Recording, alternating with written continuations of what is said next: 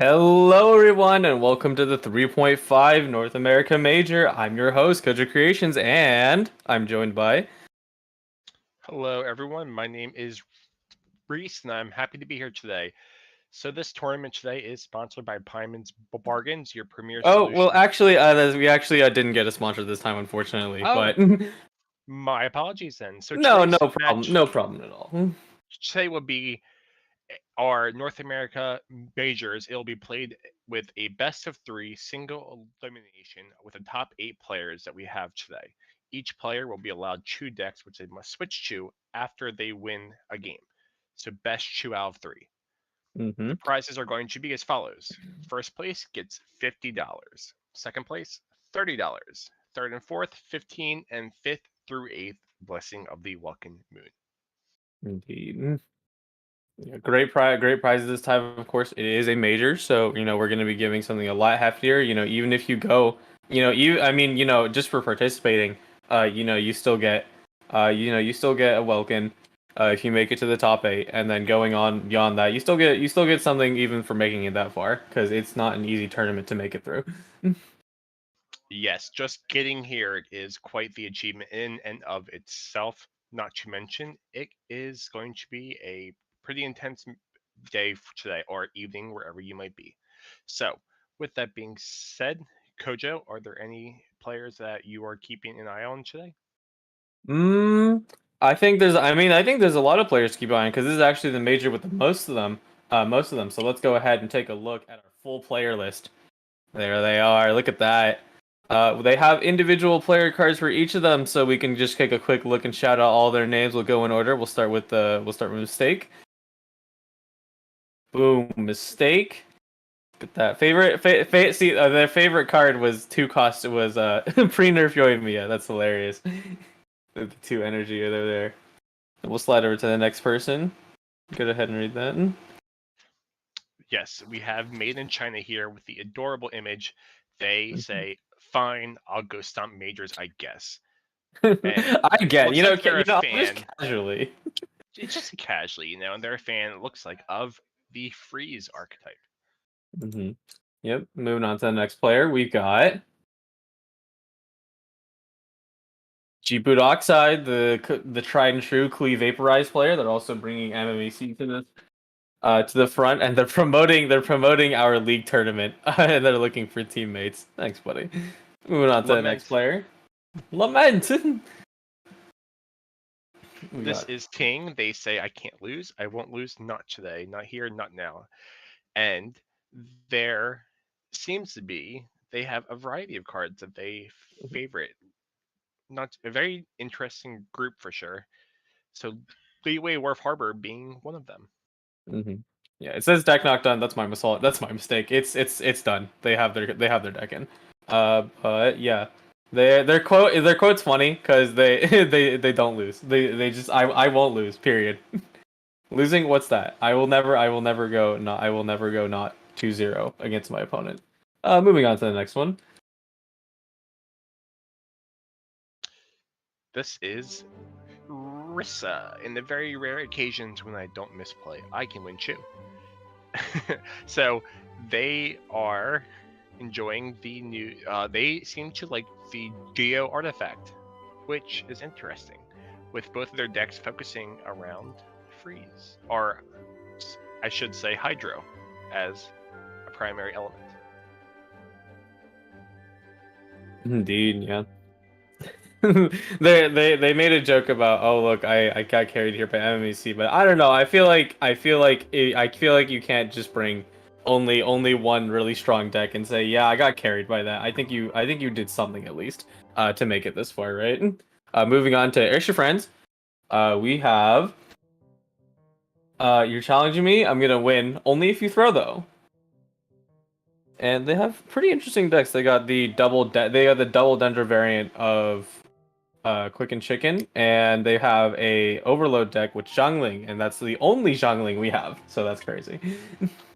And I like how they say that they don't like Lament, but put it down as a card they like.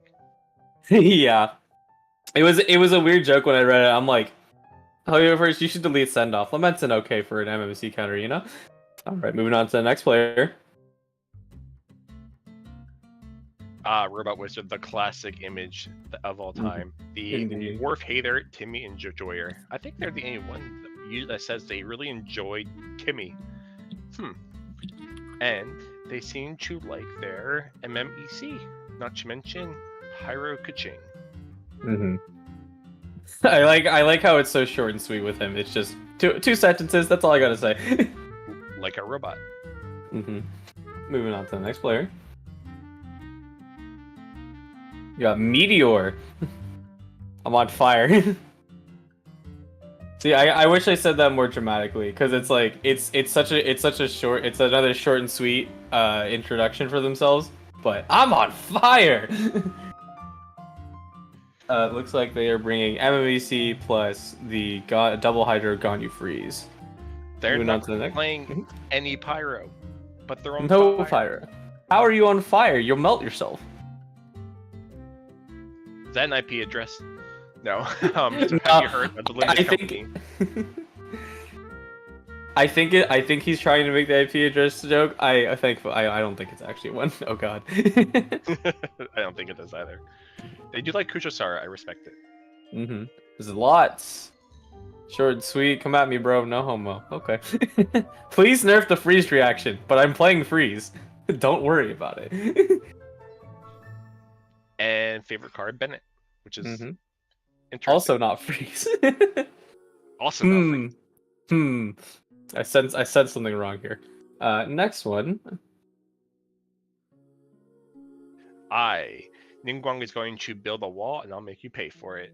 And Noel seems to be there.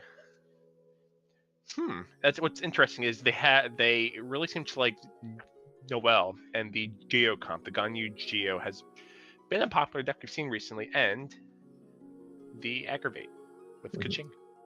Yeah, specifically that top deck number 1 is their tried and true Noel and Ningguang deck. They really like using that deck. They used it for a ton of tournaments. And yeah, when they say Ningguang is going to make a wall, they're not joking. And that is also the last player we have on the list. That is all the 11, and we will be watching. We will be preparing a match right now between Matt Mario and Risa as our first match to watch. So it's going to come down to choose these two players, and I wonder which decks that they'll choose first, because the first round's important. It sets up the momentum for the next one. Yeah, and with kind of how like the numbering works out, usually our majors run by a top 8 style, but since we have more players this time, which is great, we get to see more matches, more people have a chance to win. These players will be fighting first before it whittles down to the top 8, and then we'll kind of be rolling from there. All right. So, we'll do deck review while we're waiting for them. Risa's deck, we've got Ganyu Freeze. Oh, sliding back over for a second. The Ganyu Freeze. Yeah, Ganyu Freeze, tried and then true staple. Yeah, indeed. Let's see here. Yeah, again, sorry about the graphic, guys. This is on me. I deleted that text because it was a reminder, and then I don't know, it just went through. That's whack. There was also emojis there. Rip. That's okay. We all know that Kojo doesn't sleep. Indeed. Yeah, there's also their MMEC. So just two generally very strong decks. Should we cover what MMEC means for those who are unfamiliar with it? Yeah, sure. Go ahead if you'd like to take that away. I'll leave the honor to you, because I am fairly new to the deck. I've only seen it in action twice, honestly. Yeah, MMEC is, consists of Oceanid, Fischl, Mirror Maiden, usually in any order. Depends. I usually see Fischl and Oceanid swap, but that's not too relevant. All right, but we are swapping into the match, and to finish my explanation, it's essentially a deck that relies on chip damage, but it's such consistent chip damage that your opponent's already done for by turn 3 and 4. Yes, it applies a lot of off-field pressure, and it consists of many summons. Looking like we have debating on getting rid of... Oh, they got rid of 3 cards, looking for not a bad starting hand here. Kuchosara to start things off, going to go for that Electro application. Yeah, I think like because we were doing a little bit of the deck review. Risa's kind of bringing some standard stuff, MMEC, Ganyu Freeze. It's something that's good. It's good to rely on something that has been proven to be pretty strong. But Matt is bringing stuff that you don't really expect. Absolutely. So, who would you say early on looks like they have the advantage before not taking into how this game plays out? But which deck do you feel has the advantage coming out so far? Personally, I'm not certain because MMEC, it's that really strong deck that everyone's just been hating on, because it's super strong. But at the same time, I don't really know how well this matchup of Quicken kind of goes into it, because I myself tried to use Quicken to take down this deck, and it like went okay. It didn't go great. Yeah, and so one thing about MMEC is that once you get set up as early as possible with as many summons, it can be really hurt by poor LML dice roll. Yeah, absolutely. So the thing I do wonder, because the matchup that I played of Quicken, I don't think, did I use Chicken? I don't think I used Chicken, but I believe the chip damage usually goes through the characters, the Electro Charge, and it will hit Chicken. And if Chicken ever takes damage, it gets one more stack, which means it gets a deadlier burst, which could be potentially very useful in this match. Yes, absolutely. That chicken is most definitely going to be surprising people with some decent damage, I would say. The one thing about Kujusari is enabling that off-field damage and electro application. You usually would see a Fischl run instead, or prior to Kujusara, but Kujusara opens up a little bit more damage and more flexibility, at least from my own perspective on that. Yeah, not only getting like the little bit of off-field damage, but also the factor of the Crow Feather buff. Getting that extra damage, especially in a deck as potent as Quicken. You do dealing 2+ damage, and then you get another one on top of that is pretty crazy. And in a match like this versus MVC, where it's just gonna slowly tear you down over time, you really wanna try and get a character out of the way as soon as possible. Look at that damage coming off from off field so far. Kali down to 5 HP, trying to get the I'm gonna keep saying aggravate, but even though I know it's not aggravate, but yes, trying to get. Well, I mean, aggravate technically is okay. It's just because Genshin's got funny naming conventions. They really do, and it throws me off sometimes. But ooh, not the best dice roll on that one. But they can always roll again with Ningguang. Yeah, thanks for that. Yeah, Kali, like you mentioned, Kali is already incredibly low on HP, so they need to get, they kind of need to get the burst out now, and that honestly might be all she wrote, which really sucks.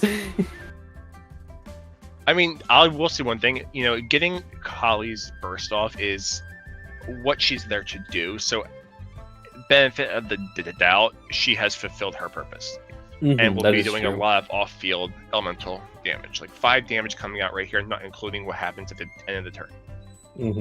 Yeah, it looks like I think because this is a common thing for MMEC plays to do. They will swap over to Oceanid, because Oceanid, it can summon the Frog or George, and it can get two shield points. And in general, it's not super duper quintessential after after a few turns. And looks like Matt goes for it, just drops down the burst and activates another stack of Quicken. And more summons coming down. And there's George. You love to see it. For anyone who has not done the Abyss yet, you'll be very acquainted with all of these individual creatures. Dude, you're so right. Could you imagine if they exploded in TCG? Oh my god. Every time you defeat my summon, they will nuclear explode.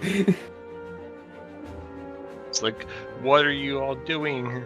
But as of right now, there seems to be Matt Mario's hand isn't too great. They have a lot of on-field pressure they can apply, and they have a lot of versatility with being able to quick swap.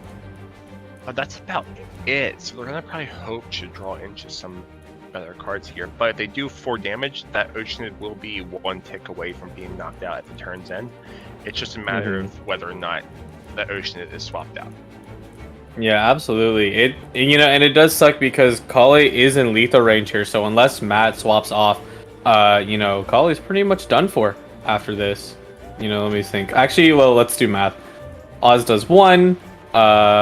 George, it doesn't trigger. Oh wait, he lives. He lives for 1 more turn. Never mind. Yeah, so Kale's staying clutch there, and I also, even if Kale was going to be knocked out, I think that would be okay. Simply because you need the Electro reaction, and then you also have Quicken Chicken for the Dendro reaction. So Kale's done her purpose and applied a lot of pressure right now. Obviously, you want her to apply a second elemental burst, but worst case scenario, she's done her duty. Yeah, and at least she got to get Xingqiu. Yeah, sort of like Xingqiu. Thankfully, she was able to use all of the Crowfeather stacks, because usually, especially in fighting a deck that like does so much damage to you just out of the gate, usually you only get to use 1 Crowfeather stack, but Oceanid does fall prey to the what is that? I forget. What does Kale call her little summon? Her little Summer, Kale Amber? Yeah, Colin Enbar. Named Colin after Enbar. Our favorite Mondstadt person, Amber. Colin Ember takes down Oceanid, and now Fischl comes up. Yeah, Oceanid going down, I don't know, MMEC is such an interesting deck because even if it loses like 1 character, it kind of doesn't care. It just keeps going. Fischl immediately retaliates, takes Kale out of the game. I think we Kale'd it on that one, and knew that she would be falling soon. And then, MMEC also seems to be a 7-character deck sometimes, if you really think about it. What do you mean by that? With 4 off-field summons. I see. Because even if 1 falls, you got 3 little buddies or 4 little buddies out there to seek revenge. Yeah, pretty much. And it's the amount of damage they deal is pretty much comparable to an active character, especially specifically this deck, because Oceanid summons are just super powerful. Yeah, at turn end, there can be any number of damage coming out depending on what elemental reaction and the order of the summons themselves. But Fischl is at 3 energy right now. That means if she survives this turn, she is in range to use her burst. Yeah.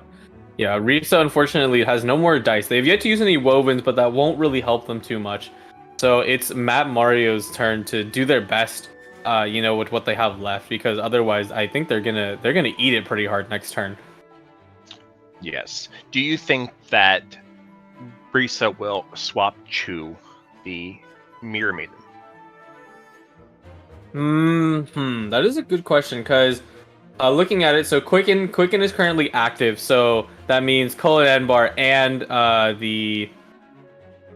if Matt Mario doesn't perform another elemental attack, and the Crowfeather will deal extra damage, and I think Fischl's in lethal range, because Quicken I believe is +2, and then so you have Colin Enbar does 4, and then that would mean Crowfeather does 1 or 2. So yeah, that would mean Fischl is out of the game. So they might swap to Mirror Maiden. I'm honestly not sure. I'd imagine they would. Yeah, so that way, because my thought process behind it is that you let Mirror Maiden tank some hits. Worst case scenario, Mirror Maiden does fall, and you're set up where Fischl can come in and take advantage of damage after these summons deal their damage. But Mirror Maiden will be able to stay alive as of right now. So next turn we'll be looking at someone going down. It's just a question of who, though. Yeah, Mirror Maiden still will take pretty significant damage. Already down to 6. Sara takes it 3, and then that's another one. And the Electro Charge goes across the board.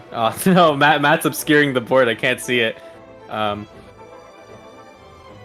Mirror Maiden down to 1 HP. That's brutal.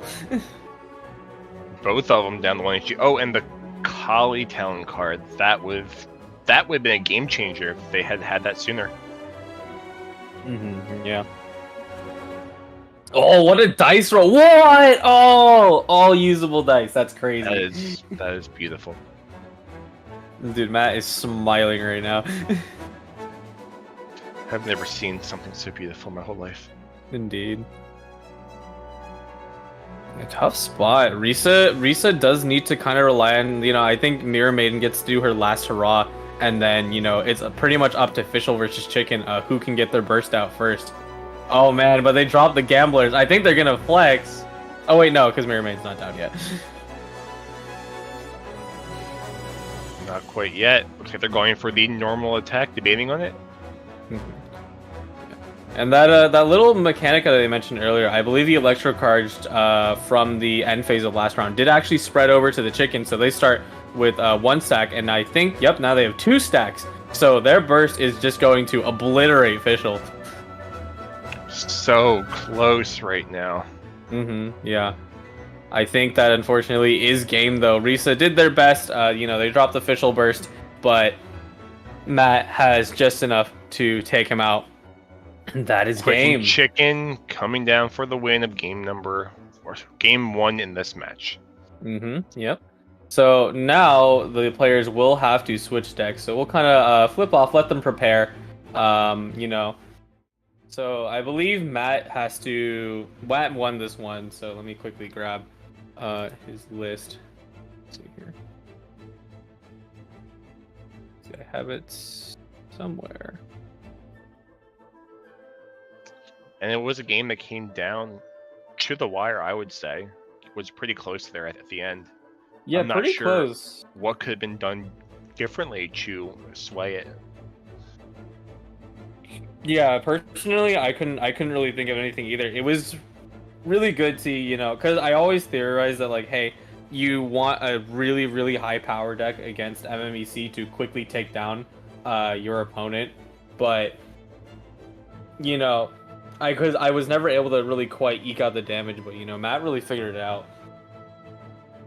Yeah, and the thing with MMEC is that while you can summon a lot, that's at the end of the turn. So a lot of the powerhouse comes between the rounds, and so it can feel, if you get out pressured, it can feel like you're just short the damage with maybe 1 or 2 HP, and you need the damage from the summons themselves. Yeah, let's see here. So Risa has the option of staying with MMEC, and looks like they flipped over to Ganyu Freeze, and yeah, Matt has to flip over to MMEC themselves. So I don't know. I think it's like a win-win for Matt, right? Because MMEC is like, while it's his backup deck, it's also, just it's still a pretty good deck anyway. So Ganyu Freeze, such a terrifying deck that's been going strong for quite a while now. It's actually quite interesting. The freeze matchup versus this, if I'm not mistaken, doesn't go too well. Because, especially because Oceanid exists, Oceanid's gonna get all their summons turn 1. They're gonna do tons of off-field damage, even if you put them in the freezer. Yeah, as long as they don't get the dice of cringe, MMUC can set things up very well, and it looks like they're off to a good start so far. Absolutely. Five usable dice in play, so they can immediately drop 2 Hydro summons if they'd like to. I didn't quite see it in their hand, but yeah, no. They can use the extra Hydro dice to flip over to Fischl, tune everything, and then get Oz out of the turn if they're feeling super duper greedy. Oh, going for the Wharf. They are just going to keep the Ocean out and let it take damage. Yeah, I believe it's because Xingqiu will be stuck out here. He still needs to click the burst button. Being able to Wharf and Liven early is definitely a good thing, because as much as it's important to get your stuff out as soon as possible due to the freeze matchup, it also is important to have these support cards out, because if you don't, you're not going to be getting any useful cards or dice later down the line. Yes, very similar to the game in of itself. The supports are everything. Getting those cards down can help you later down the line. But it looks like they're going to debating, and they're going to play Ningguang to re-roll their dice.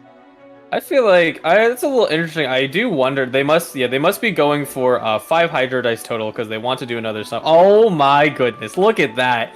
Matt is just on a roll today. Oh, they're thinking about it. Surely you do 2 summons, right? Uh-oh. A lot of thinking going on. What do you think a reason is they wouldn't do 2 summons? Because I mean, I have to imagine you want to do it because you're about to get frozen soon. So, mostly because of the dice, I'd imagine they probably know that, okay, they're going to get frozen, but it's not this turn. Xingqiu's going to use their burst, and then this way they can potentially put down one more harbor and swap to Fischl, or just play Fischl and let Lieben eat everything else up. Yeah, looks like they're betting on Risa not having fast swap in hand. And they called their bluff accurately. They just dropped Paimon and heal, so they're gonna be able to get their Electro charged off. So good call on that.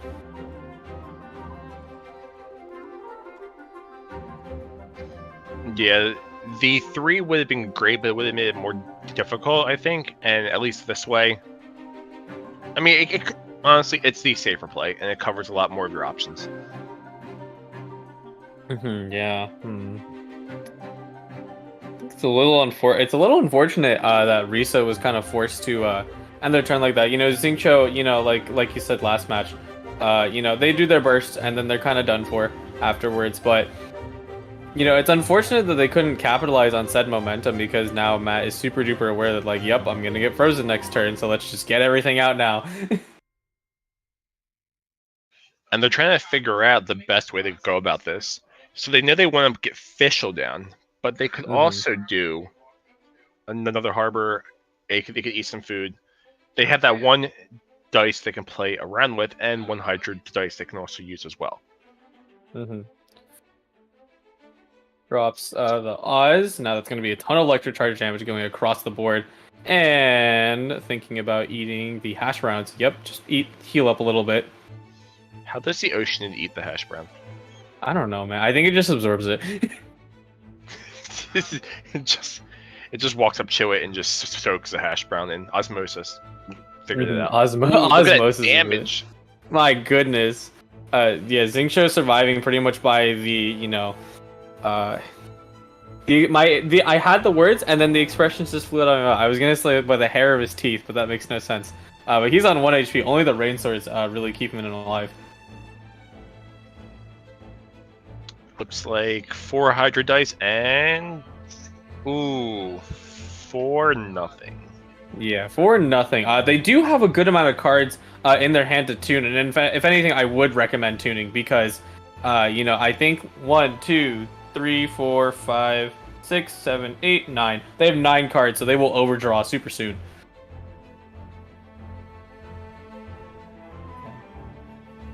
Risa drops the Frostlike Arrow. You know, Fischl is now frozen. Now Matt is looking to heal all of that off, possibly. Yeah, and they have a few options here, so they could switch back to, and they'll probably switch back into the Oceanid itself and go for more summons. But they could also go into Mirror Maiden, which honestly, they could just because they can just save the damage on the Oceanid. But I imagine the Oceanid would be the better option. Yeah.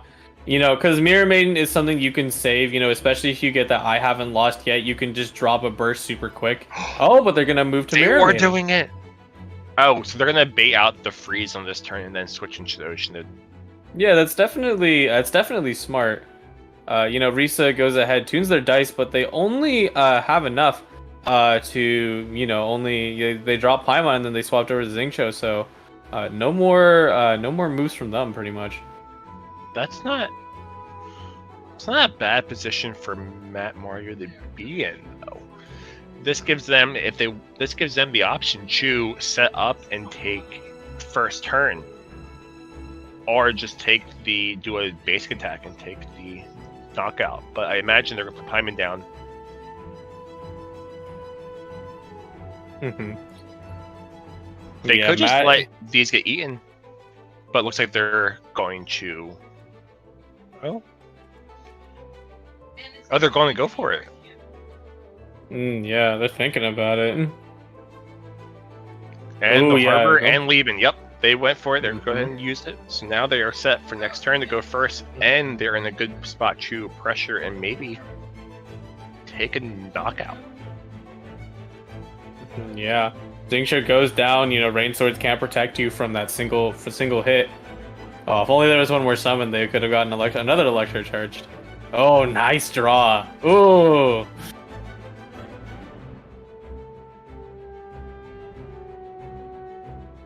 And let's see what they can. Oh, wow. That is terrible roll.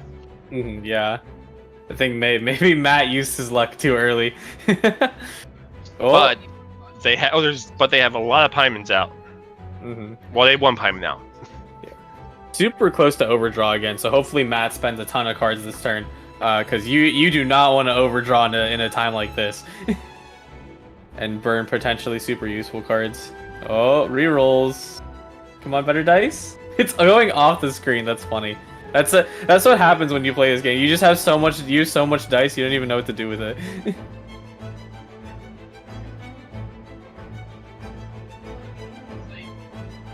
3 damage and electric charge coming down. Influx blast building up 1 energy, and putting. I'd imagine that Risa will go into Ganyu, and start to freeze everyone. But Ganyu's low HP. With the quick swap in hand on that Mario, they can. Ooh, 3 damage though. That's a lot. Yeah, that is a lot. But they most likely, like you were saying, their fast swap is gonna help them out, and they can just retaliate to Ganyu right back. Now, Risa does have 6 dice, so Matt has to pick carefully on which character they're going to be swapping to, because not only did they proc the Undivided Heart talent card, but whoever, I think the 2 characters to swap to are pretty close to lethal range, so they might want to heal before they switch. And it's also what I was talking about beforehand, where a lot of the damage comes at the end of the turn. So even if they quick swap to Fish or Oceanid, they're just going to summon something. They're not going to apply or do that much damage right now. Yeah. I think Matt is doing the math, in his head. Like, me personally, I would Lotus Fischl, swap to her, and then get at least one more summon off with Oceanid, or vice versa with Fischl, and then that would be my turn. Because I'm fairly certain Ganyu's arrow shard shot will lethal both of them if you don't heal. Oh, maybe I calculated wrong.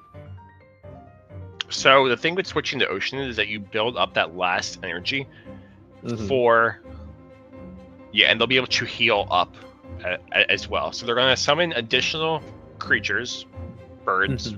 Oh, and there's George. Let's go. Critter friends, and then they're going to go for a burst, take out Ganyu at the start of next round. Yeah, I did not consider the potential play for Lucky Dogs, because now Oceanid was able to heal 2 HP off of that, and also have another 2 effective HP, so it's basically a full health at this rate. Oh, that hurts. Oh, ow. And no one likes frozen fish, so we'll have to see. They're debating on swapping because they have to. Well, they don't have to, but they could end turn and get priority here. But it really depends on what they're going to debate about using. They're probably trying to think about the mushroom pizza. Yep, mushroom pizza coming down. Yeah, stealing priority is definitely a big thing versus fighting freeze. However, the main issue would be that their characters are so low that I think they're forced to heal pretty much this turn. Mona coming out to just tank some hits. Yeah, Mona always coming up to the plate. Mona is a support, but I mean, I think people fail to realize that she's basically a shielder. Considering how people use her, they just have her take all the hits in the end phase. She's the unofficial tank. In Mona we trust. Ooh, look at that. definitely could use these. I haven't lost yet, coming at the perfect time, because one of their characters is absolutely going to fall this turn, and as well as the star signs, also being able to charge up any of the characters' bursts. So both Mirror Maiden and Fischl are set to go in terms of that. Ooh. And it looks like they're so close from taking the knockout on Ganyu, which means Ganyu will be able to get her charge shot off, but will it be enough? Yeah, I am trying to see. Yeah, Risa has 10 dice, so either you have, assuming you didn't roll bad, you either get two charge shots, or maybe you do some combination, but that's kind of all you write, or all she wrote after that. Yes, and Met Mario has to be careful because on Ganyu's next hit, they will be frozen, and they don't have a quick swap in hand.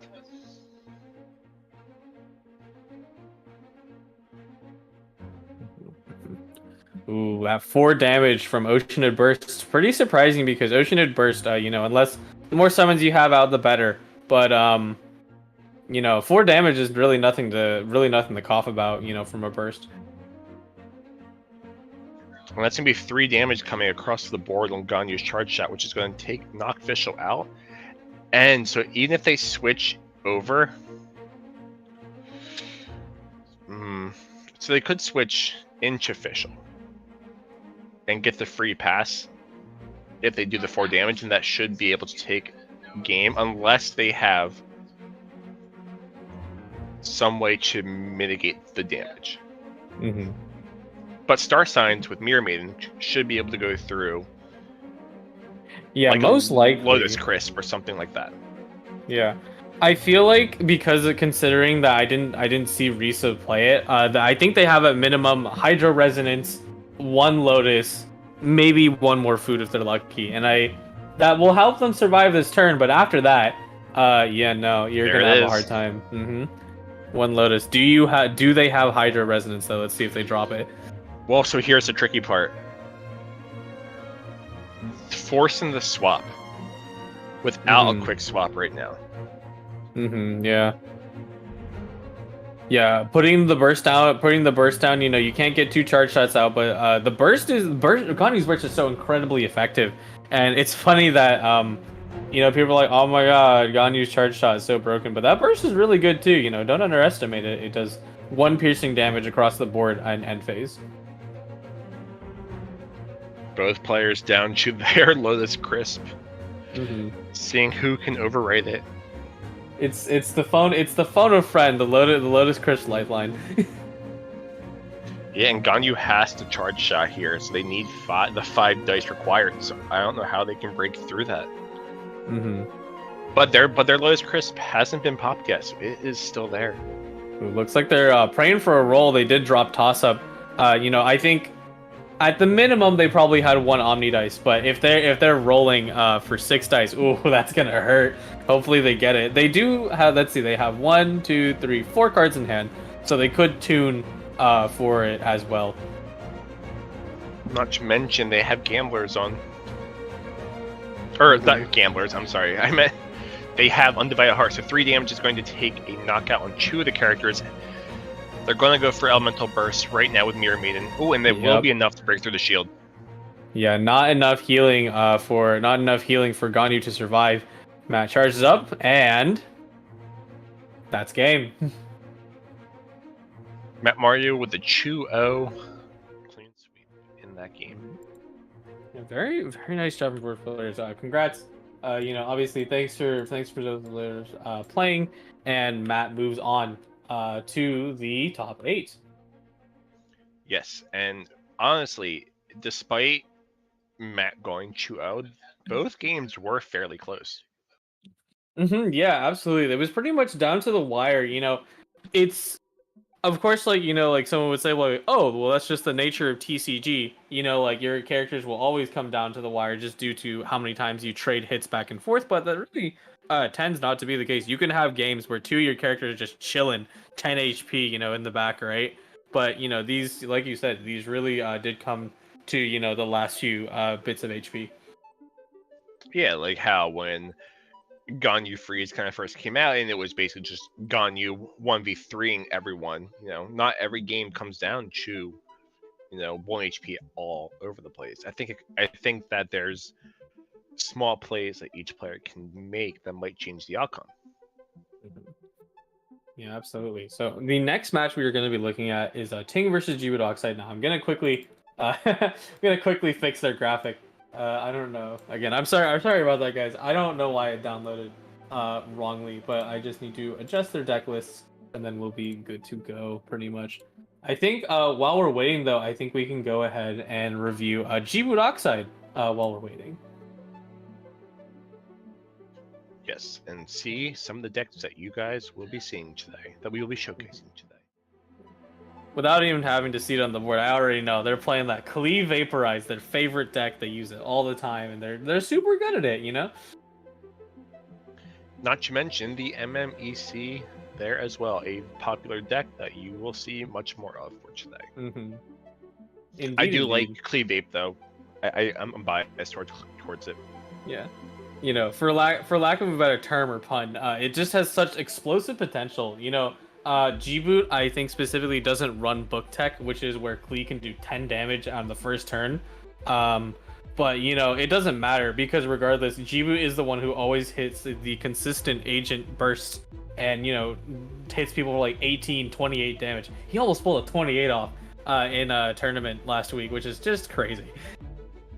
Yes, and Klee can be the cleanup that you need to finish a game off. Yeah, absolutely. Hey, you can't make puns without me making puns. That's how this okay, works. fair. I had to laugh. I had to laugh. Okay. Mm-hmm. Yeah. That's on the other okay. side. Mm-hmm. Yeah. On the other side, they got MMEC and then Ting. I'm almost done with. Quickly adjusting the stuff. Let's see here. I think MMEC is a pretty reasonable, pick to do. It's like, why not? This deck doesn't have you don't have to modify your game plan that much. Outside of just summon, go. MMEC is hard carrying Lament as a card. Yeah, I know, right? Oh, speaking of we never saw play until we figured MMEC out. Speaking of MMEC, Ting's second deck actually is MMEC. I just need to slide it in real fast. I will have that. Love their minion masters. Mm-hmm. I like how I mentioned all the short and sweet quotes, but G-Boot Oxide's quote is just our Peta Stonks emote. Yes, the Peta Stonks, Kali, the official mascot of the GITCG Discord. Mm-hmm. Official, unofficial, but we love her all the same. She's quite fun. Now she is new. She is a new friend to help her in Double Dendro. We got recently announced Tagnari coming to the CCG. Yes, one of a character I'm looking forward to, but I'll talk about him after we show some of these deck lists here. Indeed, yeah. So, are you seeing anything interesting, across the board? I see a lot of Hydro, but no. In all seriousness, we do see a Timmy being played by Ting. Two Timmys. Oh, what? Timmy Gaming? Let's go. Timmy and an Ancient Helm. Dude, heck yeah.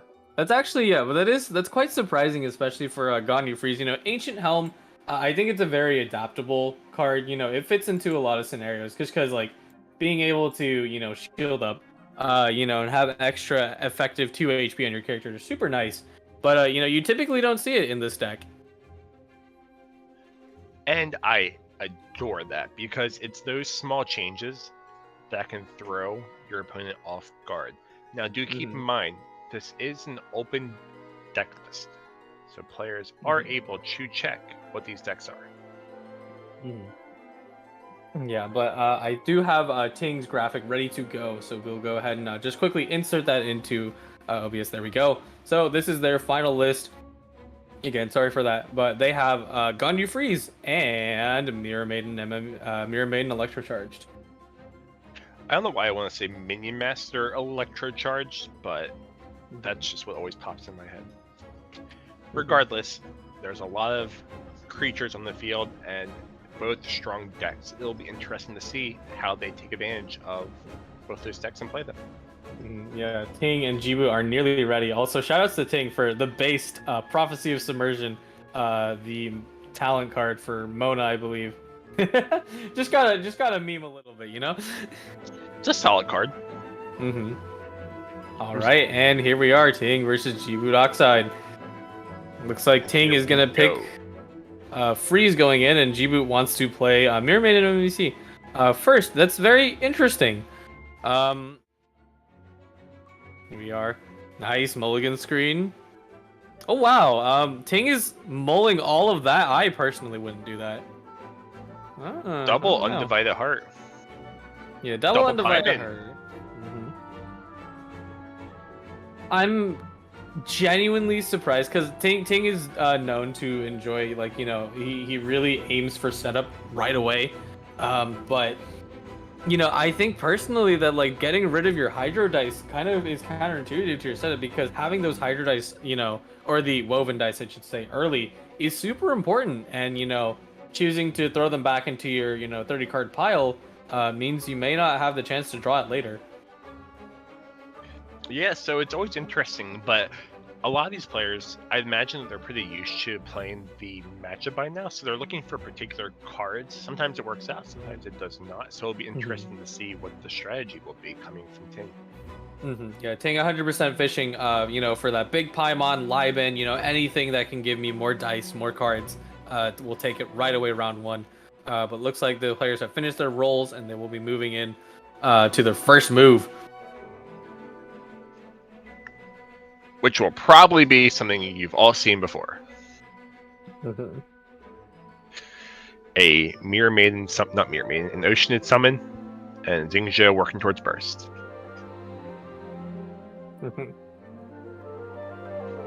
So yeah, they are kind of deciding on what to do. We just have to adjust it a little bit.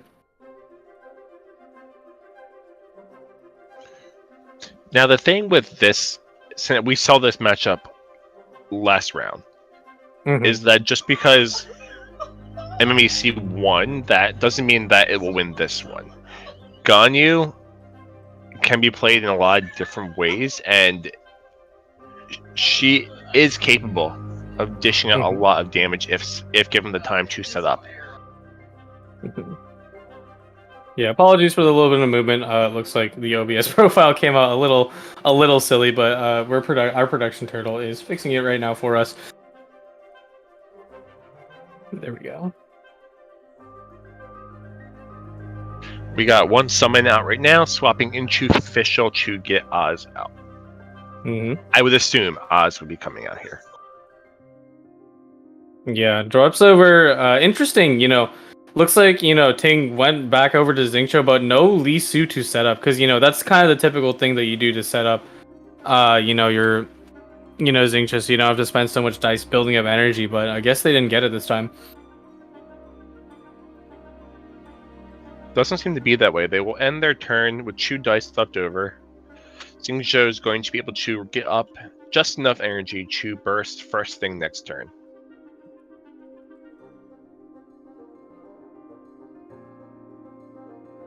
Not in a bad spot for both of these players right now.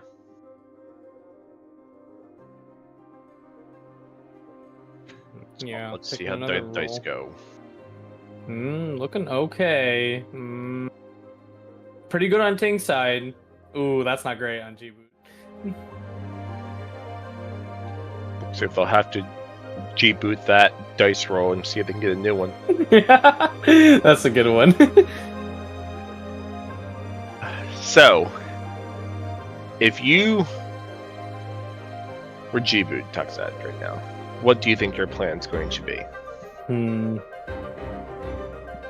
I don't know. Like, yeah, they do. They have a good amount of dice, you know, and they only really need to reroll 3. I have to imagine you just do, you know, like what we saw last round.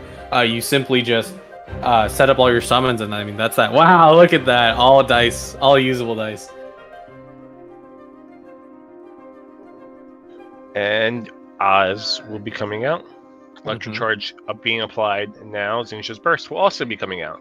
Pretty standard starts. Yeah. But Chang the Ninth coming down. Yeah, I don't believe they proc it with this, or do they? Yeah, no, they don't. But you know, good to get that out now, because you'll be dealing reaction damage pretty soon. I assume Ting will be swapping to Ganyu.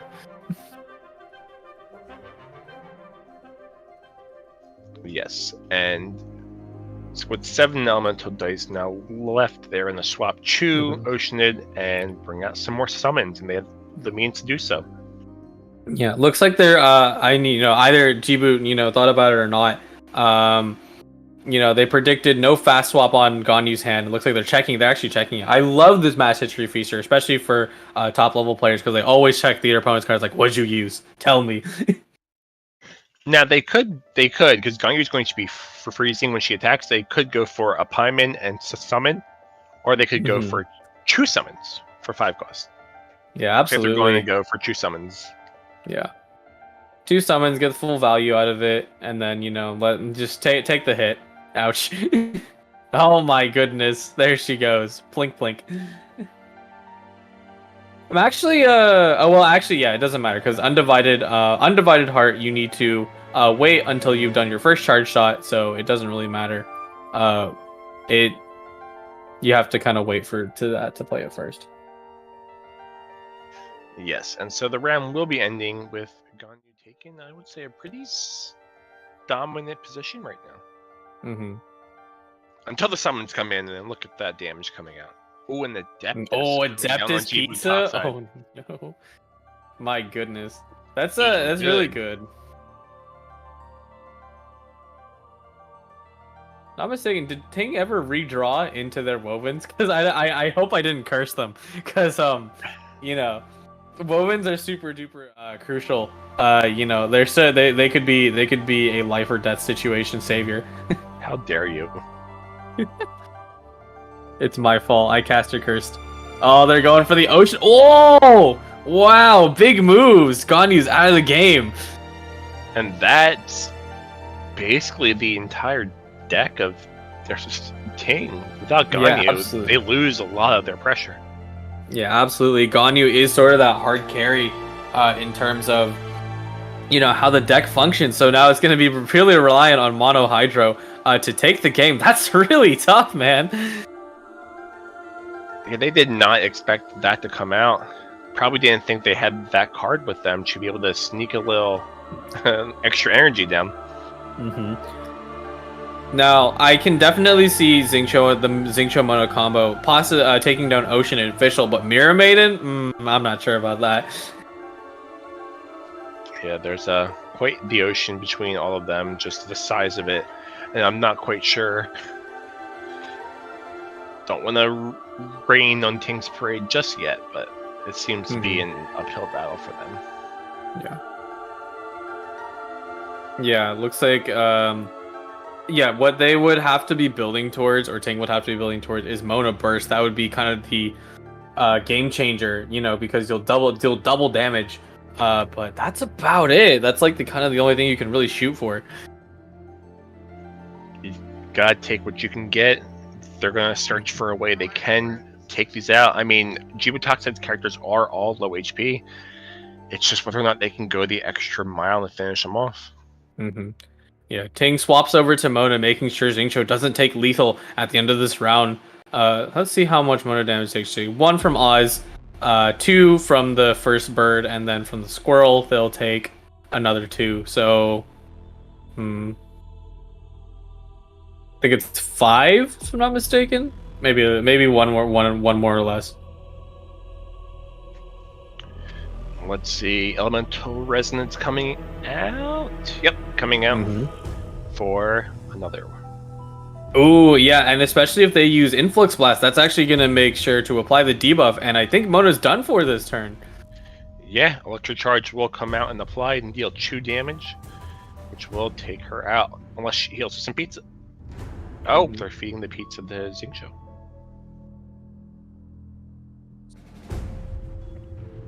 Yeah, the pizza is definitely great in this, in a situation like this, because you get to get passive healing in the end phase. Oh, Oz goes down. And then the bird goes in, and there goes the squirrel. Mona's out of here. Xingqiu versus the world. Mm-hmm. Reverse sweep. I mean, okay. Here's the thing. Technically, if Mirror Maiden didn't have burst, Xingqiu could technically reverse sweep. But unfortunately, I think it's just about sealed. Yeah, it looks to be that way.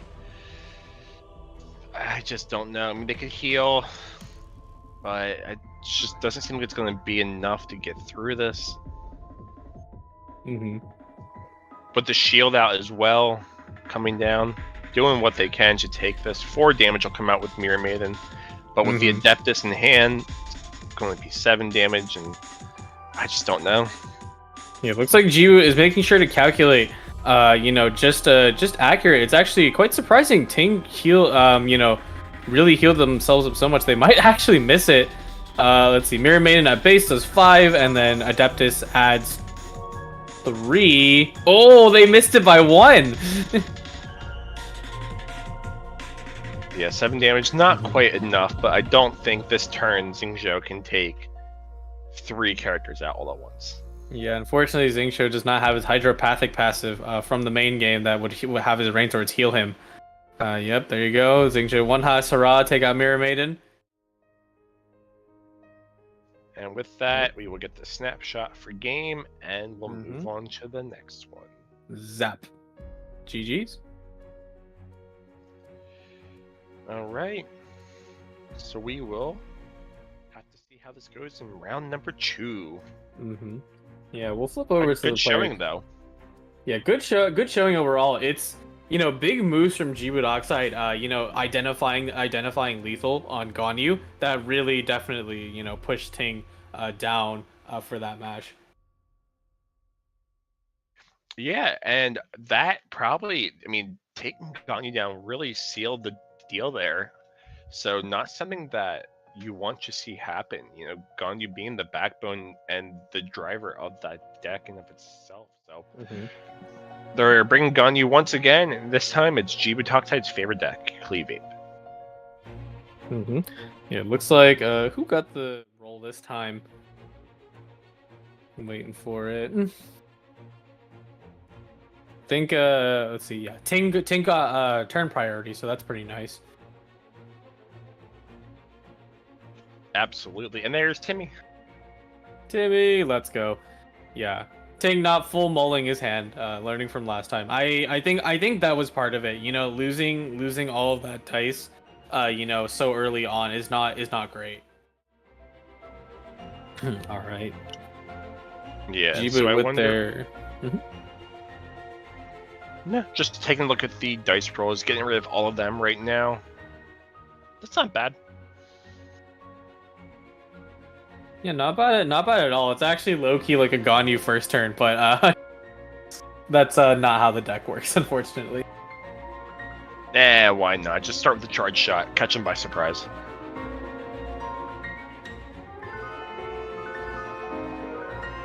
Chang the Ninth coming down. Yeah, double Chang the Ninth. And it's interesting that they start on Agent. Looks like they're probably just trying to eat up Xingqiu's damage.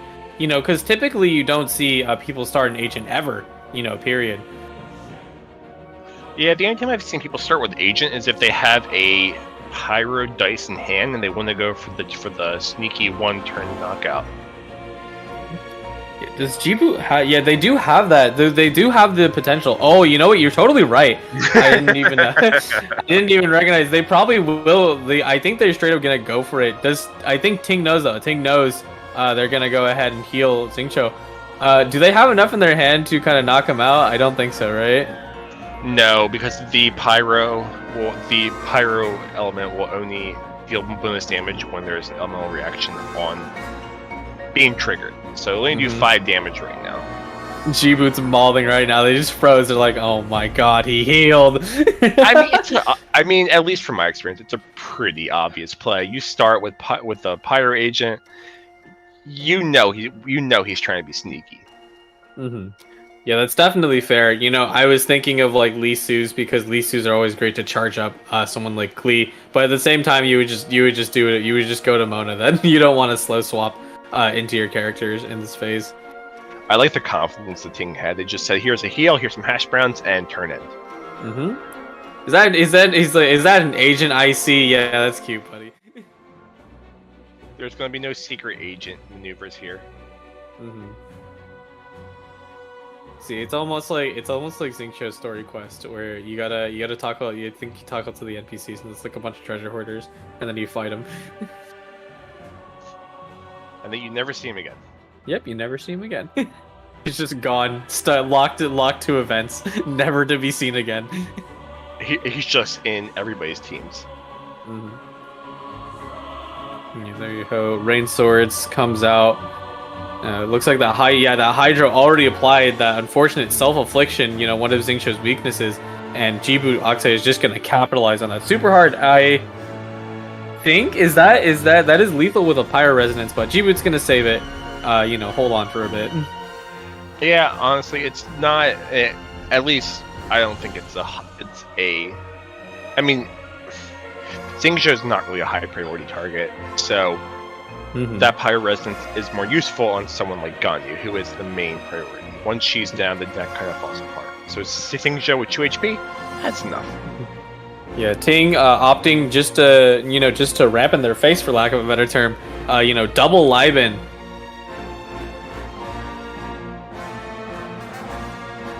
Oop. Hold on. Oh, my Discord crashed. Sorry about that. I don't know. I feel like. I feel like you want to set up another explosive spark right now. Yeah, you'd want to. I mean, Jibutoxide is the Klee expert, but you'd want to definitely get moving towards Klee's burst, as it will do so much pressure, even while you're frozen, to be able to do a quick swap into Mona and use the pyro resonance as well. That way you can take a cheeky kill, a cheeky knockout. Yeah. They're kind of calcing it out, but you know, I feel like regardless, I think you need to go for the Jumpty Dumpty, get the explosive spark, and then kind of roll into next round and see what you can do with it. There's also the nice option that because they have their pyro dice in hand, they can also swap to Mona for safety. But that is about it in terms of you know, what Jibu has for options. Yeah, and Mona once again being the tank out here. The unofficial tank. We never knew until now. She's like a Hydro Dia, just taking all the damage. She's functioning better than you. I don't know what you're talking about. Damage is good. Until it isn't. Klee will think about the Jumpty Dumpty. 10 seconds on the clock, Jibu. You gotta make the play. You know. Oh, they're looking for Liven to. How clean that was. Alright, they got their burst up. They're ready for it. 20 seconds, my friend. Swap over or do something. Liben, they're picking between Liben or Mona. Yep, goes for the Liben. All right, Klee is gonna eat the damage next turn. Then you can still swap. Yeah, you would think they'd swap to save the Klee, but looks like they're saying you can't do 9 damage next turn.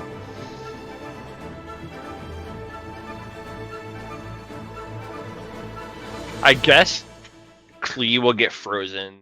They'll swap to. I'd imagine they wouldn't go towards Pyro Agent. They'd probably go towards Mona, apply Hydro, and then use Mona's ability to quick swap into Pyro Agent, burst, forward knockout, and Ganyu.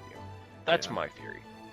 Yeah, Ting kind of dice of cringing. Well, actually, it doesn't matter. That's right. They have double Liven. Oh my goodness. 13 dice to use. Full hand. Burned a card. That's unfortunate. I don't think it was anything too important, though. So. Yep, there it goes. they'll make use of it. So Ganyu is going to be coming out. Yep, loading up that charge shot. Yeah, Klee is unfortunately not going to be usable this turn, and I feel like, can they? No. I was gonna say that Klee, they might aim to completely knock out Klee, but I think G-Boot is smart enough to recognize that play and get out of there.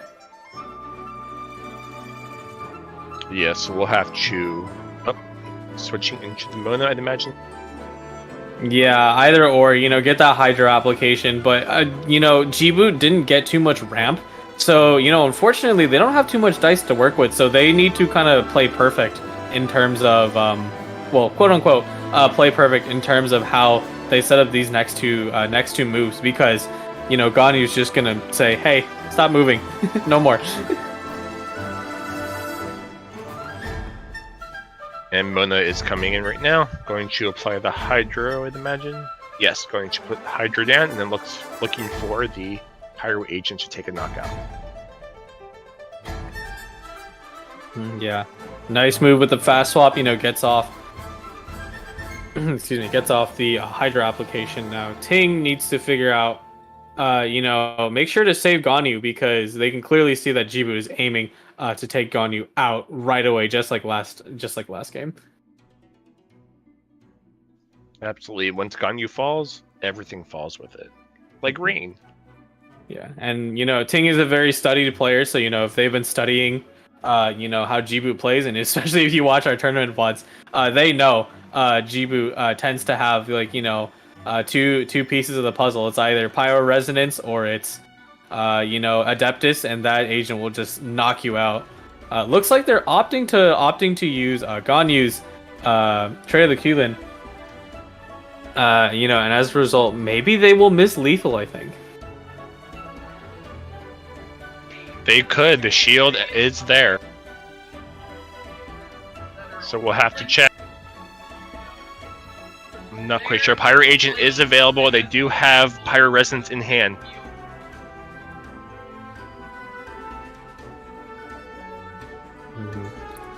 Yeah, I don't quite know if it works out. Yeah, because also, yeah, they have tunable cards. G-Boot is just doing the math, making sure this is the play that they're able to make. Yeah, gonna burn Guardian's Oath so long. so that's the best card in the game. Oh, and the Pyro Resonance.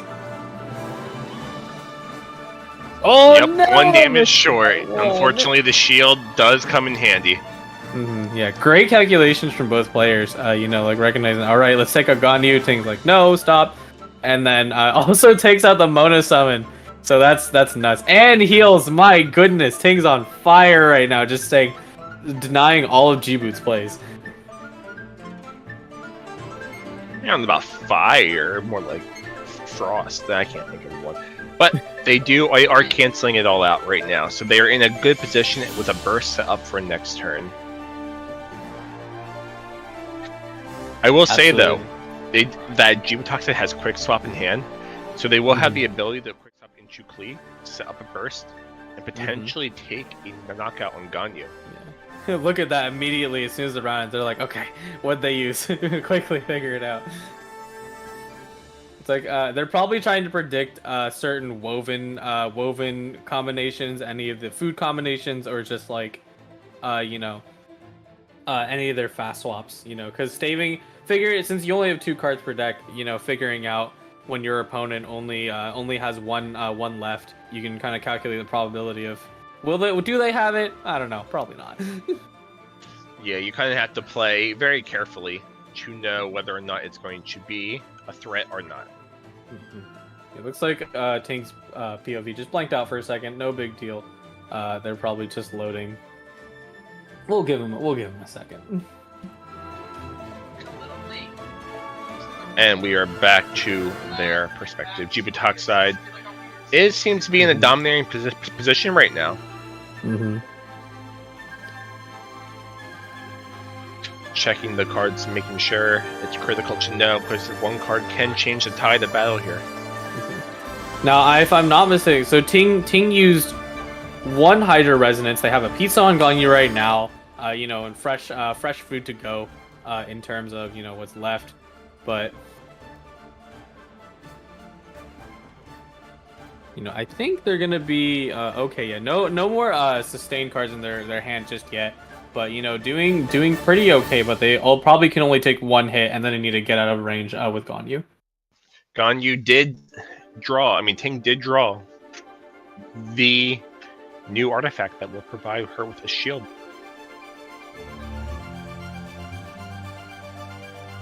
So something to keep an eye out for.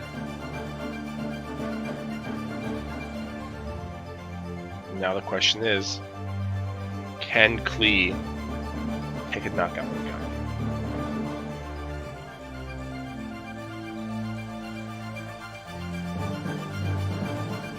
Licking Chew, quick swap over. I'd imagine Klee will be coming out here. Yeah, the quick swap over to Klee. Looks like they're gonna ensure to drop burst because, since I think Jibu predicts that hey, it's a Ganyu deck. They're always having they're always gonna have Undivided in hand. Klee would have fallen due to the chip damage. Yes, and now, if Ganyu chooses to use Undivided, then Ganyu will fall.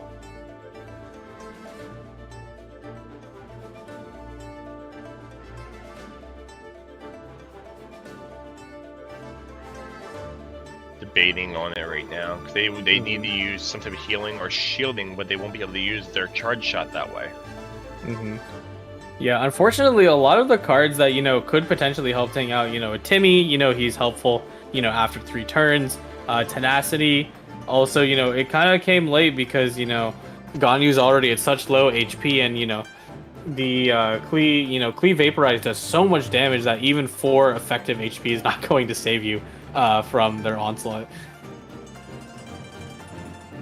But look how innocent and cute she looks. True. Klee would never. She would never. Yeah, tuning away Timmy. He doesn't have any time left. Yeah, King's got to be really careful about the actions they take because they're gonna go for the Hail Mary charge shot probably, and then Ganyu will fall. Or they could go for the shield play, but either way, it looks like Ganyu is going to be falling this turn. 1 HP left right now. You look at that. Wow, Lotus procs right before it just saved them by 1. Ganyu's hanging by a thread. She's walking on thin ice right now, so we'll have to see. There's no quick swaps left, so they'll probably hard swap Chu Mona right now and then go for a quick swap off of her.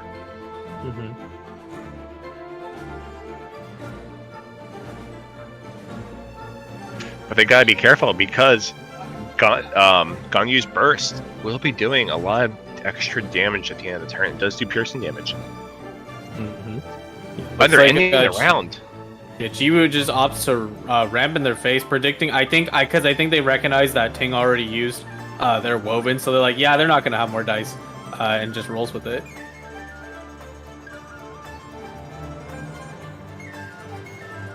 And this will probably be the last turn of the game. Double lead-in proccing.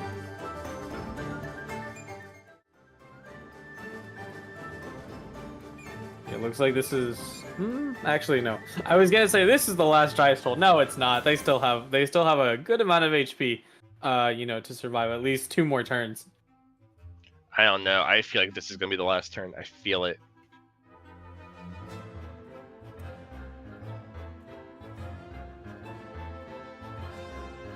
Although that tank Mona really putting some work in out there.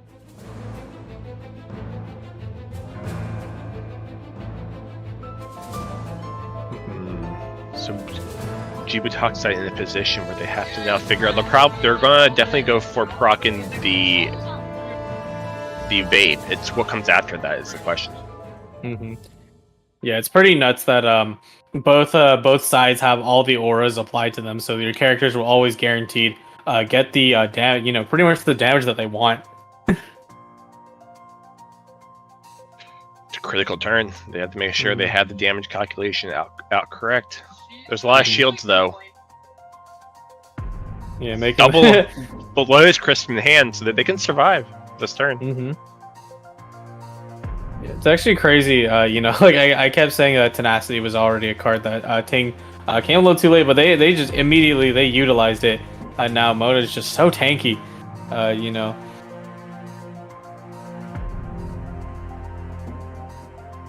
Things that I would not normally hear. You would expect to hear. My Mona's so squishy. She fell after her burst. Sounds more accurate. So they're going to look to build energy up and get the Pyro Agent burst off. That's the best way to take out this 8 HP Mona Goliath. The problem is getting there. Mm-hmm. They do have Calyx Arcs in hand, but still. Yeah, I think you know, because I think you know G-Boot went into the game pretty confidently, especially after taking a win like last time. But now, Ting is really, you know, they really dismantled so many of their plays this turn that they're really having a hard time thinking. You know, they really need the full set of timer just to figure out, you know, what they're gonna do to try escape this situation. Oh no. Yeah, it's gonna freeze it. I just don't. Mm-hmm. Jibutox head's on the back foot right now, Mm-hmm. and there's still so much. There's still 2 applications of the rain swords on for Ganyu to take advantage of. Mm-hmm. Yeah, and I believe Mona doing her skill will just do slightly enough to help out Agent, because right now they have Lotus, so I believe that'll first break Lotus, and it'll also, what else does it do? They got the 2 stealth, so they'll take 1 less damage, so they will survive. But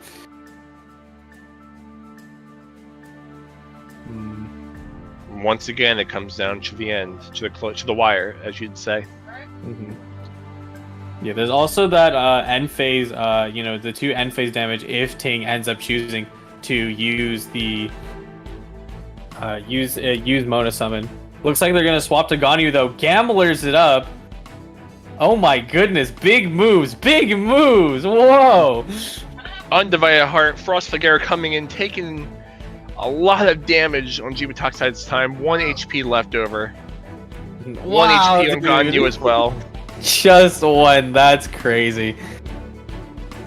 Oh, Jibu doesn't even know if they're they gambling wanna... on it. They're gambling on not having a quick swap. Mm-hmm. Yeah, absolutely. Yeah, you see, if Ting had a Woven, would be game, but they're gonna convert their dice, move over, and then that's their turn. That's looking like it's going to be. Oof, Jibutoxin's in a really tough spot here. Yeah, they are. You know, dropping the summon. You know, it's definitely the logical play. Get some vaporized damage on the board, but what do you do with your last 2 dice? You can. No Lotus, because you know, you want to save that for next turn. Unless I think unless the energy Chimona. Possibly. I'm not sure if they survive. That is kind of the worry they have. Looks like they're gonna swap her to Agent. Let them take the Ganyu burst out. I don't actually know if they survive. Through. Oh no, they have a stealth plus. What? Huh? Plus reflection. So I think they're okay. It'll do piercing damage. It should just go right through it. Yeah. Oh, yep. Piercing everyone else. That's right. Yep. All right, little plink. Or I should say, Mona Simmons just taps Agent Shield, plinks it off. Well, I still think Ganyu's in a pretty domineering position here.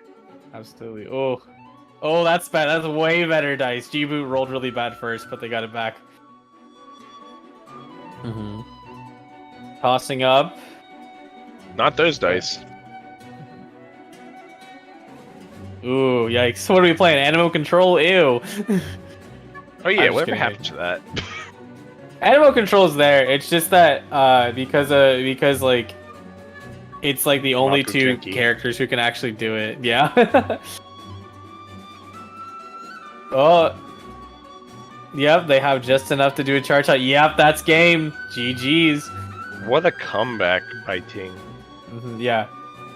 Yeah, Ting may have taken the L first round, pretty harshly, but they went back into this round super confident, ready to dominate.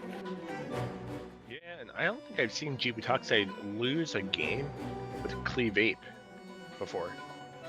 Yeah, I mean, especially when you see the results, and of course, the reason they came into majors, it's very consistent across the board. I believe it's 4-1, 3-2 is pretty much all the time. But that was, yeah, they definitely, Ting definitely just like called out all their game plans, didn't let them, even if G-Boot got their, sort of plan off, with the cleave burst, it didn't really matter. Ting was able to adapt properly with the Gonu skill. Absolutely. Now it's down to game number 3. Mem EC versus Cleave Ape. Yeah. Looking to be pretty good starting hand so far by both players, all things considered.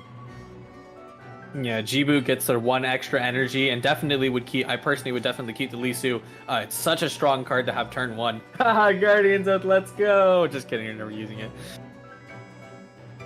Where's Lament? Where is it? Where's Lament? I put it in the trailer. At one time. Yeah, you get someone. If anyone who's watching the stream, use it once. Use it once. Other players. It's a necessary thing. Don't throw your game though. We would not like to see any throws unless you've given up. Always fight to the last breath. Yeah, looking to apply Hydro early. Now, do you think G-Boot is going to do the turn 1 agent assassinate, or will they go over to Klee and kind of set up? They will not go for it, simply because if they were, they would start with agent, because they would need the extra elemental. They would need every dice they can get, unless they have the quick swap, or sorry, the reduce 1 on your swaps. The mana card herself. I'd imagine that they'll just start pretty consistently and get set up. Probably swap to Klee to start building for her alt first. Yeah, you're actually completely right. It's mostly because I only thought of that because whenever I start, I always tend to have Wovens in my hand so I can pull off those plays. But it's completely fair to say that probably won't happen. And looking at no, because I've messed around with agent a lot and trying to make Gola work. Yeah. Yo, Agent Eula, let's go. Melt. With Zhongling. Let's go, Zhongling. Zhongling's such a fun card. It's too bad that what's it called? Her she's pretty much gated by the fact that she can't do damage with her skill. So yeah, otherwise she'd be busted with Goba. Yeah, absolutely busted. She would basically be like Xingqiu and Kale too, just for Pyro. That's what keeps her balanced. And I mean, hey, if you can squeeze the Goba talent card into the deck, then Zhongling really does start popping off. But that's something that will happen later. Right now, G-Boot's kind of just deciding how do they want to approach the current board state. Yeah, they have a few options right now. 3 cryo dice is interesting. Dropping Paimon down and going to end their round. Super nice that they get to keep the Mona shield going into the next one. I think, does Ting retaliate back? They do not, because they don't have enough dice for it. Looks like they're probably just going to Wharf. Yeah, and going to put Wharf down seems to be their favorite card. 0 damage. Fish will tank in that like a champ. Yeah, Mona, or not Mona, sorry, George. It's actually George because we're on the different side of the board. Absorbing the damage for you are everyone's favorite frog. Why is the frog called George? Literally, the only reason is because someone said it and then we all just complied. We're like, yeah, we'll call him George now. So then what's the bird called? We were trying to make up names. I don't think anyone actually said it. Someone in chat, tell us if we figured out a name for the bird and the squirrel. I call it a squirrel, but like the in-game name is like ferret, so I'm like, I don't know, man. Fred the Ferret. I don't know. Fred the ferret. Klee drops 4 down a vaporize pretty, damage. yeah, pretty meaty vaporize, and it's very possible that actually, I scratched that. I was gonna say Klee might put too much pressure on official to the point where Ting needs to get out of there as soon as they summon Oz, but I think they're okay actually. Yeah, it looks to be okay. Right now, both players just setting up, feeling each other out. One trying to. So Toxic could play Lament at any given point, but getting set up for the Klee burst takes precedent over that. Now they could play it right now with 4 left, but they might be trying to bait out one more summon. Yeah, they definitely could be baiting out a summon. I actually didn't even consider, because like I mean like Lament, I love the card. It's the funny meme, but I never actually internalize it when commentating for a proper match, because I'm like, you're never pulling that off. But they do have the dice for it. It wouldn't be bad if they bait out one more summon from Ting and then just wipe it off the board. Oh no, Ting's thinking about it. That would be my thought. Dude, you see, Ting is one of the fun players to watch, because their mouse is just like scrubbing across the board. They're like, what do I do? Could be a highlight play. I haven't seen Lament actually be used before, so I'm imagining that the actual action is just Zhao coming down to the field, screaming Lament in everybody's ear, and then disappearing. Is that how that works? Yeah, pretty much. I mean, he comes down with his giant spear strike. All the spears spawn everywhere. Oh, Ting. Aww. Yeah, just chooses to ramp up. Now Jivu has the option. Will you do it, my friend? Also, it's go ahead. I was just gonna say I would do it. It's a perfect opportunity. Catches them off guard, ruins their plan. It's Lament. Let's actually do like calculations for it. So right now, you get to George is gonna attack, the squirrel is gonna attack, Oz is gonna attack. You're gonna take all that damage. That is 4 damage at base on Klee, and then you get an electro charge, so +2, 6 damage. That actually knocks out Klee. So, oh yeah, no, they're gonna do it though. Too bad. They're gonna let Klee be donezo, or at least Klee hanging on 1 HP, I believe.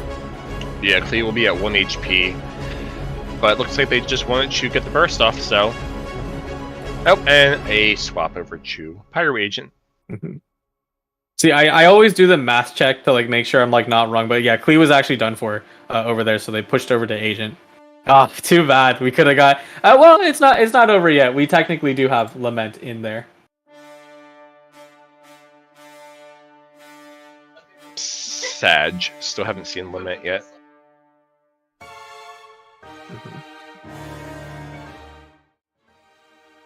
Yeah, I think, obviously we were talking about it, but I think ultimately this was an okay play. The choice between Klee Burst and Lament.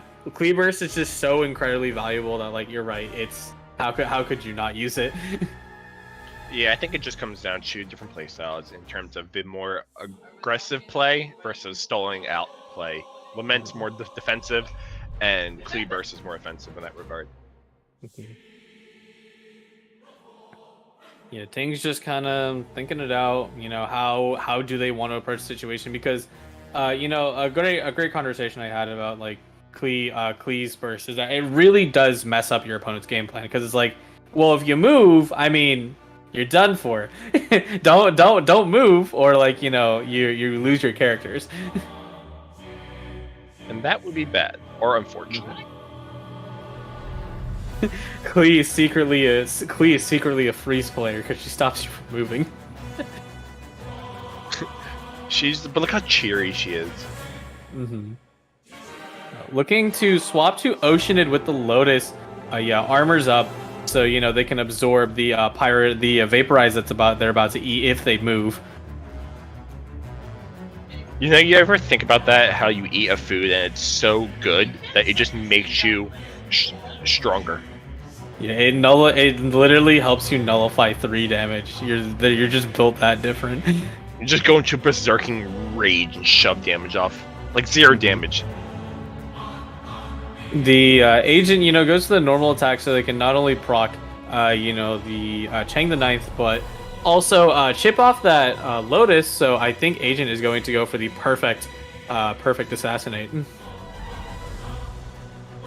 We all love to see it. So let's see if they go and pull it off. Yeah. Yeah, what's it called? Jibu is the person who I do get to see the most agent bursts get off. So, it'll be great to see that. Yeah, no George. Heals 1, takes 4 damage. Yeah, they will be... actually, are they in lethal range? Agent doesn't have stealth, so they don't have that extra damage. Yeah, it's pretty close. I mean, both of these players just chipping away at each other. Agent has the potential to burst down, but it's whether or not they want to, because Agent is in a very vulnerable spot here. Yeah, absolutely. You could, spending all that dice, and then you have to get the heck out of dodge because, Ting has all the summons set up. Lament? No. No. And here they come. 5 damage coming out, 1 HP Ocean, and 1 HP Fischl. They're so close. Yeah, I think holding the pressure, letting Ocean know that, hey, once again, you can't move, or, well, you're out of here. And Ting now has to consider Mirror Maiden if they want to make use of the last 4 dice. With 1 Klee charge left, such a risky position to be in. Absolutely. Do you think Jibu's gonna go for it? Do you think they're gonna lament? Because speaking seriously, it's not a terrible option right now because they're about to take so much end phase damage, and with Ting, both their characters hanging by a thread, and just Mirror Maiden left, it is 100% doable. Lament would end the game. Oh my god. Oh, are they gonna do it? Oh, they're putting it right in the center. Front and center, baby. Let's go, Lament! That was less dramatic than I was hoping for. Yeah. It sadly does not have fancy animations. But oh well, that's okay. We still got to see it play. That's the crazy part, right? Yeah, we got to see it, and the mushroom pizza coming down just to cheer everybody up. Yeah, super good to have that in general. Ting really is kind of hanging by the thread because Jibu is pretty healthy, and no more summons on the board means that Klee and Agent are able to survive at least a turn without being chipped down slowly by Electro Charge. Yeah, and ooh, those dices. Oh my goodness. Yeah, great for Ting, not so hot for Jibu. Thankfully, they have plenty to tune and fix their dice issues. There you go. Toss up. See if they can. Out. Oh wow! Oh my goodness, that's crazy. Good dice rolls today. Yeah, considering to keep the Animo dice possibly just for Liban. Oh, careful! Don't hit the concede. Don't hit that. Yeah, it looks like they're not gonna do it. Roll Hydro. Nice. Still, that Klee burst is still 1 left. Ting's gotta play this very carefully. Yeah, and Jibu, smart move, apply the Hydro so Mirror Maiden has even more pressure to not move. Now, I think you should swap over... Well, actually, no, you can't, because you need to have a fast swap, or at least Lotus up on Oceanid, because you could use that as your way to get rid of Klee Burst on your field. Oh, Lotus Crisp coming down. Yeah, opting not to though just drops the Influx Blast and absorbs all that damage from the Vaporize. They do still have Star Signs in hand, so they can do a sneaky burst. But there's currently no summons in the field for the Ocean to take advantage of. Yeah, absolutely. Yeah, Star Signs also could go on Mirror Maiden, but that'll do 5 damage in the, with Mona on field. I don't think it's really not that much of a loss for G-boot. You know, I mean, obviously they will lose Vaporize. Only the summon will be left to deal Hydro damage, but clean Agent alone will be, you know, pretty strong just on their own.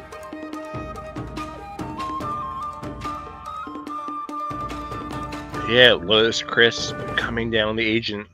Mm-hmm. It looks like they're shielding up. Looks like they have just enough to stop any burst that comes their way, as well as stealth being applied now, so they will take 1 less damage from the incoming attack. So now they can swap to Oceans, get some summons out. Mm-hmm. Yeah, they're going for it. Now G-boot, Ting called it. You know, G-boot has no dice left to play. They haven't been able to ramp most of the turns, so. Ooh, yeah. Could tune for 5. That's risky because then you lose out on the burst option because Ocean will go down. True, that is true. See, I think you know, because this is definitely one of the spots where you really do need to calculate, because burst is calced off how many summons you do, how many summons you have on your field. So if you don't math it right, then like you're just basically gonna push out 2 damage. Oh no, terrifying. No matter who they swap into, they will fall. Yeah. Yeah, opting to the Mirror Maiden, so they will take they will take 2 damage, or maybe I don't know, it's 3 damage, sorry, because of the Vaporize. At the end And then the burst, and then they have the option to burst, which will take a knockout on the Mirror Maiden. But they can then use that to use burst and Ocean. Ooh, nice. Hydro Resonance, super useful in Ting's hand. Could potentially save them from their current situation. Let's see how these dice rolls go. They could screw anybody over.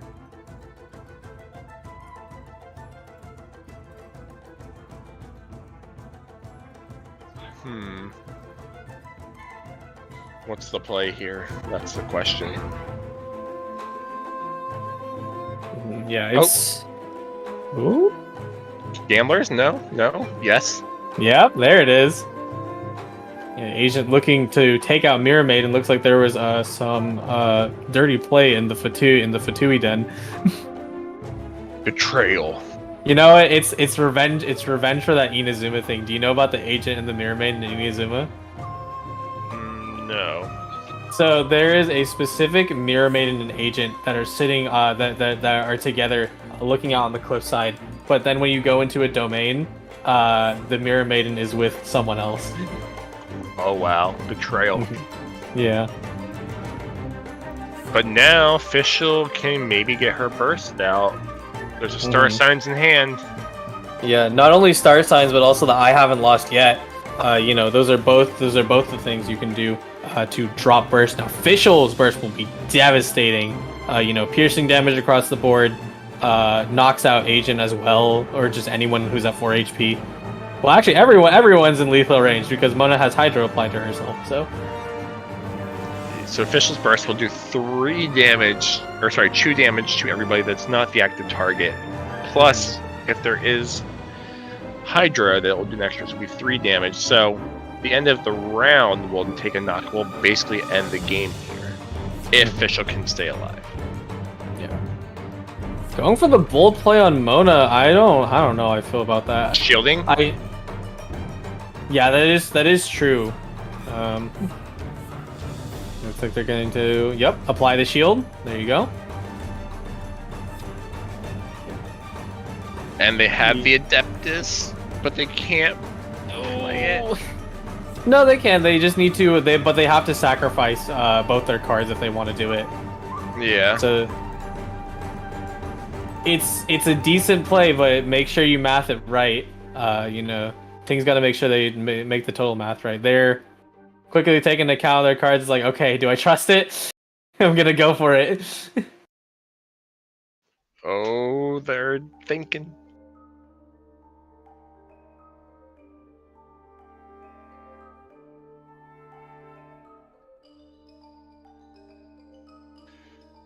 It's a pretty tough decision. They're really thinking hard about it. Yeah, I don't blame them, you know, for thinking hard about it. It's not only majors, but you know, you fought through 2 games just to make it. But they're gonna opt not to do it. There you go. Oh, 1-1-1 across the board. My goodness. Yes, that is the. So I guess that play was the one and only play.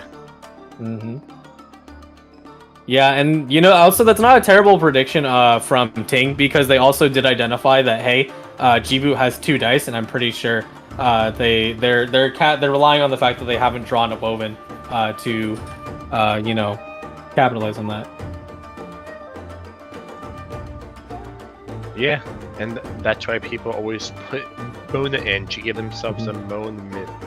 Ooh, Jibu is the Summon Destroyer send-off coming out, taking out that you know, summon, you know, so only one character will go down this turn. Oh, well, actually, I lied. Ting has one more.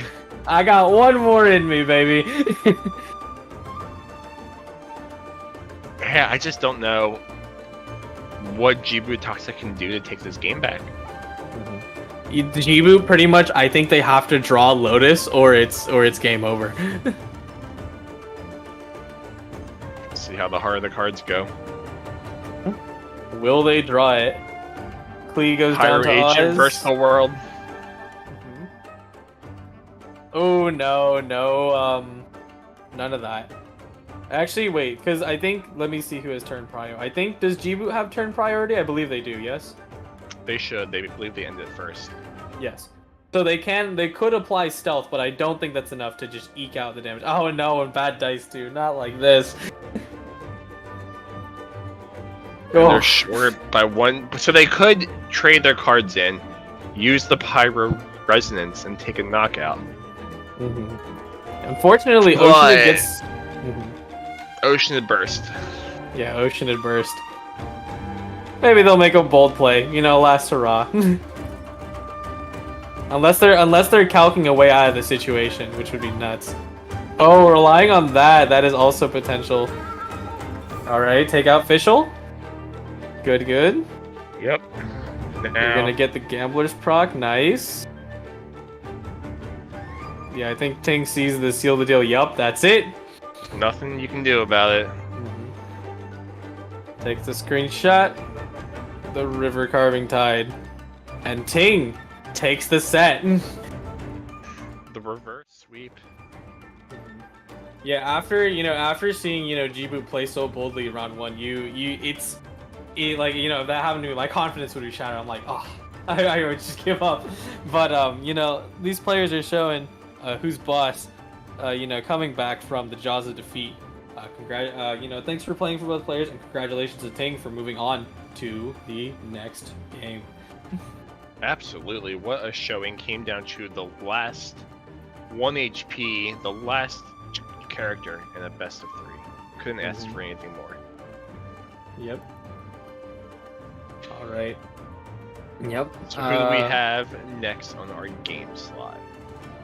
Next up will be kind of eating into the top 8. It is, not quite.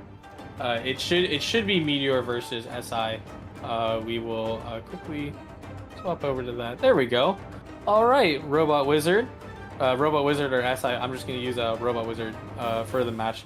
We have MMEC and Pyro Kaching. Well, kind of, I think, right? I think that's the core that Pyro Kaching runs. Yeah, it's like an overload deck that is quite flexible and can dish out a surprising amount of damage as well. Plus the Bennett for tanking, healing, and reaction. So it's a deck that I really enjoy, so I'm a little biased towards that. And MEC, we should be very familiar with that deck by now. Yeah, swapping over to Meteor, just taking a look at what they got. They've got, they got a Ganyu Freeze, and then the MMEC deck. Yeah, so Ganyu Freeze, MMEC, all classics and all staples. So it'll be interesting to see which deck they choose first. Yeah, I will go ahead and let the... Let's see here. I'll go ahead and let the players know that they're clear. We'll just kind of prepare while we're waiting. We'll kind of chill here for a bit. Great matches so far overall. You know, I tend to not expect, games of 3. You know, it's so early on, but at the same time, Ting and Jibu are such good players that it's actually not too unexpected. Absolutely, and both. I mean, that's the sad part about the majors is everybody who has made it is an excellent player, but there can only be one person that comes out on top. And so you see, so even if someone drops out, or I should say they lose their first round, that doesn't mean they're a bad player. These players are amazing at what they do. Yeah, no, absolutely. You know, they're not. It's not. It's not bad if they lost. Like like the first game. At least they made it that far. They tried their best. To make it through, because this is the top of the crop. Top of the crop, absolutely. It's where we trim the wheat. Is that a saying? Is that something? No, probably not. I think our pun game is starting to lower. Oh no. That is not true. I have one. I have one if you'd like to hear it. Go for it. Okay. Why are Fischl and Sotong best friends? I don't know, why are they? Because Fischl can give him Ozmap this way. Ah, good one. That's all I got right now. Yeah, looks like Meteorite and Robot Wizard are kind of prepared to go. I don't know what they're gonna start with, because like these are SI plays. He's just really good at the game in general. He can pilot pretty much all the decks. As far as I can tell, I've seen him play everything from from the first time from having Iamia. He's played Sino. He's played Freeze. Pretty much everything. So I don't even know what he's gonna start with. I think first match will be Hyroke Ching versus Ganyu Freeze. Because I mean, I'm looking at this from like a player psychology perspective, and I could be totally wrong about this, and I probably most likely will be, but you want to start strong to put your opponent on the back foot, so Ganyu Freeze is always a good bet for that. And MMEC can be sometimes can be a gamble, so you'd want to start something that is more consistent or more aggressive, I'd say. Yeah, no, that makes sense, because MMEC, while it's really hard to categorize MMEC in terms of. By the way, just a quick second. So we're going to be talking a bit more here, because the players need to quickly just adjust their game real fast. So we'll it's okay. It's not on them. But we have plenty to talk about anyway. But so MMEC is like I don't know if I want to call it an aggressive deck, because assuming you get all your shamans out, you chipped your opponent down by round 3, but at the same time, like, is that aggressive, or like is that just like, oh man, I just got hit a bunch? Yeah, I would say aggressive is more when turn 1, turn 2, you're starting off. Turn 3 is very much, I would say, a more like a setup. You want to control, set up, and then you become aggressive on turn 3. Yeah, absolutely. The looking kind of on Meteorite's side, I'm pretty sure Meteorite is going to be bringing MMSC first round, because it is I think that's the deck they do like. So, I can't unless they opt to Ganyu Freeze, like you said, play aggressive first round. But then we would just see a freeze mirror. We all love a good freeze mirror, don't we? I mean, yeah, at the minimum, it's I don't know. It's been a while since I've seen the double Hydro Ganyu, in tournament, mostly because people have been really favoring the Chonyun version with Cryo Resonance during the weeklies. So it's interesting that people swapped to this one for the major. Absolutely, and that's what makes it fun. I love the majors, and here are the deck lists. Let's see, do I see anything crazy? Not sure. No. NRE in Meteor's deck for Ganyu Freeze. Yeah, Meteor, Meteor bringing NRE is definitely unconventional because most people have tended to kind of just stop playing NRE. It's not a bad card. It's just like, yeah, do you really need this? Not really. Yeah, but it's still pretty. It's a different way to play. That's for sure. They do have a sweet Madame in their deck as well. Yeah, they want to make sure their healings come out consistently, which is, it's good for MMEC because that's fair. Once once the deck starts falling apart, all right. See, I knew I'd be totally wrong, and I guessed both decks wrong. Oh no, rip. Yeah, even I did because I expected Meteor to come in with that MMEC at the start, but to each their own. We'll see what the players do. Everything must go. Big discount sale. All cards must go, except for nope. All cards. Nope. Okay. Yeah, Rowan was just like, I mean, like, do I though? I don't know. I was doing something and they ruined it. They ruined it. Our casting demolished. How dare they? Oof. That is. The big Paimon is great at the start, but like that's honestly it. Like toss up's okay. The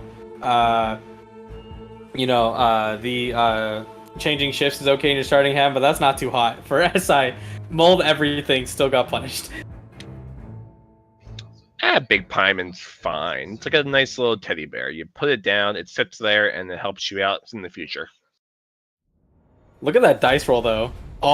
Pretty much, three duds. They have toss up. They'll be saved now. They're saving that. Let's see the other dice. That's the question. Yeah, it looks like Meteorite is still rolling. Just seeing what they can get out here. They're brewing. What are they cooking over there? Yeah, what are they cooking? All right, the return begins. Robot Wizard. Probably just Oceanid Summon. I mean, I don't see what else you would do. Curious that I started on Ganyu, obviously for the Leaf 2 setup, but usually you start on Mona to do that instead. Yeah, different strategy. We'll have to see how it plays off. Mm-hmm. Yeah, SI immediately goes for the reroll. They're not even gonna take the turn. One Dendro. So close. Who needs that Dendro? Yeah, get that out of here. They're able to do both the Oceanid Summon and Fischl Summon, but they do have to sacrifice I Haven't Lost Yet or Lotus for that. You could also sacrifice Big Paimon, but that is kind of hurts if that happens. Yeah, Big Paimon's so friendly. What will they do? 3 dice left. Few questions, few options, but you don't want to toss those cards away.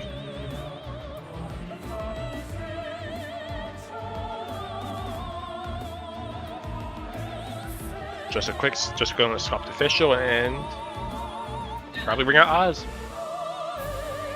Yeah, most likely.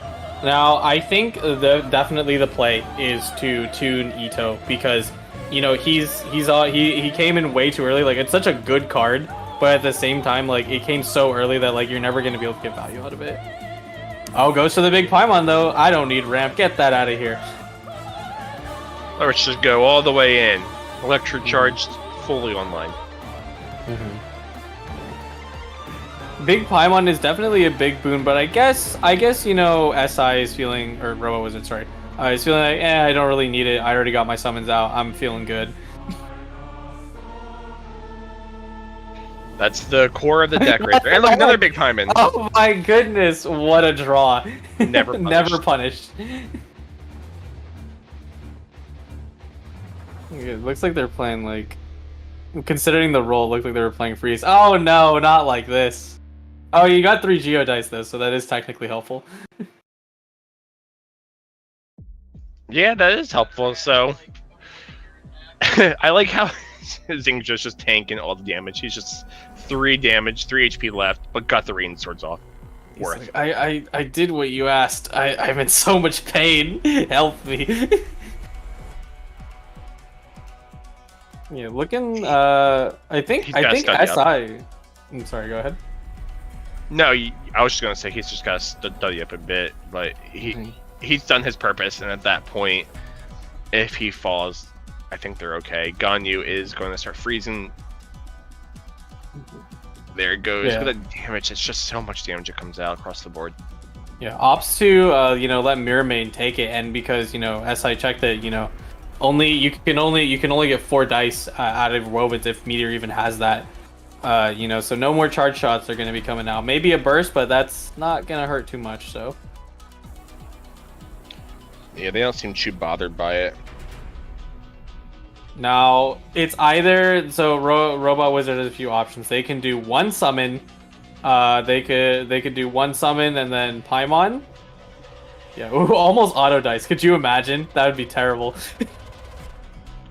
Think about the potential. Yeah, puts down one summon. And Paimon's definitely gonna come out. Robo Wizard ready to fire it away as soon as it's their turn. They're hovering over it. They're eager. They're antsy. I mean, that's me. Like, it's also great to see it. On tournament, we saw it last game with Ting, just firing cards out the wazoo. But like, I mean, I like to do that too. When I have a play and I know it's gonna work, I just throw all the cards out so fast that the game doesn't even keep up with it. Yes, sometimes I'll be so impatient. I'll just plan my whole turn out, play, and then be like, "Oh, I made a mistake." So they didn't respond to what they did after I made my plan. Yeah, true. Looks like they set up the Gambler's always a good move, and then Paimon comes out, and that's the round for this turn. Or turn, sorry. Turn for this round. Turn for this round. My terminology is out of whack. I apologize. What are you doing? No. 2 damage. Who Mona. let me cook? Mona really out here just taking all the damage from everybody else. Yeah, it's how the freeze match goes, and then once you get Hydra Resonance, you just get it all off. What the heck? All those dice tipped over, but it's still pretty good anyway. You can use that. Yeah, not a bad dice roll, honestly. It looks like they're just checking it out while they're waiting. Meteor is definitely be very selective with their dice. Of course, playing Ganyu freeze, you really need all the dice you can get. So Ganyu can pull off those deadly charge shots. Yeah, it's funny that the whole deck is built around one move by Ganyu. Yeah, and then that whole one move playstyle can lead to a detriment sometimes, because as we saw last match, Ganyu going down just meant pretty much curtains for the player. There is also her burst, but yeah, it all revolves around Ganyu, just Ganyu. Yeah, I can't. Let's see. Like, so if we look on, we've been focusing on that, but if we look on Robot Wizard's side, is there any way they can quickly get Ganyu out of the game? I don't think so. Yeah, I don't think so either. I mean, so right now, again, both players will just be slowly poking at each other. Ganyu will be Ganyu is online right now, so she'll start doing out all her damage. But Robot Wizard does have Chew. I haven't lost yet, so that could be used to be a surprising burst at any point. I have to imagine the thing if SI is sure, or I keep saying SI, Robot Wizard is trying to quickly get Ganyu out of the game. They either need to Oceanid summon, Fischl summon, anything that can deal tons of end phase damage to really chip down Ganyu. They need tons of damage right now, so we'll have to see if they can find it. Yeah, looking for the George. Very nice. Get a shield out. That's not bad at all. Meteor, I think Meteor is trying to stave off Robot Wizard's dice, because they recognize that since they have so much, they have to be super careful with how they use their Ganyu. But 5 dice left. You have you do the charge shot now, or you don't. Looks like they're gonna do it. Yeah. Converts the dice. If they don't drop Woven, looks like they might drop Burst. Yep, there it is. everything's frozen. Mhm. Well, not everything, but you know, just the ocean's frozen. Mhm. You know what's crazy? I can't believe I never noticed this. The cards still animate even though they're frozen. Ocean is You know, unbothered by this. they can just move around in there. It's not like they're frozen. It's just their card is frozen. It's like it's how does that work? Like you're playing a card game with your friends, like they're assumedly made of paper, and you just like throw an ice cube at them. It's like stop, stop moving. Yeah, pretty much. You know, you just put on top of it until it melts and then they're thawed out. Ooh yeah, looking for the official summon. That is going to be tons of summon damage off the board. You know, George won't be proccing, but that's still three total summons snapping back at you. Like a snapping turtle. We got Meteor POV. Looks like they're using a, you know, the other. Sorry. Looks like they're using a controller, which is super neat. Shout out to controller gamers. I think they're probably playing on PC though, because this looks like Xbox UI. Because like PlayStation or I don't know actually. I think it might be silly. Because PlayStation has like all the triangles and stuff, but like I don't think the game will map that right. Because it's like I'm a computer, not a PlayStation. That's the weird thing. Like I've used a PS5 controller sometimes, and it still just shows up as the Xbox controllers. It's just interesting how that's the default. Yeah, if you're using a Windows computer, it'll default to a Xbox style because it's the one that maps it the easiest, right? And like since controllers have become centralized, you know, all the button layouts are the same. You just need to map them. Enough about controllers though. Mirror Maiden just does the little slap, and Xingqiu goes down, and chip damage goes across the board. Mirror Maiden controlling this field right now, taking a dominating position and putting Robot Wizard ahead. Controller POV is also really neat because the board is so much bigger because they need to compensate for your button layout. Oof, yikes, that hurts. Frozen popsicles all around. But Mona will fall, and now Ganyu once again versus the world. Yeah, dealing that damage did end up proccing George, and that means Ganyu takes even more damage. Only 4 HP remaining. Meteor is now sitting on the back foot.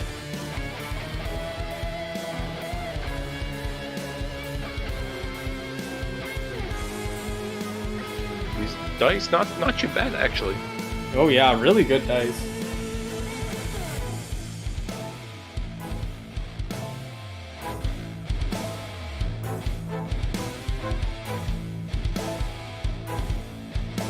And let's see, what can Ganyu do here? I guess just so they'll survive Fischl's attack. It's just a matter of it's Oceanid will come in and take the burst. They need the Lotus Crisp in hand to come down.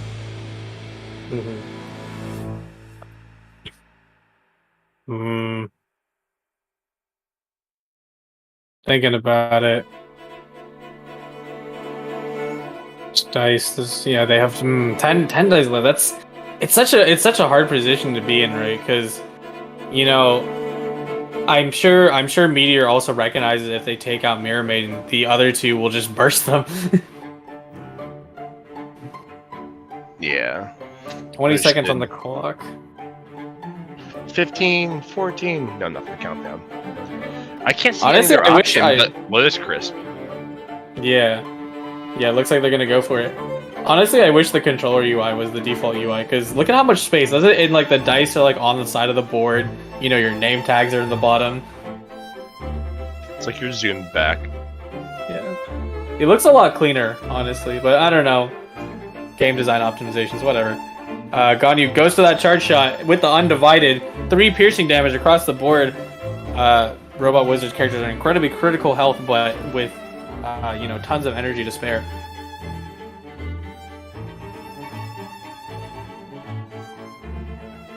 Yeah, Ganyu 3 HP, not sure. So, sorry, not Ganyu, Fischl 3 HP. Ganyu will be able to survive a hit right now. Yeah. But they don't have enough for another charge shot. Yeah, not enough for another charge shot, but that's not terrible. Oh, yeeks. Forgot the rain swords didn't even proc yet. But, you know, as a result, they'll be able to use their elemental skill and then have a, you know, extra 2 damage reduction, which is not bad at all.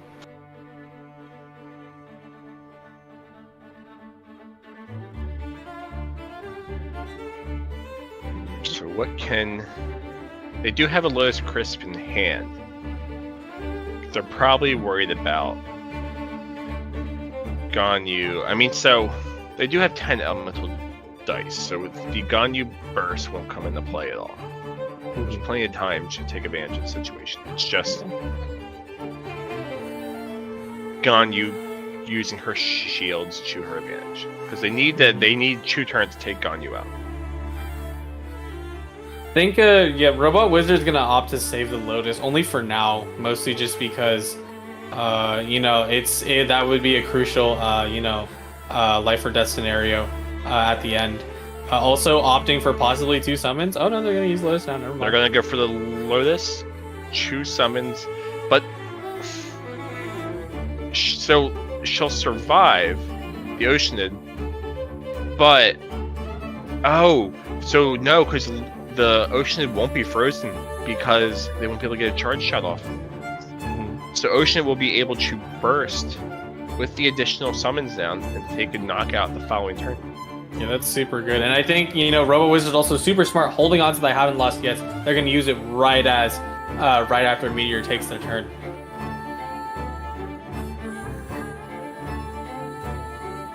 Or, well, actually, I take that back. They could actually probably save it, because Ocean has a decent amount of survivability now.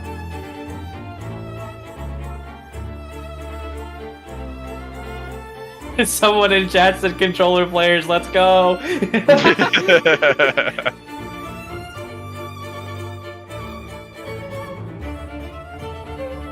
Looks like Robot Wizard's in a good position here. So yeah, any one play could change the tide, though. Yeah, I mean, you know, no matter what, when you only have 1 character remaining, it's, you know, really tough position, because you can't run away to someone else, you know, try and save yourself. Meteor plays the NRE, gets the you know, regular chicken, so that's not very helpful, unfortunately. Look at all the Itos. Look at them, 5 damage coming through. Nice, GG's. Round 1 goes to Robot Wizard.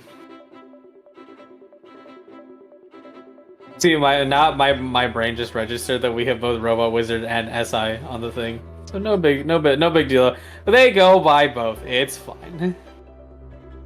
It's we go. All okay. Torrent and Tide. There she goes. Nice job to SI for taking game 1. And what a game 1 that was. Yeah. Yeah, really good game overall. Now we're gonna, you know, kind of just wait for the players to prepare themselves. Yeah, so what do you think we'll see for match number 2?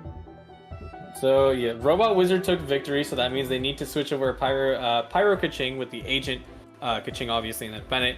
I like that deck a lot, mostly because, I mean, for lack of a better term, it's just so explosive, and like it's great to watch.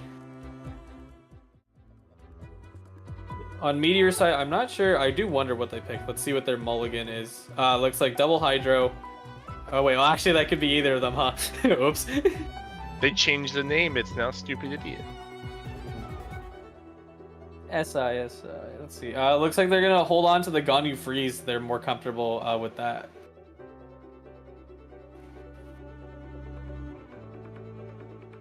I can see that. It's a pretty strong deck that it can be pretty consistent as well. Yeah. Freeze, you know, is a great thing, you know, to technically. Well, I shouldn't call it control, because that's a different thing. But holding down, you know, SI's Pyro Kaching is, you know, a pretty valid option. MMEC wouldn't necessarily go positive in this matchup because, you know, Robot Wizard can just drop so much damage. Yep, so just gonna see a pretty standard setup right now. Zunjo getting 1 energy up. There we go. Name swap to Roa Wizard. Alright. Goes in, hits Xingqiu. Thinking about moving to Ganyu. I'm not sure why you would. Oh no, maybe they're just flicking their controller around. Interesting that Meteor went for the normal attack line, only just to proc Chang the Ninth. I feel like you would want to get a little bit of, your Hydra application out, but they're a little worried about Agent Burst, eh?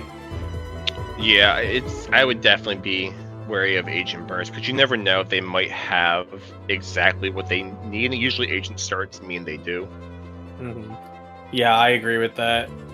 It's just interesting to see like how Agent evolves, because before people would never start an Agent, so it's really cool to see players figuring out new techniques even after this deck has their card has been unchanged for 2 patches. Yes, so seems to be in a comfortable position with where the card's at. Mm-hmm. And when I say that, I mean Hoyoverse seems to be they seem to be happy with it. Yeah, no, most of the cards, I mean, like, this game is like pretty well balanced. The only one that really needs like slight like adjustments is like a few of the characters. Like Xingqiu feels very strong, but like you could also debate if he really needs it because he self-applies Hydro. There's also like Oceanid, who's a main caveat, has an issue. But like that's kind of like all I can think of off the top of my head. Except for like Freeze. Freeze is also kind of annoying, but it can be, but it's not as toxic as the Ayaka Yoi Mia that was going around when the game started. Yeah, Ayamiya was a very devastating deck, and it's like when it comes to talking about nerfs and stuff, it always hurts to see something go away, but at the same time you have to understand it was very necessary. Did they announce any changes, any nerfs for next patch?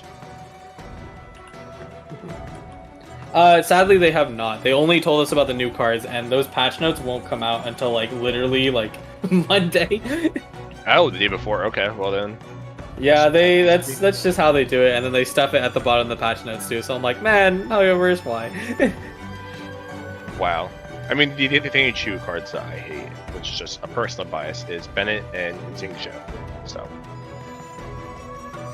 I could see a Ganyu being thrown in there, but I think she's pretty balanced.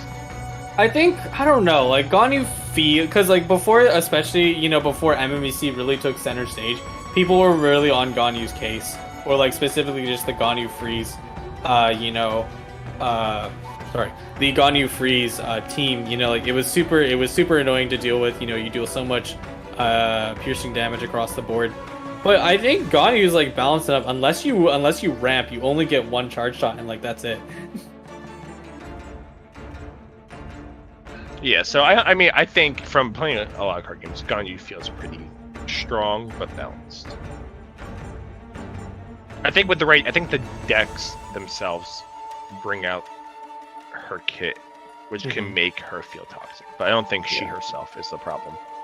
Yeah, that's why like Xingqiu is the person who kind of gets questioned as the person who gets nerfed, because outside of Ganyu, Xingqiu and Chonyun alone, you add those 2 to your team, and then you just pick whoever the heck you want, and it's just a ridiculously strong deck. Yeah, it's kind of like, I would say he's kind of the main issue with this. So if anything, maybe nerf for him. It's kind of like how Bennett was kind of the buffer or builder for a lot of decks beforehand, but we didn't see a nerf to Bennett, so we might not see one for Xingqiu either. Yeah, Bennett's like kind of like the interesting case. I think the big part is that Xingqiu deals so much damage for everyone, like regardless of who it is, which I think you could make the same argument for Bennett, right? But it's because like that pivot ability, I think, from Xingqiu just does so much. Yeah. True. Well, but look at the 12 dice that SI has right now. Mm-hmm. Yeah, we haven't been saying too much about the game, mostly just because the players are kind of setting up right now. They haven't really made any big moves yet. Yeah, just both players slowly getting themselves into a dominant position. I imagine that once Ganyu is on the line with her for freeze, things will get a lot more intense. Not to mention that Kaching is going to be ready to take a knockout in exchange. Because if you look at SI's hand, they have a lot in there that they can take advantage of. Yeah, Art calling out in chat, like, they're surprised that Meteor didn't choose MMEC this round. Yeah, I think the reason for that is they just want to go with something that they believe is consistent, and they probably want to leave MMEC for the final match instead of leave them to Ganyu. Yeah. The very interesting thing is that because we were kind of like just chilling for a bit because the players were just setting up, but Meteor has been playing around with playing around Robot Wizard's setup pretty much, because Ganyu is super healthy despite having 2 energy, right? And you like never see that. Yeah, and also just coming at it, once again from like the psychology perspective, playing Ganyu freeze can slow. I won't say slow the game down, but it can frustrate your opponent a bit. So that can definitely come in and play a role. Do I think it was that thought ahead? No, I think it's just more of a comfort pick. Yeah, Meteor running out of time, and only really food in their hands, so they're not going to be doing super aggressive plays. Robot Wizard, what options do you honestly have here? I feel like, I don't know, you have Bennett Burst. You probably want to get that out now because you're starting to run into the point of the rounds where you can't keep just setting up and like stalling in terms of switching around, just switching your characters.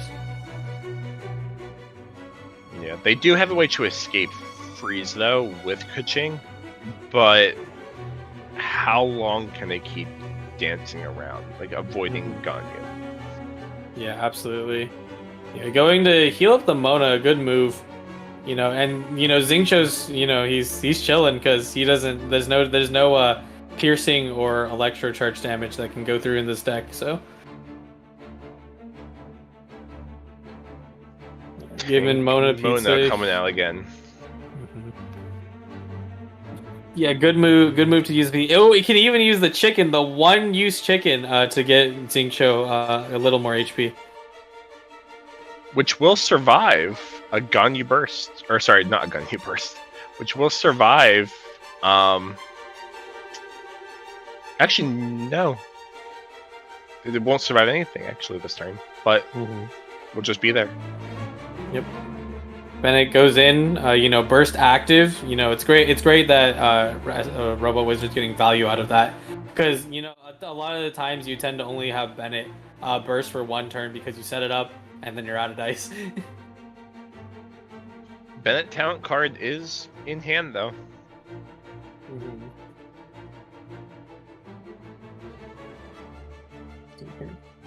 Good roll. Ooh, that dice roll. Yeah, not bad.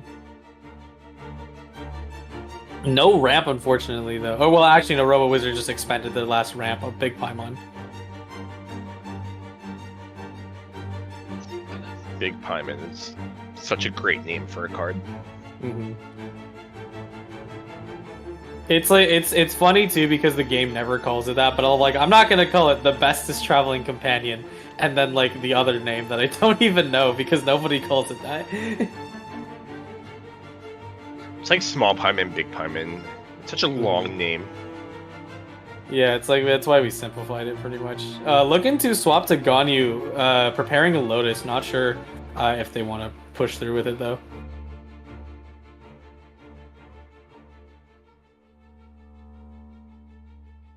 Ganyu is coming out though and will be popping her burst. Now the freezing can begin.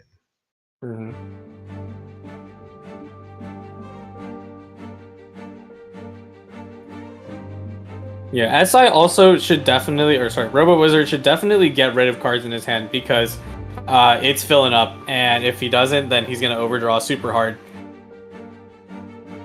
Because I'll do the math. I'll do the count. 1, 2, 3, 4. 5, 6. I believe they have 10 cards in their hand. Yes.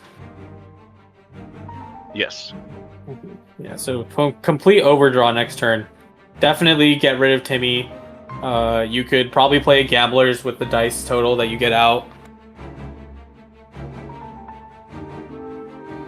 There's a lot they can do. It's just what they choose to do in the situation. Yeah. Meteor's thinking about just healing Xingqiu. I don't know. I feel like...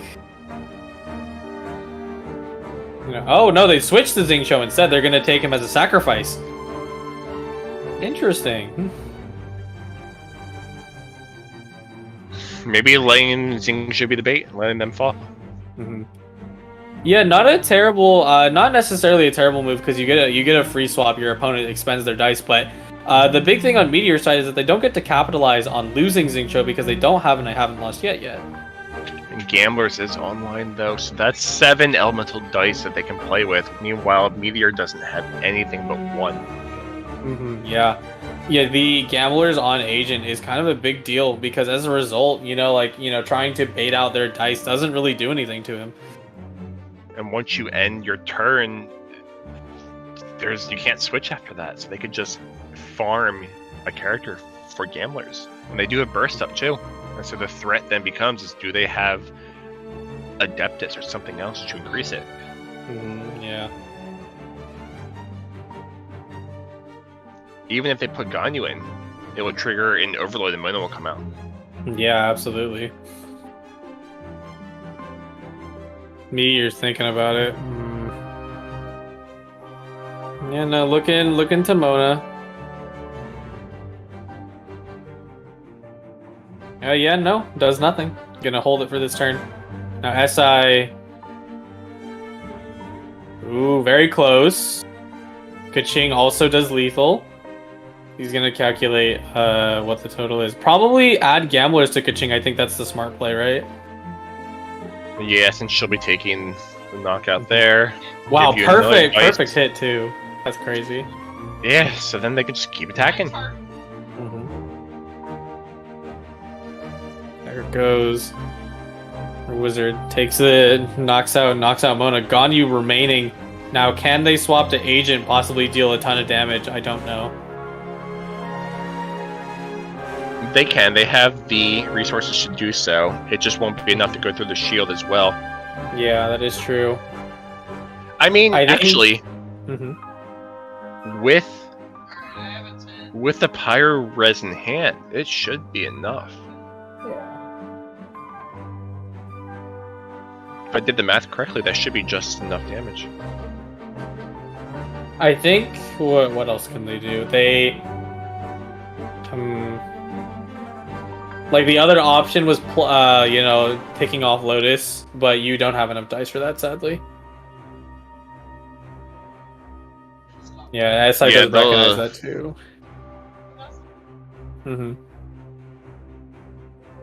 That's probably the safer play. Yeah. Yeah, setting up your stiletto is super duper important on Kaching because if you don't have it, you're not really able to utilize her quick swapping capabilities. Okay, now surely you played. There we go. Now you play Timmy. Timmy, just put him down. I'm sure he'll come in handy. Ganyu still getting tons of value, slowly chipping down the opponent now. They should be landing a charge shot next turn, so that might bring the momentum back into Meteor's court.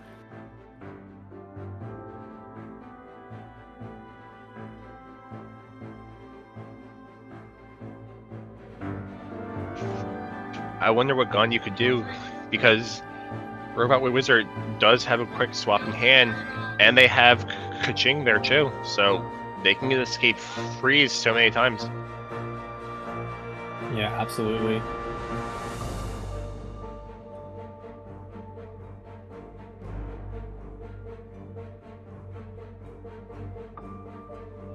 Decisions. And imagine they'll go for a charge shot here. Yeah, there's really no reason to not charge shot. It's definitely the time for it. Looks like, man. Man, this is tough. I don't know. I think they're trying to stave it out because they recognize that Robot Wizard is simply just going to back off, like let Bennett fall, and then either character can burst. So that's why Meteor's like, oh god, what do I do? Yeah, it's really coming down to it. I don't know if they have a way to dodge. I mean, that's two elemental bursts that they have, that SI has. Mhm. And freeze won't do anything. I think maybe you can use elemental skill. That might be the play, so you don't take it. But it's still a tough position regardless.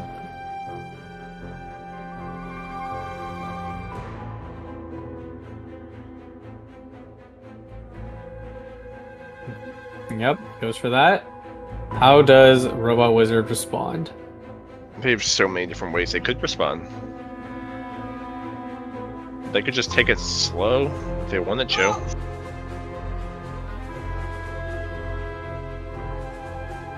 Yeah, take it slow. Who knows? Yeah, they Go can for the toss-up. And then after that, go in for a pirate agent to finish them off. Mm-hmm. 3 Dendro. Did they want to play it? No, they don't. Yeah, only 8 to work with. Mm-hmm.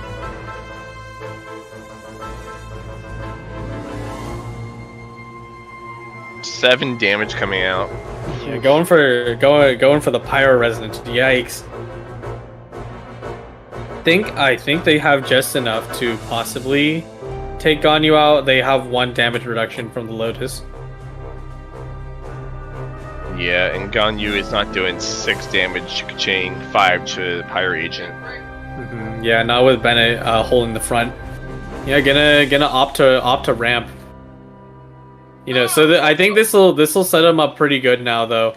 The Cryo Pearl will hurt Bennett, and then Ganyu can just drop something. Uh-oh, Agent's coming though. It's gonna be over right now. Yeah. Whoa, nice. Yeah, there's not much that they could do to survive that. But what a good showing on their end there. Unfortunately, not enough to take game 2 by Meteor, so Robot Wizard will be taking this 2-0. Yep, takes the quick screenshot and no escape. And Ganyu is done for. GG's. That's it. Yeah, congratulations to Robot Wizard for moving on, and of course thank you to Meteor for playing. Yeah, that was an entertaining game 2, even if it was a 2-0. I mean, just being able to see how they both... I mean, we were talking over it at the start, but just the way they were trying to play around each other, getting set up, that really came in because both players were very delayed in their startup. Yeah, no, I think they were both trying to get in each other's heads, not only, I mean, turn 1 is always set up, but then turn 2, they really thought about, it's like, don't be, don't do these moves, or, something potentially bad could happen. Sometimes overthinking can be your downfall just as well, but both players played an incredible game there. A lot of foresight that we could never even, or I won't say never, but probably didn't even get to see from our end. Yeah. Let's take a quick look at what players are remaining on our player list before we kind of take, we'll take a bit of a break. So we have G-Boot, Risa, Ishafrance, Meteor, Matt Mario, Zlots, and AI all out of the game. Yeah, we're down to the top 4 right now. Yeah, Mistake, Sumi or Made in China, Ting, and Robot Wizard are the ones that are remaining. And we will be showing you those matches, next up. But before we do that, we are going to take a bit of a break. That was 3 matches. Oh boy, I am definitely in need of a break. Yeah, I agree with you on that.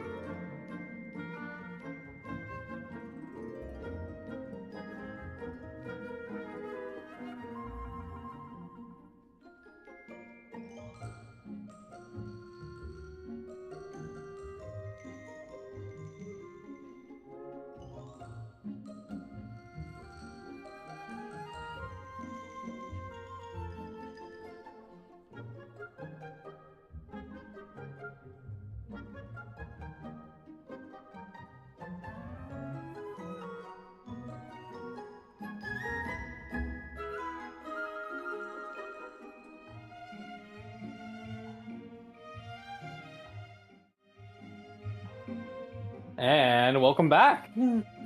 Welcome back, everybody.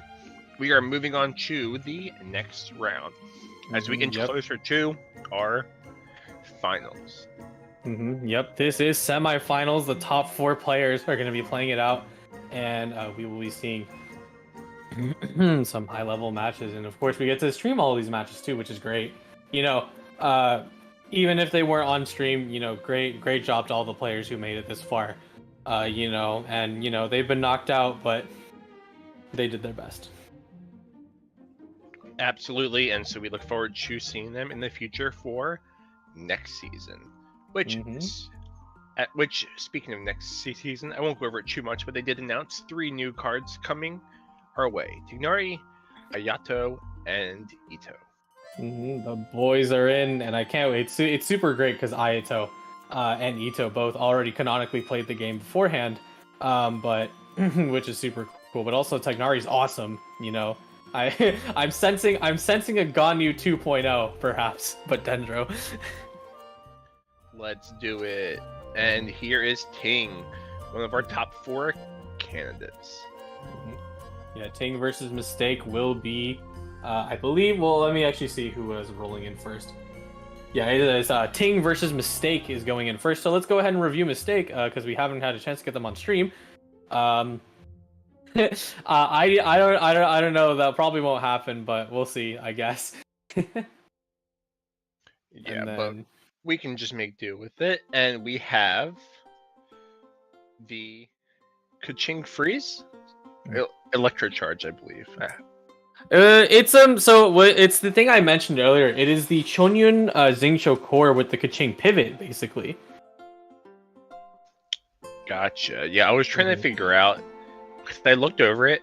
I was trying to figure out what their main strategy was with the deck.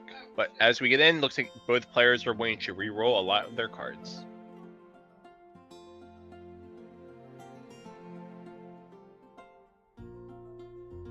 Double pizza. Yeah, double pizza. In hand. It's a.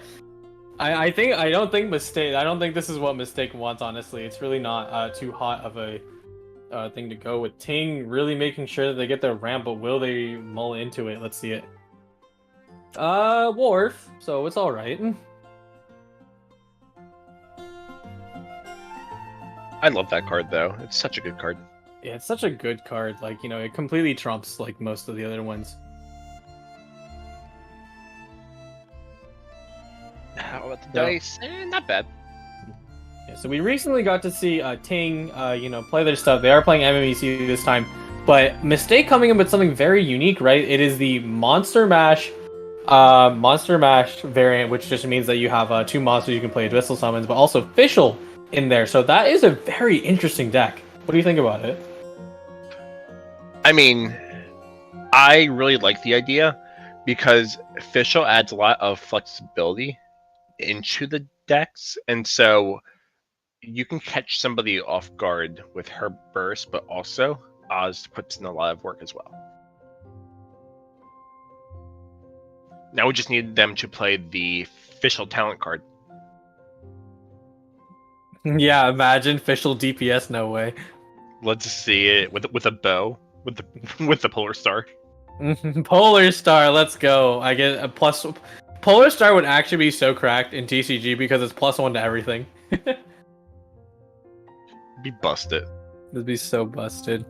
You're doing some Oceanid to Oceanid communication, just summoning all their stuff. They both got George. How lucky. This is going to be a game to lament for. If they have Lament, I feel like they don't bring it. Jibu did it for the gaming, but I feel like Ting and Mistake don't bring Lament.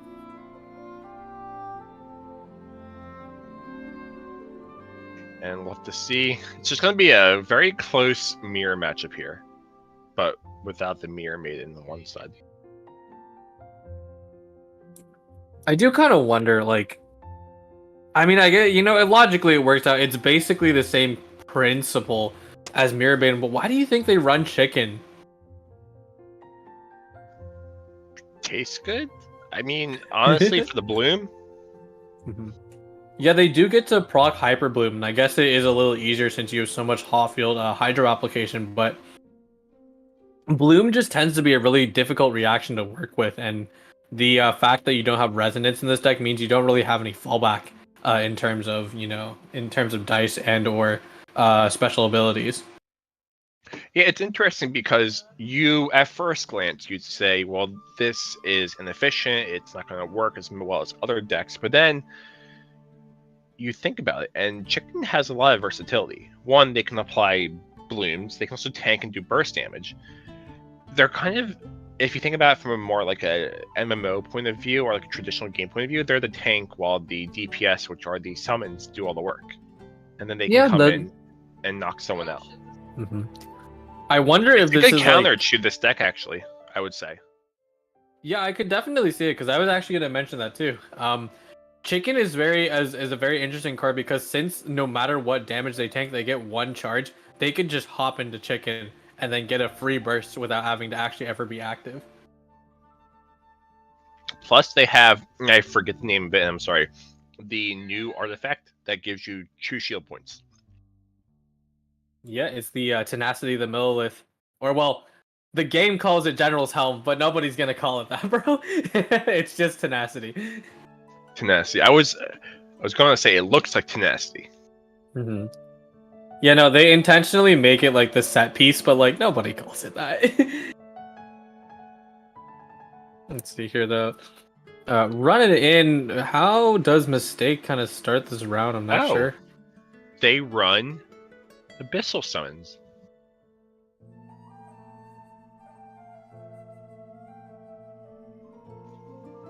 Alright, 4 summons on Ting's turn. Wow, that's quite a lot of off-field pressure.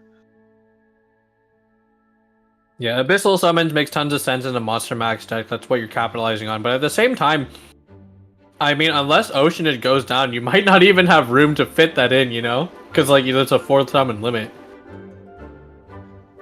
Imagine if they expand it one day to, like, a 6 summon. No. Don't wish that into reality. That's terrifying. Be insane.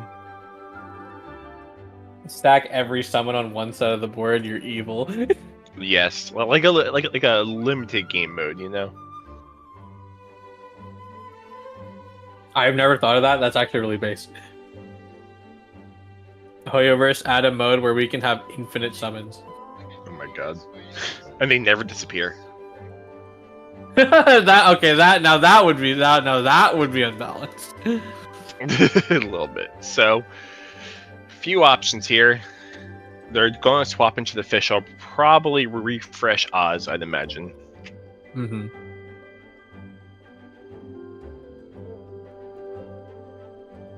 Ooh, that's a lot of damage coming out though with Electric Charge. They do have pizza though. Mm-hmm. Which I kind of want now. Yeah, they could definitely use the pizza in end phase, you know, just due to the fact that Fischl is pretty low on HP, or, you know, Chicken, Oceanid could use a little bit of healing.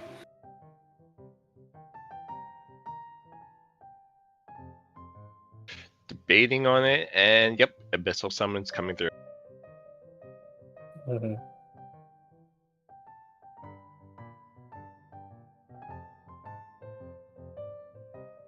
Just gonna take this turn to get set up.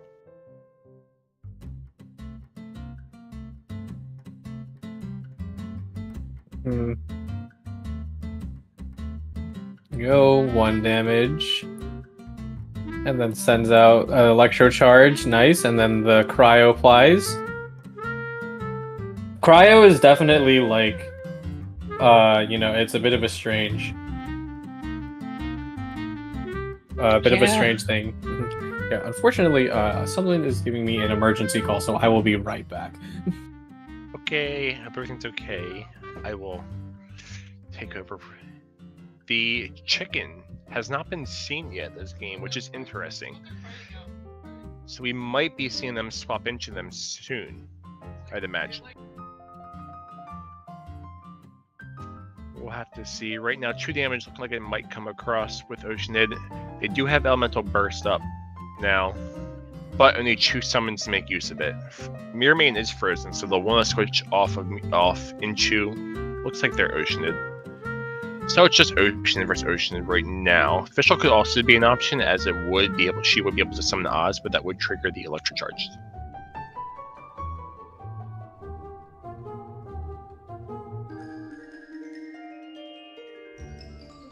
Just debating. They do have 8 elemental dice to work with right now.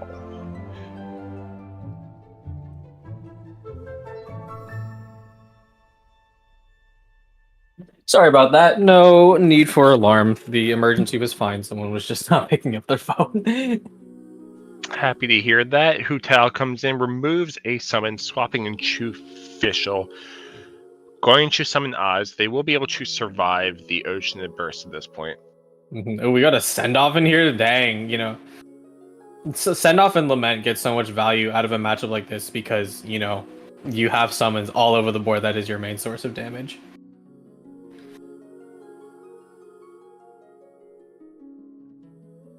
Yeah, and so that was a very calculated turn. It was either that or switching to Oceanid, and I think Fischl is a good option for getting those summons back out again. Mm-hmm. Mistake's hand is not looking... I mean, it's good, but it's not looking... Not a lot of resources in there. A lot of the same cards. Yeah, food is great to have, but unfortunately, not being able to ramp, not being able to, have a different kind of setup really puts you kind of at a standstill in terms of what you can do during your turn. Yeah, and so like food for thought here is if Ocean's not going to want to use their burst. However, they also don't want to use their elemental skill to summon 2 summons because that opens them up to not having any option, and they will be stuck in the active spot, which means that there's a good chance they could be knocked out. And mistakes running out of time. They need to make a decision quick. They're gonna go hold down the summon.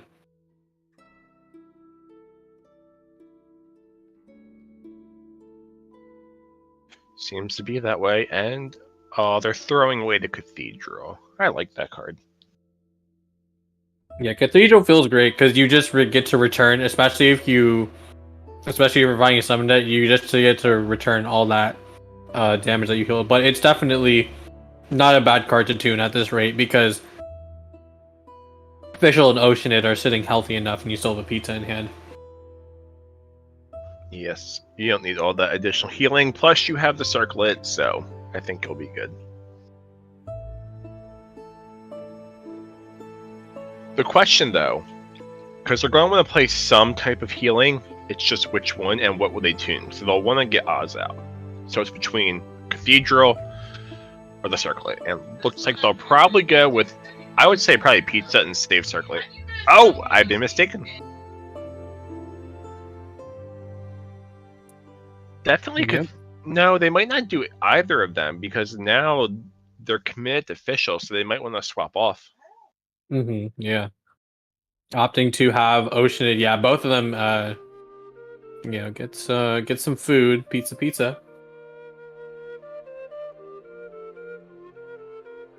Okay, Cathedral is coming down, so they're gonna just let official just take it.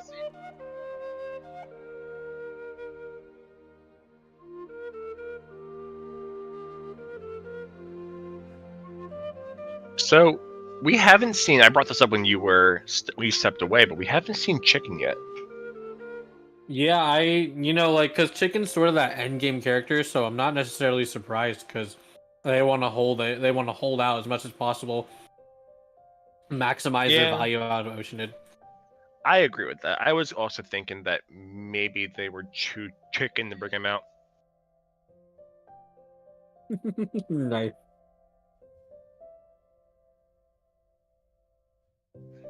Oceanid does have. See, that's the problem with Oceanid's burst is it's active, but there's no summons available to take full advantage of it. So it's not doing that much damage right now. Yeah, only 4 damage total. We'll knock out Official, but Official Mirror Maiden, but everyone else, they're like, that's nothing.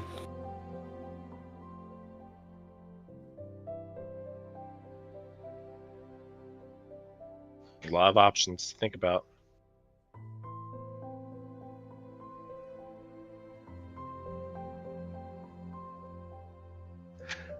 I think so they have the ability to heal some damage this turn. They need to get set up. They don't want to swap into the chicken just now because that's going to be a lot of damage they take, and he's the end game. So it's a tough situation to be in, but one I think bringing more summons out is probably going to be the better option. I feel. Yeah, Lucky Dog plus that is probably the best play, but they're doing the math. They're like, I don't know if that's enough dice to help me escape this situation.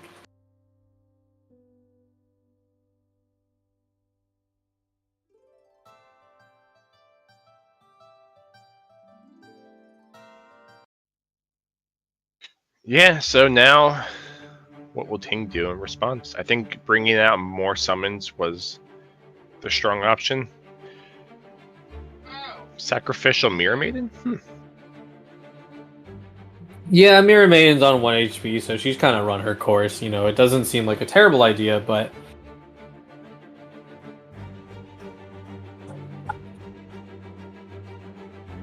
I think that's a fair play because now the burst is essentially worthless, and so you can swap the chicken or normal attack. Yeah, Mistake making the smart move to normal attack so they can hold on to the burst.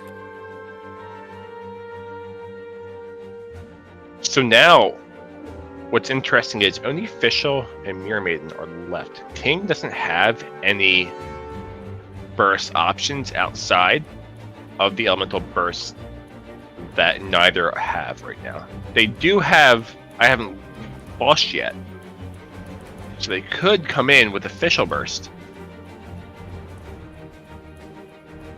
Yeah, it looks like they're going for it. Yeah, and they hit exact lethal right through the shield. And there goes Ocean.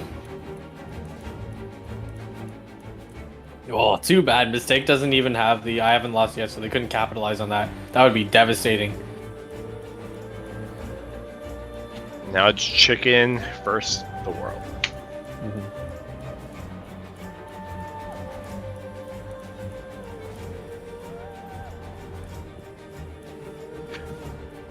I know I say that a lot, but it is possible for Chicken to turn this around. I mean, versus the world is a great expression. You know, it's a solo player. Get him. Get him. Shun the non-believer. It's an old reference. I do think the healing might swing this game in Ting's favor. It just comes down to what Mistake can take advantage of. They do have is that one? Yeah, that's one healing on them with the pizza. They don't have any stacks right now. Yeah, no. Ting has all the options on the board. They can prepare Lucky Dogs, prepare Paimon, or just attack with summons. I mean, they're trying to figure it out. Looks like they're gonna go for this. Yep. Heal up Ocean to 9 HP and a George. Let's go.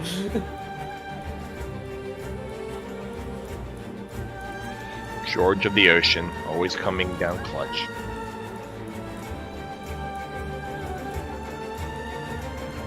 One of the crazy things is that since whoever takes turn priority actually can force activate George, because Mistake summons did so much damage that George is actually to come right through.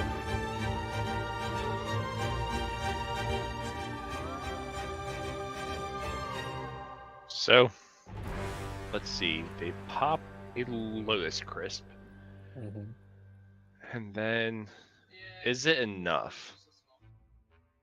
They can take a knockout on the Fischl, but I don't know if they survive. Yeah. No, because they would. They can't take it. I'm trying to calculate it. So they'd be able to. Oh no, Fischl's not in the active spot. How did I miss that?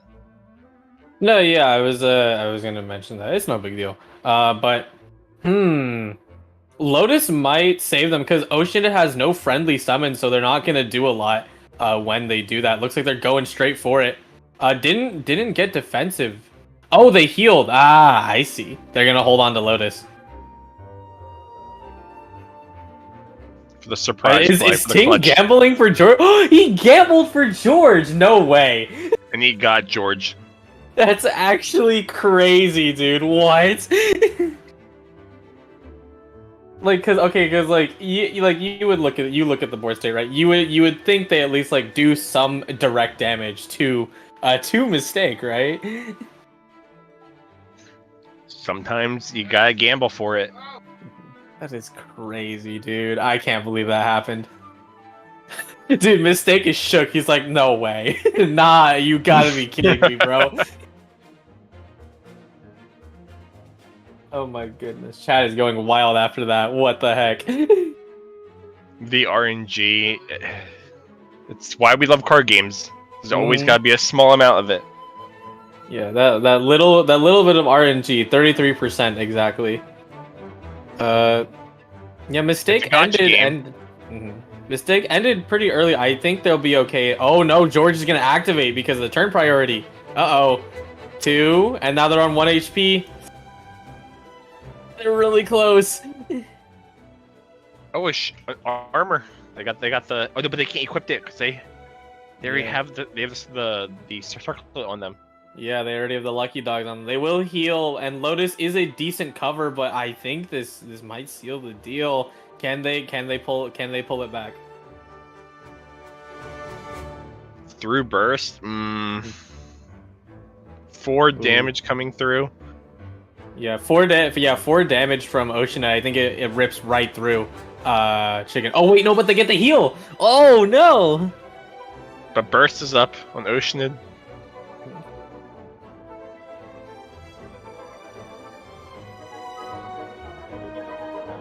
Ooh, looking for the reroll. They're Let's going see for it. it. Good roll, good roll. Oh wow. They're going for George again. They're Tumbling going for George again. Oh my goodness. What? And they have just enough now. That's absolutely insane, dude. Oh my god, they're Hydra Resonant. They're tuning away Hydra Resonant. Yup, that's it. Game. GG's. This game 1. That was so crazy. Wow. All right. Game 1 goes to Ting. Yeah, that went so many different ways. Some RNG, but entertaining nonetheless. Yeah, that was. Oh my god, a lot because those last few plays were really just RNG based, and Ting went for it. Yeah, sometimes you gotta. I mean, it's a calculated risk that you gotta take. So, wonder what they'll be bringing in game 2. Never mind, we have our answers for that. Mistake sticking with it. They believe in the chicken, and then, Ting has to swap over to the Ganyu Freeze. I think Ganyu Freeze has a good matchup spread into this.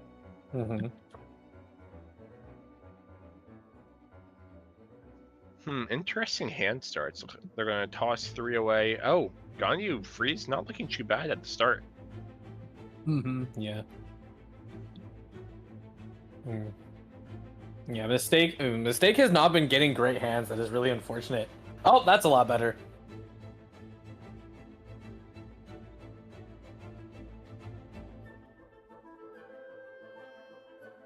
Alright, so to start off, pretty basic start. Xingja will most likely move into his burst. Not a bad dice roll, honestly. Looking good. Ting selecting, keeping 2 cryo dice. Looking for not 3 cryo dice, but looking for maybe a early freeze. They're trying to stop setups early. Don't know if that's a play though, honestly. Guha Strike 2 damage coming out, opting to not use the Rain Swords to keep the Hydra application off of them. Yeah, definitely. Especially when they start on someone like Chicken and, have the potential for official, you don't want to be dealing Hydra damage to yourself. And good, Ting is going to Rain Swords to get rid of it. Well, technically, I say that, but it's not great because it's not great because it creates a Bloom Seed. That's why cleansing Dendro sometimes can be such a detriment to yourself, because you can create Bloom Seeds for the opponent, and it's like, well, thanks, I get to deal more damage.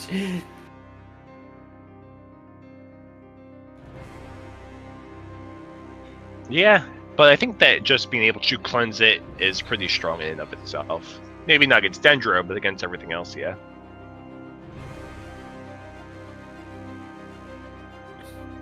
So now they do have Laliben as an option.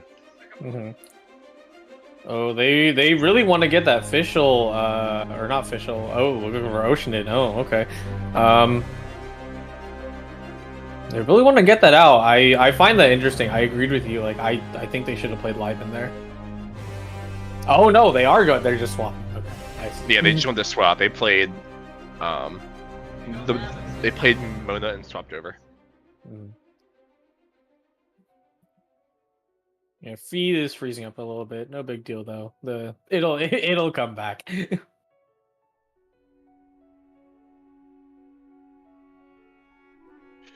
And what kind of dice we got?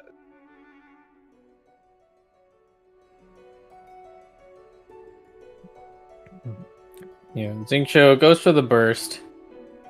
There you go. Very nice.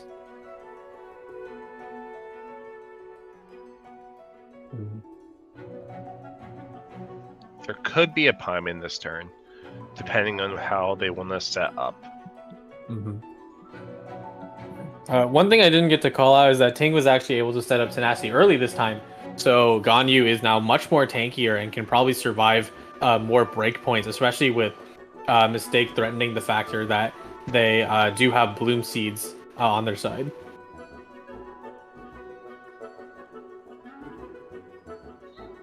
Yeah, so nothing too major, and I say major very loosely, has really happened yet. A lot of set up and trying to one up the opponent. Jingzhou did get their burst off, so now Ganyu is going to be able to start freezing, and Mistake has to be able to prepare for that and adapt. Mm-hmm. I do wonder what Mistake is trying to do here, because they can Oceanid summon, or like, you know, I mean, I think unquestionably the Oceanid summon, and then they'll probably pivot to official George. Let's go. Your favorite. Mm-hmm. I mean, it clutched out a game for Ting, you know, extreme, like, you know, to that extreme. So I think I think it's crazy that happened.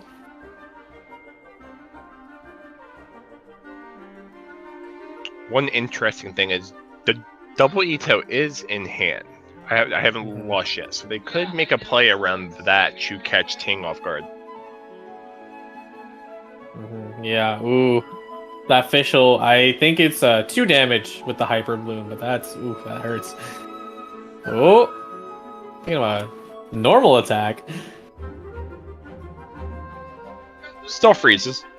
Mm-hmm. Yeah, it does. Sure, I feel like, I'm not sure. Maybe you swap to Mona end your turn, because like, you know, you don't really have any options left, so you might as well just like not take the Hyper Bloom damage on Ganyu. Yeah, you could. I mean, yeah. Go ahead. No, sorry. Go ahead. I was laughing at chat. Oh, good. What's chat saying?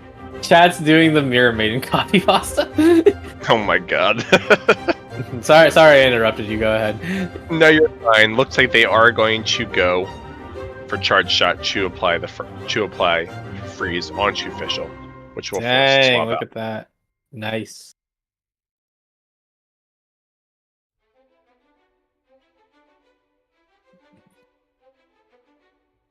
Hash browns. Right. Solve everything. Nice heal. And the ramp. So the ramp is definitely good, especially because Ting currently doesn't have any ramp, and you know Ganyu is the character who, or I should say, Ganyu team really needs a ramp, because otherwise you just pull off like one charge shot, lol, and that's it.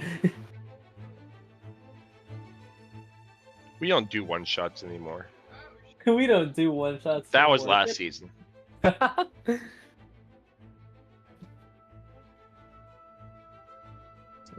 Roll comes out. Gonna get rid of all that Hydrodized. Ting is fishing for something else. Mistake.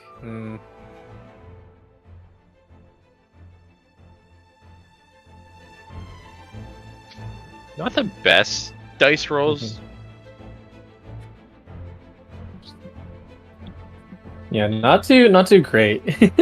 I'm sorry, I can't. It's so hard to focus after chat is just spamming the Mirror Maiden coffee pasta. They are a little. It's true, though. They are perhaps a little tired of this. Maybe a little bit, and because it does, to be fair, it does slow the game down. It's to read it off while we're waiting for the players to make their move. I can't stand it anymore. Do you know what oppression feels like? Try playing against Mirror Maiden Electro Charts, then you'll understand and empathize with me.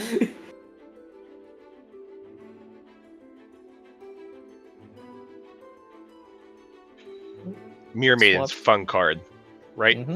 I agree. But secretly the culprit is Oceanid. Swaps over to Ganyu, threatening the freeze, but Mistake is gonna George it up and eat the hit.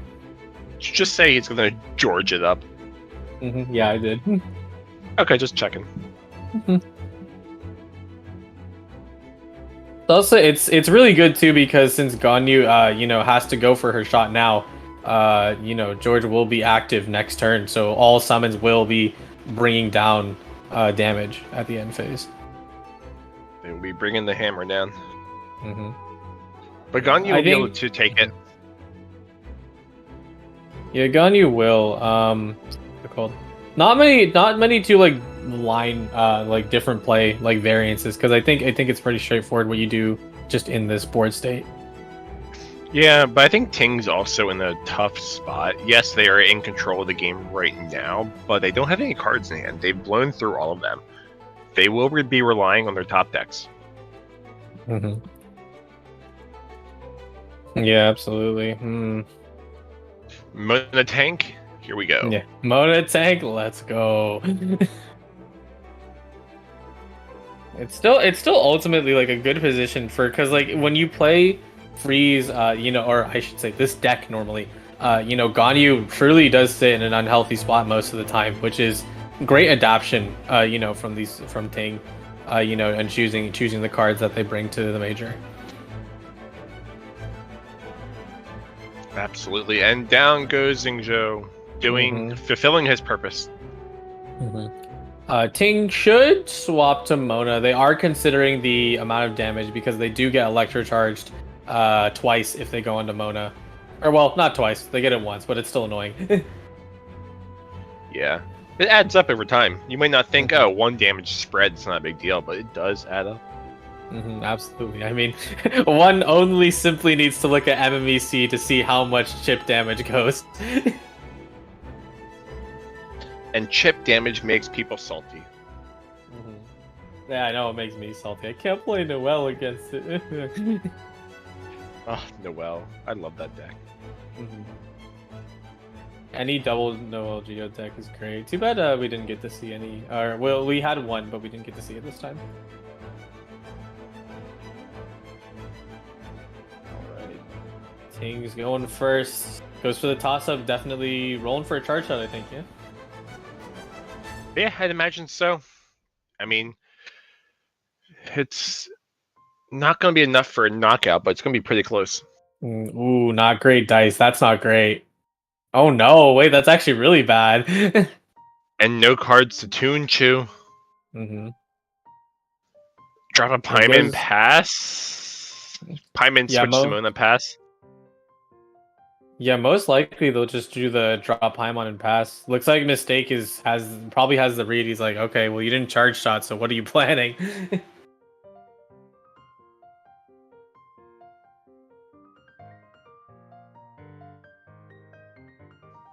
Look at all that food though. Paimon be very happy. Yeah, Mistake got so much food this turn. They didn't even need NRE. Just draw it. Just simply draw it. Even though that's probably not what you want in the end.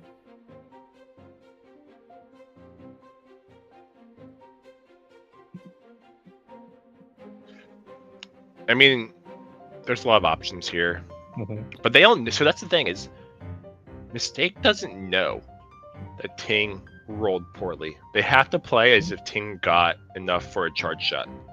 Yeah, they do, because it's normally like you wouldn't be threatened, because if you recognize that Ganyu has the burst and then you just do it, then it's like, oh well, who cares? But Ting, does actually have 5 dice on the reader, so Mistake has to play around that, because you can't risk that. Considering how low HP your characters are.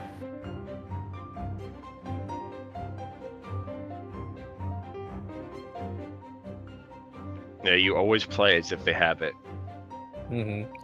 Yeah, I was gonna mention that I wish Mistake would put their hand down so I could see if they had a Bloom Core, but they do not, so no extra damage coming out from Fischl.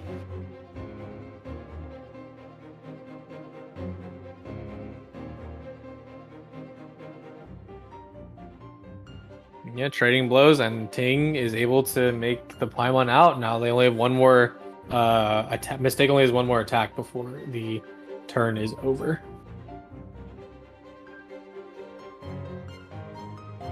Wonder if we'll see official burst.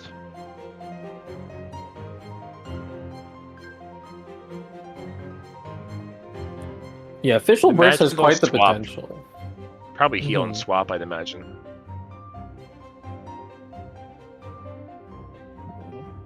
Facial Burst has the potential, but they also have so much armor right now. I just don't even know like how like Mistake breaks through this.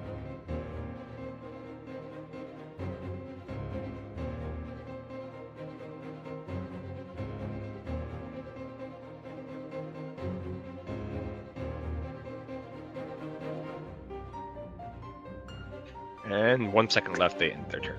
But still a hash brown hand. Mm-hmm. Gandhi's Cryo Pearl comes down, a little bit of a healing. Electro Charge flies across the board once again.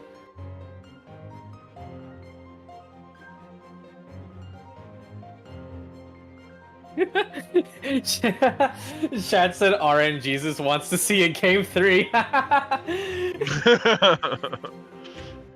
Game 3. I feel like a lot of these games are going to be a slow game 3. Yeah, and it's interesting that it's not due to the nature of the deck, but really just due to how the player's playing. Oh my goodness. Oh my goodness. Ting shut down the game 3 allegations. And that was the For- concern about not using the official alt there, Mhm. is because it's wow.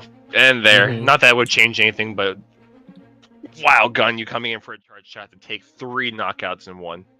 Dude, she did the trailer clip where she takes out all 3 cards. That's actually insane. Yeah, that's the goal of Ganyu. Mhm.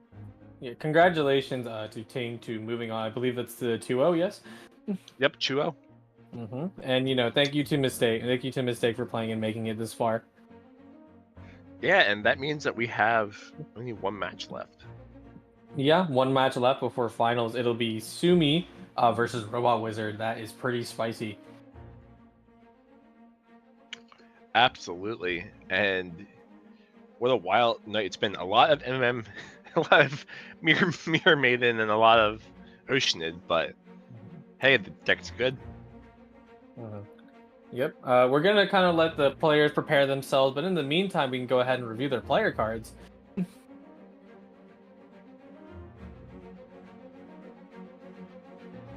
Here, I I think, love yeah, the so player cards. yeah, they're so cool. Thanks to Cyan for setting up the graphics, and then me and Turtle just spent the night filling it out pretty much. All right. So Robot Wizard will review first because we already saw him earlier. But MMEC Pyrokek. Overall he's been playing good. Not too much to say here really. We gotta see Timmy Yeah. come into play though, right? Yeah, we gotta see Timmy, of course. Because Robot Wizard is a Timmy enjoyer, and they've only been getting Timmy later into the round, so it isn't able to proc. But if we flip over to Sumi's player card, see what they have for us tonight.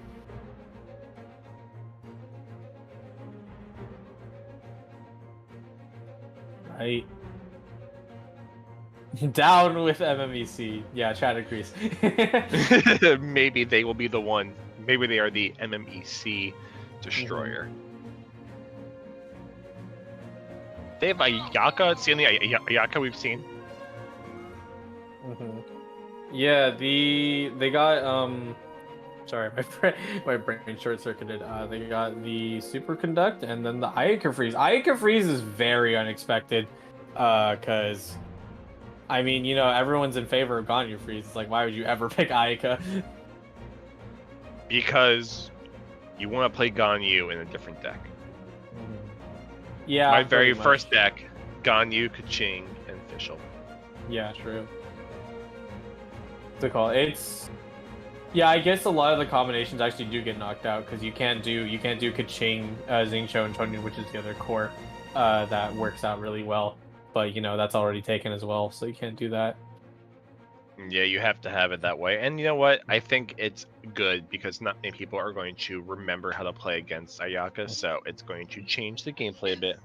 Do you think Robot Wizard is gonna go into round 1 with Freeze again, or nah?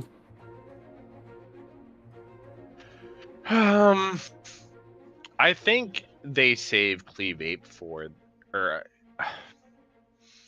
it's tough. What are your thoughts? Man, I don't know. Like, I like knowing Sumi, like, oh yeah, Oh, we got well, it. there you go. I was gonna say that they're probably gonna start their round with super conducts because it's their favorite deck. So I wouldn't expect them to never pick it. But oh wow, look at that mull. Looking okay on Robo Wizard side. As long as you get one ramp, that's good enough. For turn one. Yeah, so I'm sure chat will be spamming again.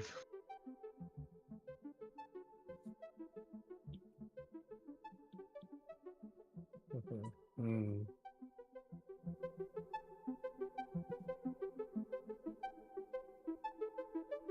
Tossing it up, not too happy with the starter dice. Yeah, Superconduct. It's so interesting, right? Because you're so used to Ganyu being that end game person. That like you wait until the end to use, but Superconduct works a little differently because you actually have a utility of using Ganyu and Fischl's burst in tandem to keep doing chip damage consistently. Absolutely, and that's what makes her such a good card or good character. Mm-hmm. And I think that which deck do you think has the better matchup right here? I would say Made in China, the Ganyu spread or Ganyu. What do we want to call it if not spread? Ganyu Superconduct. We can't call it spread because silly Genshin terminology. Yeah, Ganyu Superconduct. I feel like has the upper hand here. See what's it called? I was gonna make the joke earlier when we were watching a Dendro match. George, let's go. But yes, the Electro plus Dendro reaction from Genshin Impact. It's known as catalyze, but you can also call it spread. But don't forget that there's also quicken and then catalyze. But then it's also called. It's like, oh my god, dude, make it one term.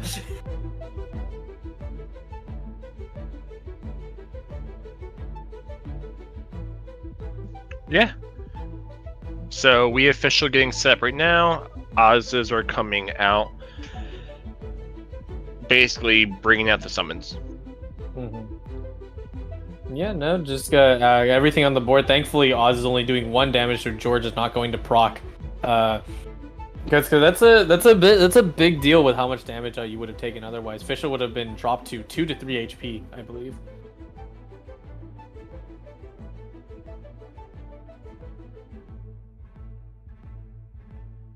Yeah, so the dice not looking too bad there, actually. What we got Fischl in the starting position right now. Calx are in hand by Made in China. Ooh, this match is quite heated in chat. They are they're picking sides on who they want to win. So I mean, may the best duelist win. We won't have any biases up here into the caster box. We are unbiased up here. Except for George. We love George. You love George. I love George. Do you not like George? I think he's pretty chill. Pretty chill guy. But he explodes sometimes in the Abyss. Like, maybe you have a reason. I mean, I just have a little bit of trauma when I did the Abyss, and I look up and there's 4 of them attacking me, and I'm stuck in the center of them. True. Yeah, back to it. Sumi is opting, possibility for a charge shot. They were able to ramp up last turn with Liven, I believe. So, it's sitting nice in terms of dice, but they're also making sure to shield up because they're worried about the oncoming damage from Mirror Maiden. That that superconduct damage looking pretty good, but they're going to choose to opt in Chu. Setting up the shield.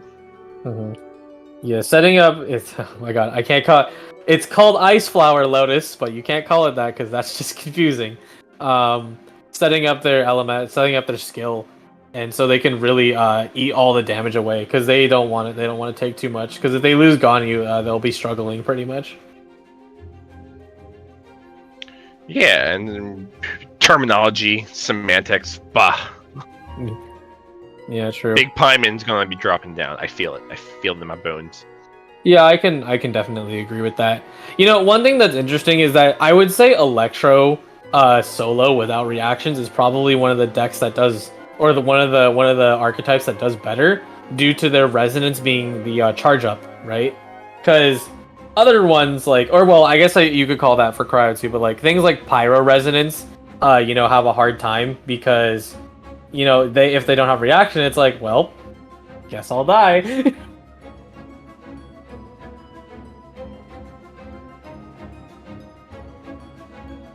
There she is. There's Priming. Now, what do you do after that? You don't want to keep Ganyu in. Unless...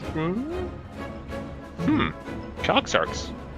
Yeah, they want to burst next turn because that's kind of the cornerstone, but of Ganyu. She truly does get value out of everything, both burst and charge shots.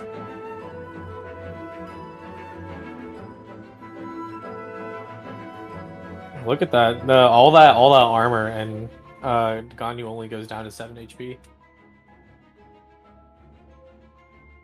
Ganyu is the new tank. It's because she's icy. I mean, we saw a great demonstration of Ting earlier, very carefully using Ganyu's skill to reflect the damage from Klee's burst, which is pretty incredible because, it's really hard to manage, that level of threat when you have 2 pyro damage on your side at all times.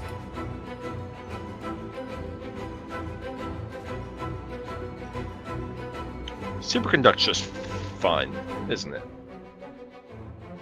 Admit it. Superconduct is fun. I think it's cool. Number one is that people don't play it that often because there's just not enough options. I think to play it outside of what Sumi has here, and unfortunately, the next patch isn't helping. There's no new Electro characters nor excuse me, nor Cryo characters. So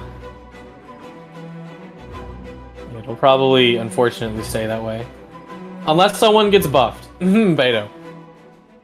Beidou, I forgot about her. Yeah. It's so sad with how they designed her. With reason. Because they're scared of making her too overtuned, but she's so undertuned that she barely gets to do anything. Mirror Maiden applies refreshes the debuff, I should say.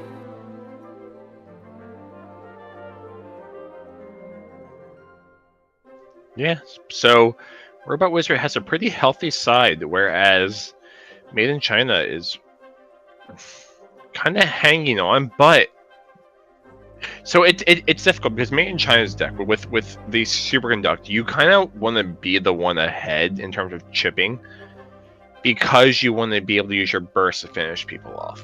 It's not, you can still play from behind, but it's very difficult because you play defensively and you can't get set up that way. Yeah, I agree. What was I thinking? Yeah, I definitely agree with your sentiment of having to make sure, excuse me, having to make sure that you are ahead in terms of, in terms of the damage curve. Because if you're not, then no burst finish. And looks like they're going to end their turn, and 5 L-Mill dice to play with SI.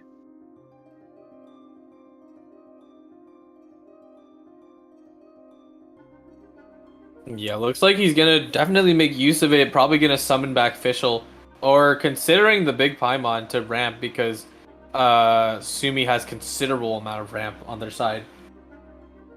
Oh, gonna tune it? I don't know about that one. Huh. Okay. All right.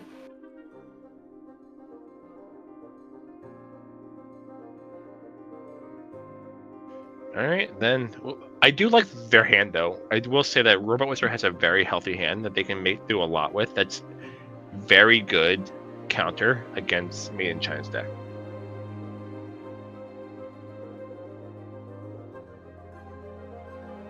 Yeah, absolutely. But with Ganyu down, it's going to be a difficult uphill battle, for sure.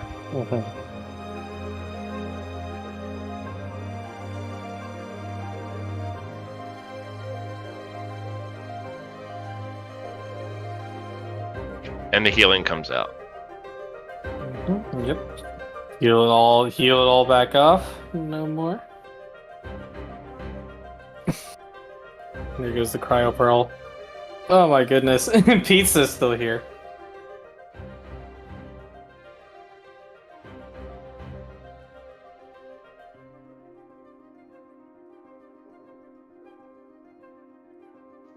Not bad. Ooh, Robot Wizard didn't get anything good on that one. Mm-hmm. But the reroll's not looking too bad.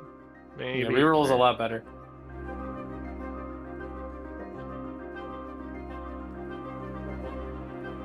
Oh wow, look at that.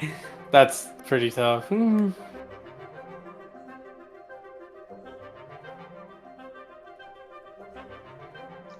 How does Made in China make a comeback here?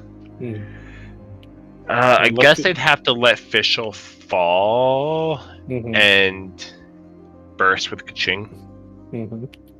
Yeah, they healed her up just to take enough damage from the characters, and they're bursting with Fischl, which will take out. Wow. Now, okay, so now they're back in the game because Ganyu's burst is still in the field. That will trigger the superconduct. Yeah, and also deal the piercer. Oh, Robot Wizard's gonna say right back at you, buddy. Oh my goodness. Dang. Well, but he's also calculating if it's too much of a risk because Kaching could totally just solo both of his characters.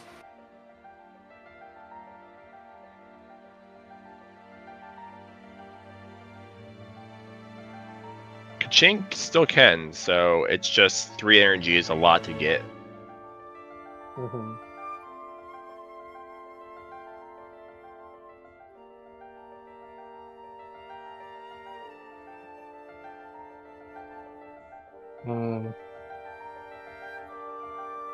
Looking just a normal attack.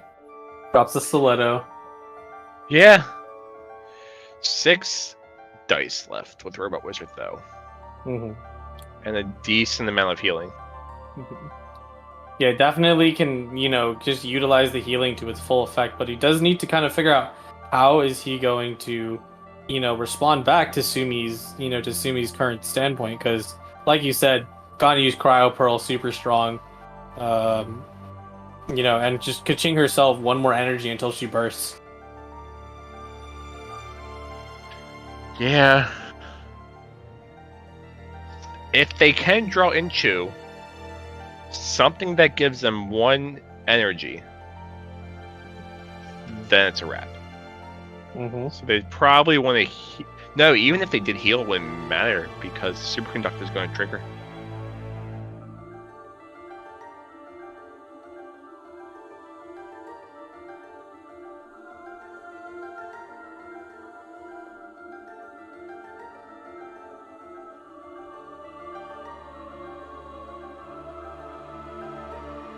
And, yep, they're trying to swap, heal Fischl, and I guess for now that's just going to be that. Oh, no, wait. Oh, they did have Ito in hand. I didn't see that. Oh, yeah, I couldn't see game. Ito either. Oh my goodness, no way. Wait, hold on, but I think Kaching will miss lethal. Oh, wait, no, you're right. Because they'll end their round first. And Ganyu burst. Dude, SI's like, oh shit. They'd have to heal. They would have to heal. No way you're gambling for George. Get out of here. Are you? Oh my god, he is. He is.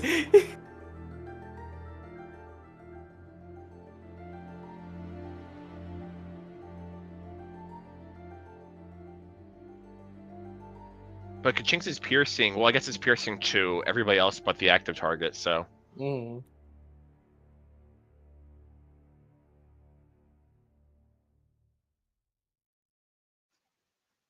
gonna go for George. I'm gonna go for George. It's completely optimal, but it's also just a shock. Like, are you actually doing it? Oh, they're greedy. They want to go for 5. Oh my god, they're doing it. Imagine all this hype and no George. Oh, there he is.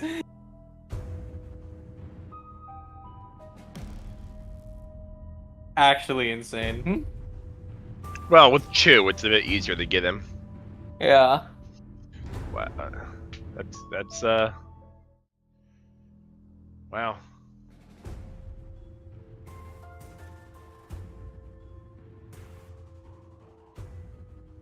It's actually quite interesting because I don't think because of course I don't think Sumi and Robo Wizard end up seeing each other in bracket too often during the weeklies.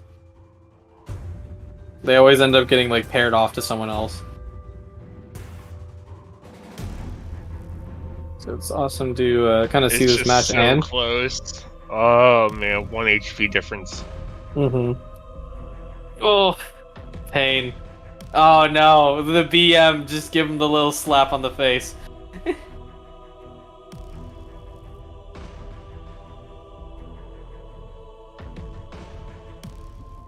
Dude, chat is going nuts. Oh man, that is game though. GG's. That's round 1 to Robot Wizard. What an ending to that game. And that was only game 1, jeez. Game that was you're right. It's just game 1. It was With all of these with all of these summon decks, it's been a long tournament, that's for sure. yeah. Yeah, because summons, we have to wait until the end of the round to actually see their damage come off. I think it won't be done from there. Are you telling me that we need to buff Lament? Ah, just kidding. Lament to 3. Lament to 3.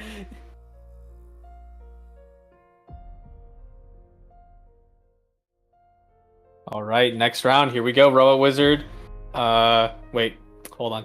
Yes, Robot Wizard is forced to switch to their deck, switch to their next deck, and then Sumi goes in with the Ayaka Freeze. Very interesting. How do you feel about this matchup? Burn it all down. Burn it all down. No, I feel like, again, with Kaching, they can escape pretty easily from freeze if they're set up.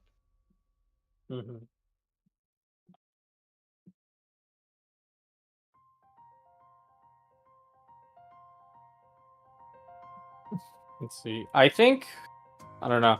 I think Sumi bringing freeze is ultimately good because he's able to shut down Robot Wizard's game plan, right? The Pyro Keck is such a threatening deck that like you want to just stop him in their tracks completely, right? Yeah, absolutely. And you kind of want to just go in as much as you can, like right now. They don't have enough to burst, for the one hit turn knockout. But main China doesn't know that.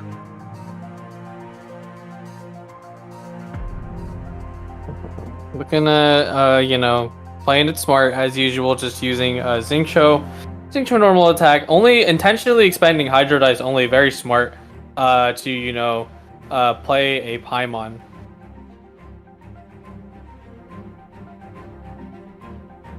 Oh. Yeah, they're checking. Yeah, they're checking. Yeah, someone mentioned it in the chat. They're like Genshin cards jump scare. I'm like, yeah, it's normal. The players are allowed to do that. They can check their opponent's decks, because it's you keep it fair in terms of deck checks. Absolutely. And if you know what they're going to play, then you can test your ability to play around cards.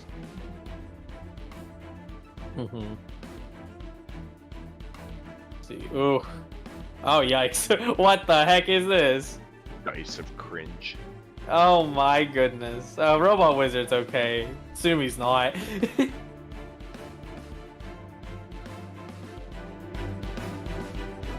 So, okay, a hand you can work with. Yeah, most definitely. Swapping over to Genshin. Wow, wants to knock Ayaka out of here. Wait, is that lethal? No way. Oh my goodness, lethal. That's right. Oh, yikes. That might be sealing the deal already. At the same time, though, I feel like Sumi knew that. Because they pushed themselves over to Xingqiu right after. Yeah, and they're just going. They're not even shaking. They're just like, yeah, okay. Just shaking it off and moving on. Cannot believe that what's it called? Or I actually no. My brain's going backwards. Yeah, I wouldn't say I can't believe that happened because it's not really the unoptimal play, and like, you know, both of them were kind of ready for it. Yeah, sometimes you just gotta take one for the team and just say, okay, I'll sacrifice this person. Ooh, that's 4 damage. Oof. Yeah, yikes. So much damage coming out.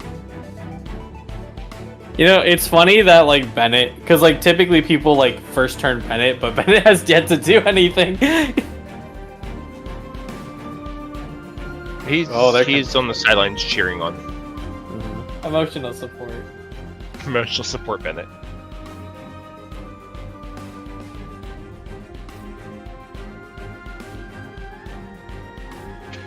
I mean, probably dropping Paimon down. Yeah, Paimon is the most logical play, I think. The difficulty is you have to switch because Chongyun could knock out Kachin. Yeah, absolutely. That just feels bad though. You were so close to playing Paimon, and you just can't. Wasumi recognizes that, and they're considering just dealing some damage to Bennett while they have time.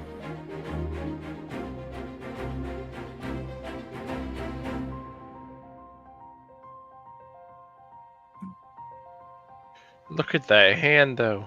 Food and ice. So frozen food all over the place.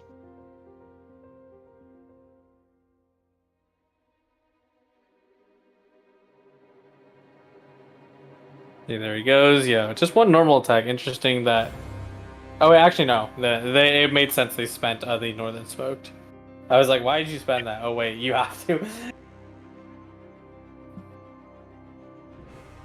Alright, so... Chongyun is going to be on the offensive here. Can they take out the entire team? They'll be able to freeze, but...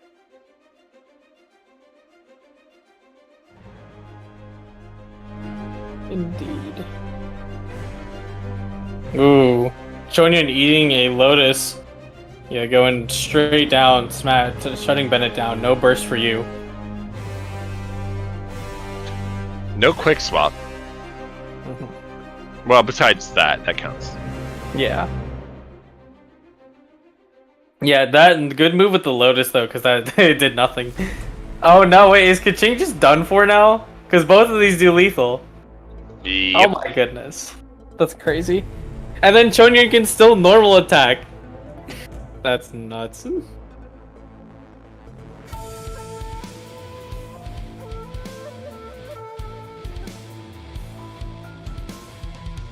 Ooh, Robot Wizard don't like that. He said, "Oh, what the heck?"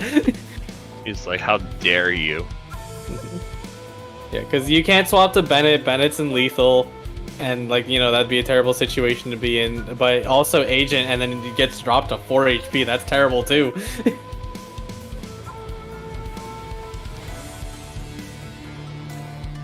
Actually, well, slightly less because stealth exists. But even then, like half health Agent or just half health anything, it's not great.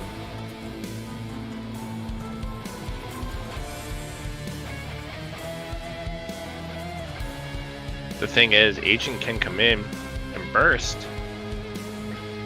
Take a knockout. Oh yeah, Agent can burst, huh? You're right. I didn't even consider that. But they're debating on it. Because that's it. Once they burst, Agent is done.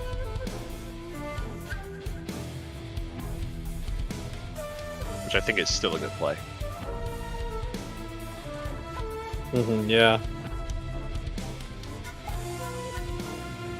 Robot Wizard he's slowly calculating it. He's not sure if it's the play to do.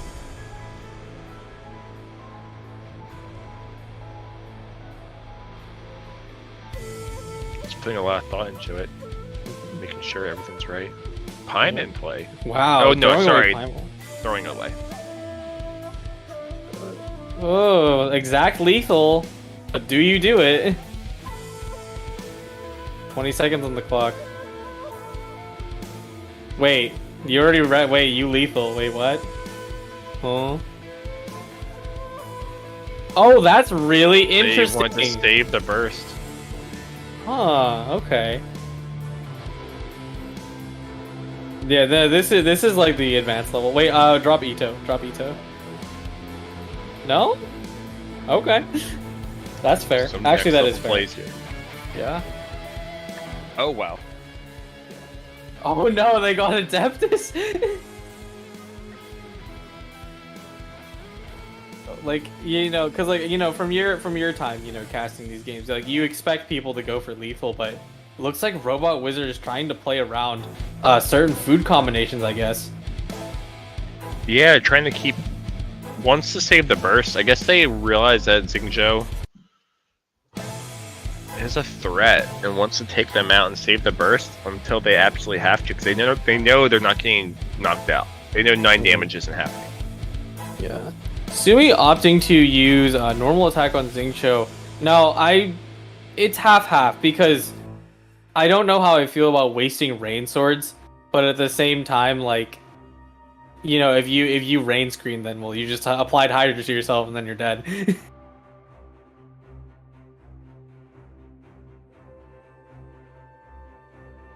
Rain sword's broken. But I don't know how they take out Bennett and Pyro Agent, because Bennett's going to be able to start healing soon. Yeah. Specifically, Pyro Agent is the real threat, since Bennett has no energy to recharge himself outside of the Ito card. I'm not too worried about him personally.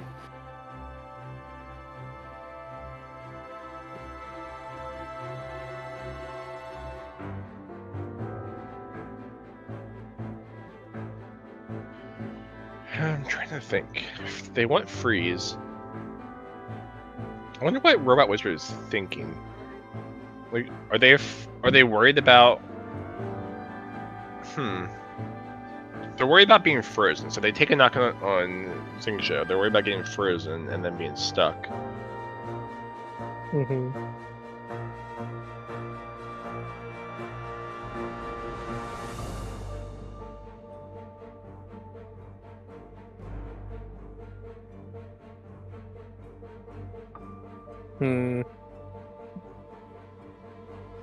Yeah, now Sumi has to do the same thing that Robot Wizard is doing.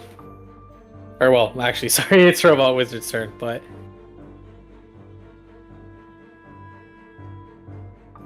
Yeah. Well, this crisp coming down. Lotus to Lotus communication. Okay, no, I didn't quite get to see Robot Wizard's dice, but I do wonder if he had enough for Bennett Burst. Does he?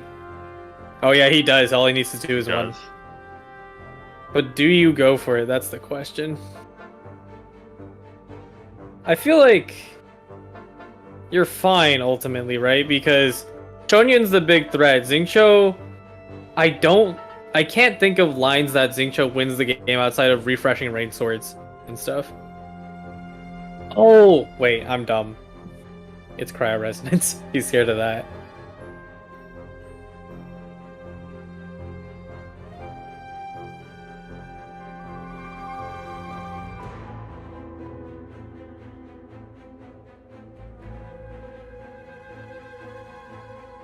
And there goes Chungin, which means Xingqiu's the only one left.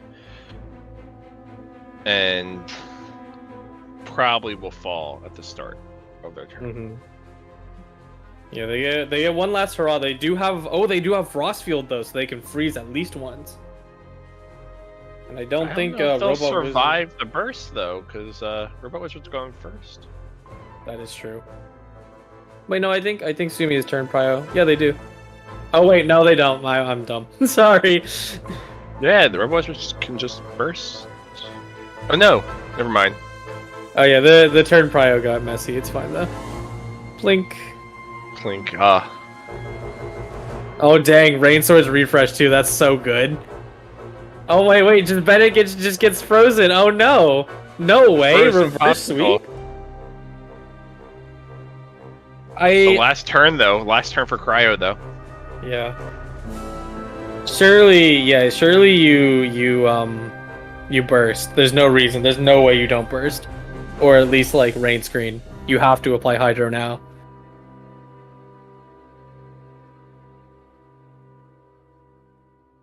Can they take a knockout though? That's the question.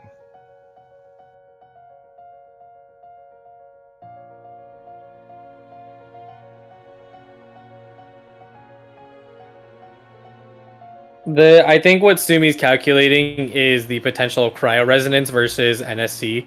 They're thinking like, is it two normal attacks worth it, or is it, using my burst with cryo resonance more worth it? Yeah, it's just a wondering. I mean, they only got 5 elemental dice left. Yeah. So that will freeze them, but they'll still be Mhm. short. Yeah. Yeah, opting to heal, and then... Yep, there you go. They will get the shields, so that'll be good. Yeah, that's what they're looking for. Nice, okay. Now SI is kind of stuck. Drop the Timmy for the funny. No? Okay.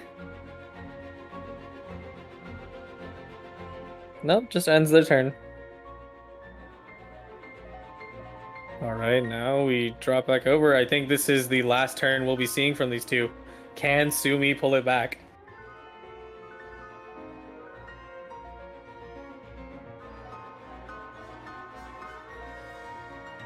It's coming down to be a pretty close game. Yeah, incredibly close. It's really unexpected because, Robot Wizard just went super quickly in, took out Ayaka immediately, and then Sumi responded right back, took out their Kaching. But it's difficult because Robot Wizard, they have Adeptus in hand. I agree. Yeah, and it so does they vaporize. can make it work and they can heal, and Main China can't freeze anymore. Yeah.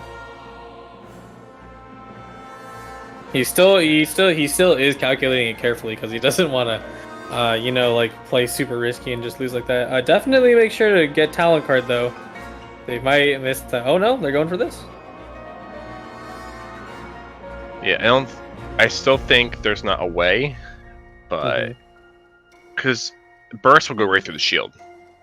Yeah, looks like and I think Sumi may have realized that. Yep, they're gonna tune for burst.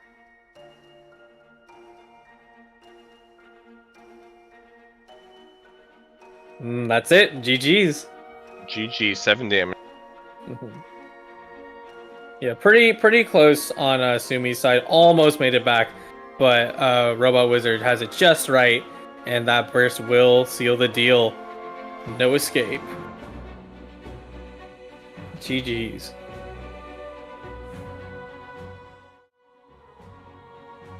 All right. Yeah, Well, for and, a second there, I thought they might make a comeback. Yeah, I did too, but it's they got hit with it, so.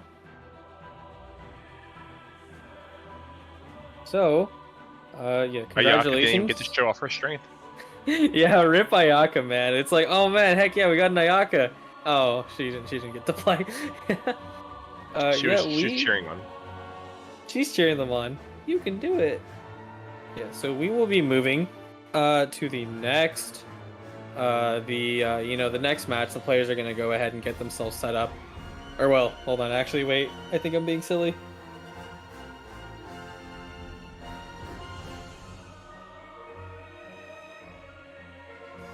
Oh yeah, no, okay, my bad.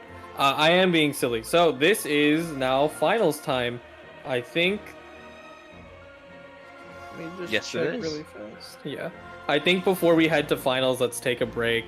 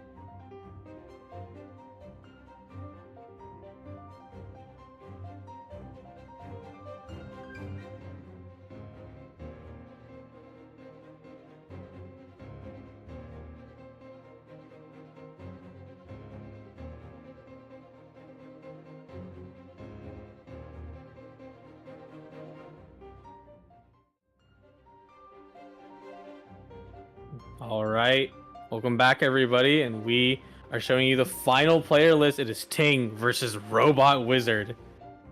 Both players that we have seen today who are Mhm. very talented, and we are happy to see them, and we thank everybody else who has participated in the tournament today. Indeed, all the X marks the spot of the fallen, but we will go ahead and take a flip through one last time, see their player cards, and we'll check out what decks they'll be running. Fallen but not forgotten. Indeed, Robot Wizard. Short, sweet, to the point. Ting says he won't lose, but we'll I don't see how know. that We'll happens. see how this last game goes. Yeah, we'll see how this final game goes. All right, let's take a look at their deck lists. All right, so we've got on Ting's side, as we've seen many times before, the Ganyu Freeze versus MMEC, and that kind of stand out Timmy in general as the Ancient Helm. If you don't mind, let's take a look at Robot Wizard side. So Robot Wizard also runs Timmy in their MMC list, and they run star signs in there, which is pretty common, but something I like to call out, as well as the hash brown. So both players' lists are fairly identical. I would say the biggest difference in their list is the send-off. Yeah. Yeah, the send off, trying to, get rid of the fact that people are playing a ton of summons, throughout the weeklies and through tournaments. And then otherwise, yeah, I think we've gotten a good fill of these decks pretty much throughout the whole tournament. So we'll be ready to go.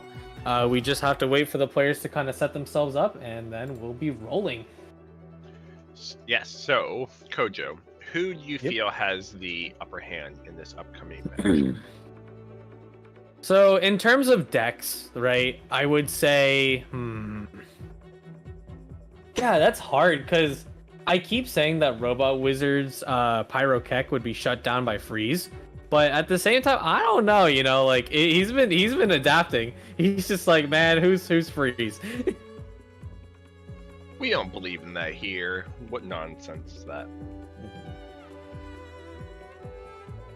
I would say, okay, I feel like Robot Wizard has the upper hand here. However, if Freeze can get set up,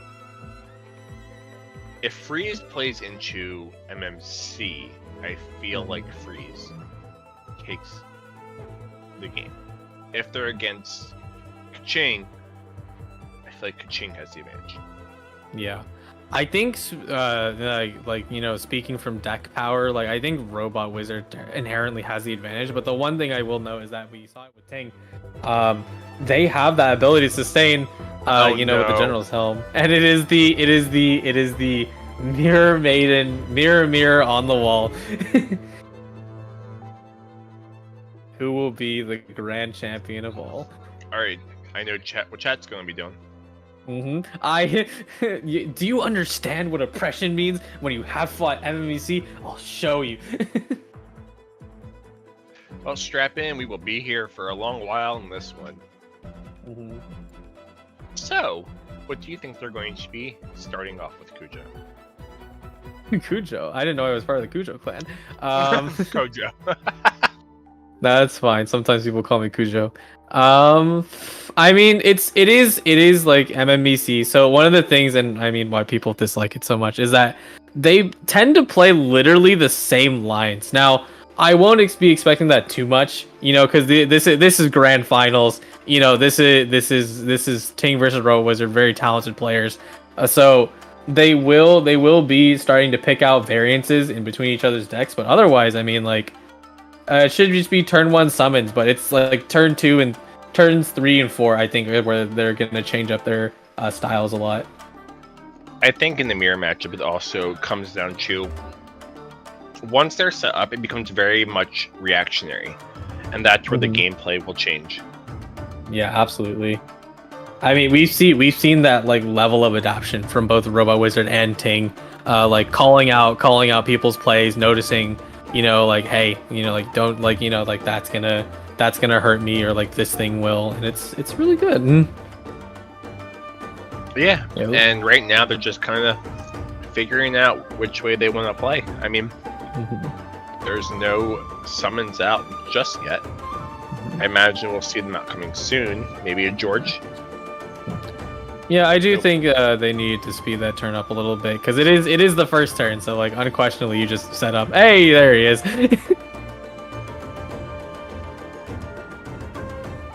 Someone got George. Someone got Jack the Bird. Jack the Bird. They do look like a Jack. Like a jackdaw, so Jack the Bird.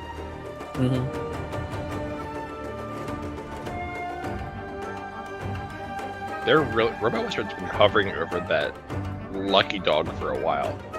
Yeah, they might be considering getting it out turn 1. Artifact setup, especially early in rounds, is never bad, because not only do you get to use the artifact, for more turns, but you also, aren't stressed on your dice too much, because it is just turn 1.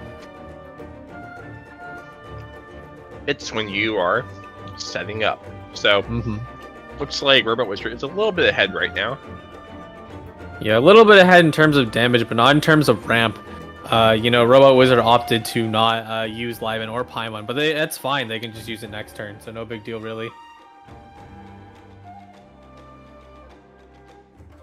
Let's see how the dice roll. Ooh, Robot Wizard with the good. Actually, both players got some pretty decent dice rolls.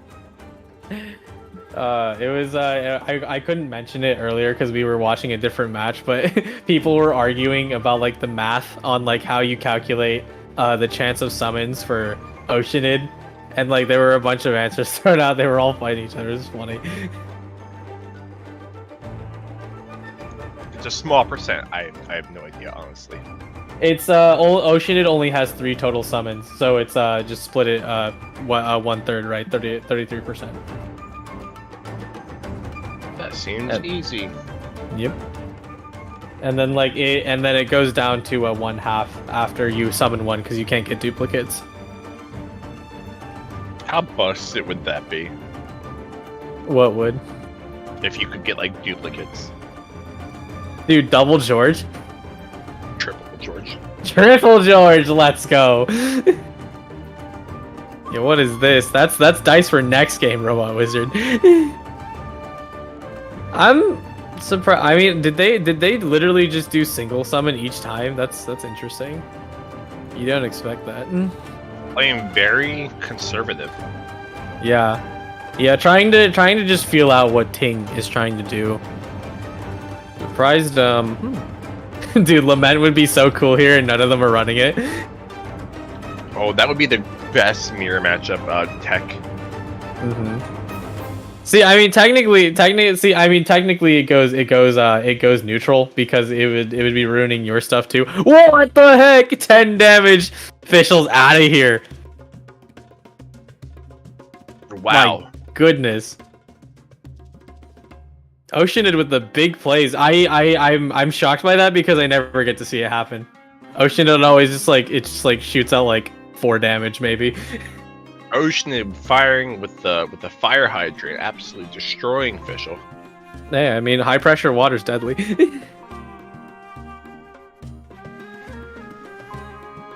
Oh my goodness. Summons.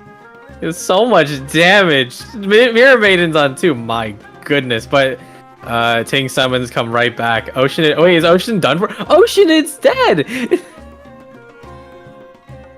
They're just falling over one by one.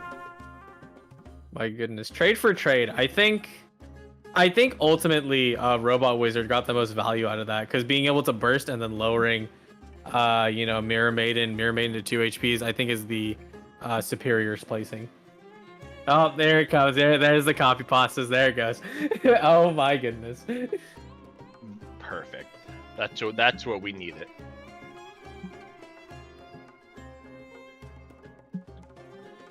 Okay, both players not getting the best dice. A little better. Yeah, four usable dice minimum. That's okay. Oh wow, Official does lethal already. I think there's no reason you don't go for it, right? I'm trying to think. No, you just go for it at this point.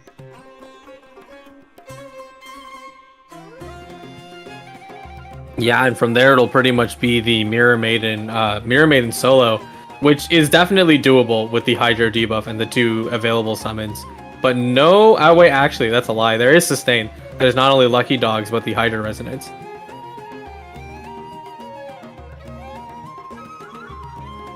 Yep, Official comes out, and now 3 summons versus 1 Oceanid.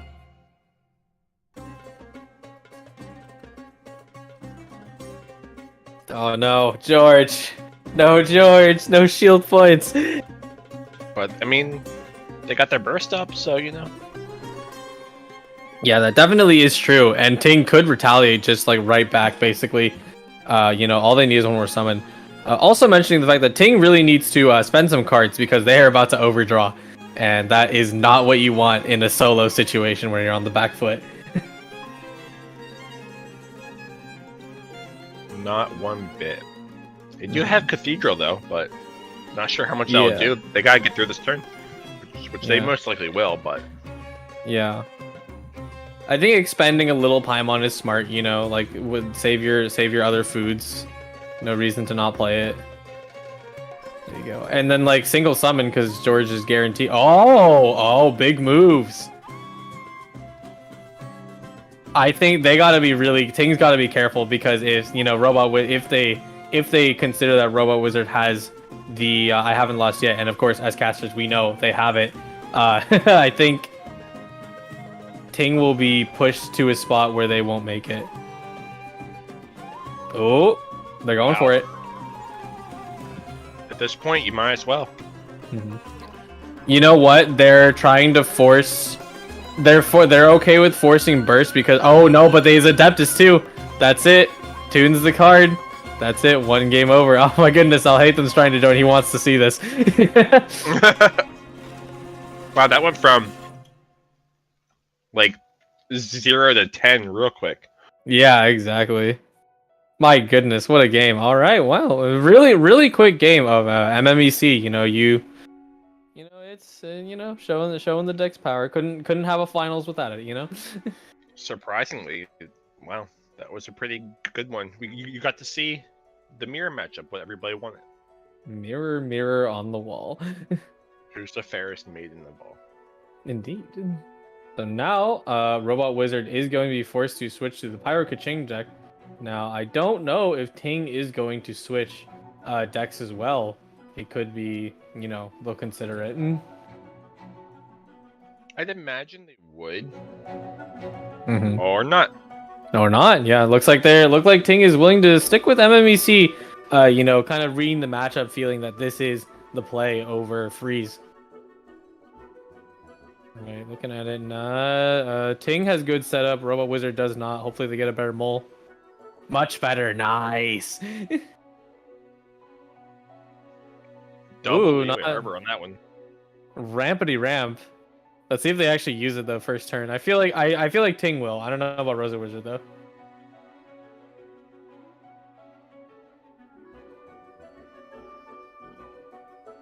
Kaching start maybe? Oh yeah, Kaching start. You are right. Why is that though? I mean, I guess the Leto setup is important, but after that, I mean, I guess you overload, but it's not. I don't feel like it's that crazy. Well, I think the stiletto, but also the overload forces the swaps off of who they want to summon. Mm-hmm. So they can't. So they're not sitting on Oceanid, or just preparing and getting set up for if they draw into Pyro Resonance. Mm-hmm. Oh wow, that was a good roll. Dang.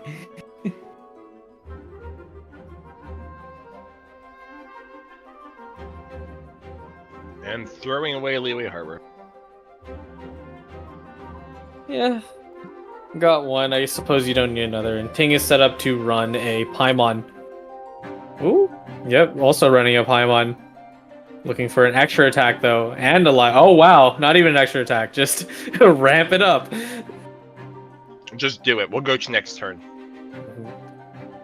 Yeah, is ultimately the logical play. Let's see if they draw anything good from that live in. Gamblers and what's it called? The changing shifts, and then one more draw. Oh, actually, that's good. That's good. Yeah, that's pretty fair. Yeah, that's pretty good. Ooh, not great on Ting's side. Timmy, We haven't seen Timmy use at all. Yeah, he hasn't been used yet. I mean, it's good because he came early. He technically came early this time, so he will be usable. Although I'll be on round 4. I forget who it was. Maybe it was you that said that if you don't get Timmy on turn 1, you feel bad. Yeah, you don't, because Timmy takes 3 turns to proc. So it's if the later you start, it's just the worse it feels. And that's why I think it was you. You're like, yeah, that's why I don't play him. Mm-hmm. You don't like Timmy? No, not really. I shoot his birds every time. So cruel. Yes, indeed. Looking to normal attack on Bennett, gonna chip away at George, and then try to get a big meaty vaporize with their skill. Or vaporize. Overload. Listen, I have been seeing water on the screen all day, okay? You're just obsessed with George. Oceanid is flooding the market. Well, hope you like crab. Or frog. Frog. I have not tried that. Because it's not a thing that happens to be locally sold here. Same. I would probably have to go to a different state that sells that. So who wins? 4 ocean boys or 1 child? one unlucky adventurer. versus a swarm of animals. I don't know. This seems like a day in life for Bennett. You know, he was walking around Liyue, you know, like hanging out by the Wuha pool, and then suddenly just a bunch of ocean mimics spawn. It's like, oh well, just my luck.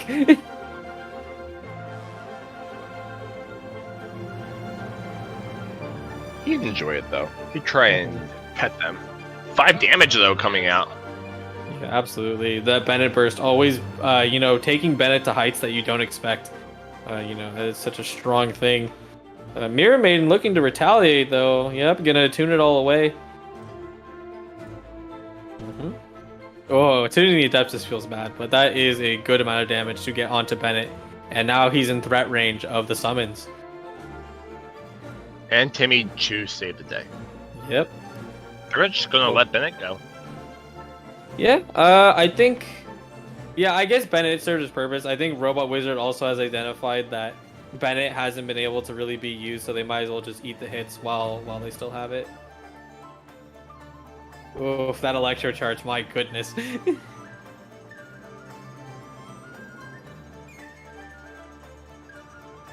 let's see how this turn goes. And the dice are...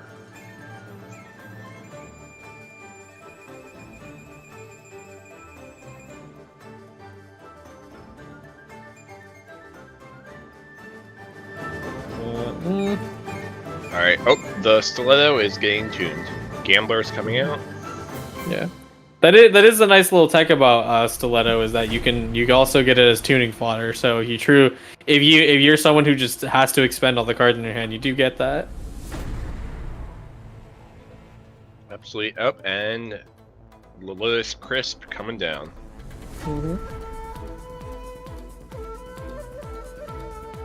This game's picking up real quick. Yeah, it is, absolutely. I think I don't really know. I wouldn't say anyone's inherently holding the lead right now, because both characters are relatively close in their health pools. You know, Oceanid can just you know, and we can see on Tink's side they got the Hydra Resonance. Oceanid can just summon George. Official's got the Lotus up. Agent has stealth. You know, stuff all around. Lots of defensives all around, but it's about to get explosive. It does that tuning once again, pushes them over to Oceanid and gets the healing from Bennett. We'll be able to heal and summon one more, probably George. Yep, there he is.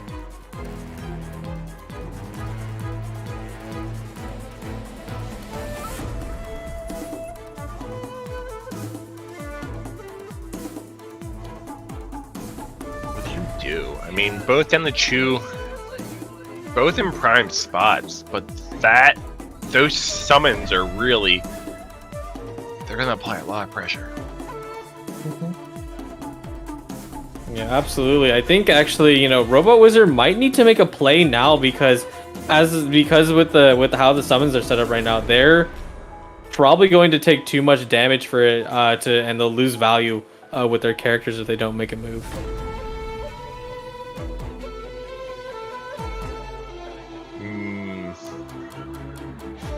Yeah, if you Ka-Ching Burst here, I mean, it's not really going to do anything, and then you risk losing her, but I think that's the only option you have, really. Yeah, I think Ka-Ching is kind of screwed either way, you know, whatever you choose, so... There you go, yeah, goes for the burst. Not bad. Official goes down a little bit. Ocean is still staying very healthy, though. Yeah, she'll survive, but not next turn. Yeah, and Ting has nothing left in their hands, so they just end their turn. Robo Wizard probably not going to do anything, just like, yeah, ends the turn. And there's 1, 2, and then 2 again. And no proc on George. Okay, so Ka-Ching is not great right now, but no healing in hand, unfortunately, so it might be all she wrote. That's the difficult part. But I mean, we've seen crazier things happen tonight, so you never know. Yeah.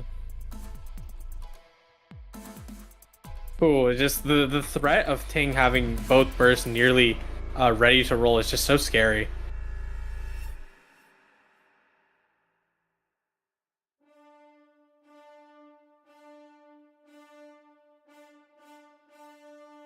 Yeah, looking at the reroll. Nice. Wow, that's a nice reroll. Yeah, probably setting up for official because they also have star signs in hand. Oh wow, are they gonna freaking Oceanid burst and then swap into official burst? Actually insane. Oh no, Just, it's Spiral Abyss. Burst. Yeah. Quick swap teams, let's go.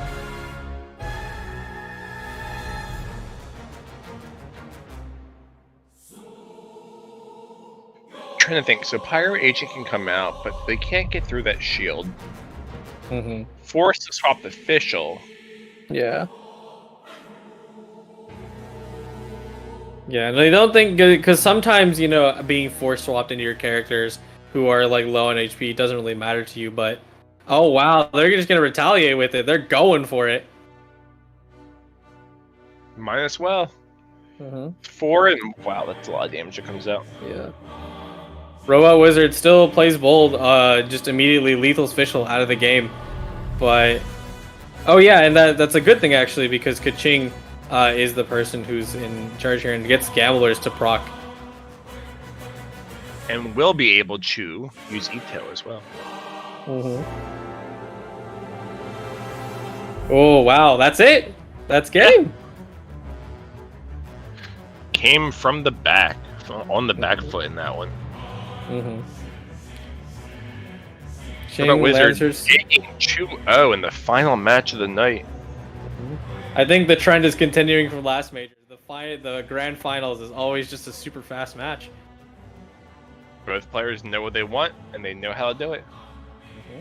Yep. We are going to go ahead and set up between the two players. So one moment. We are going to ask them if they want an interview. If they don't, then that's okay.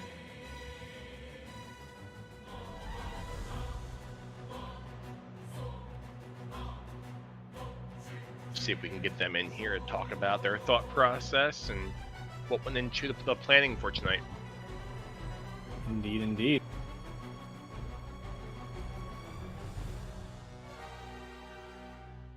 Here, what a game though. You know, congratulations to Robot Wizard taking the tournament. You know, it's hard fought, especially since, you know, it was a higher player cap this time. Is this his second tournament win?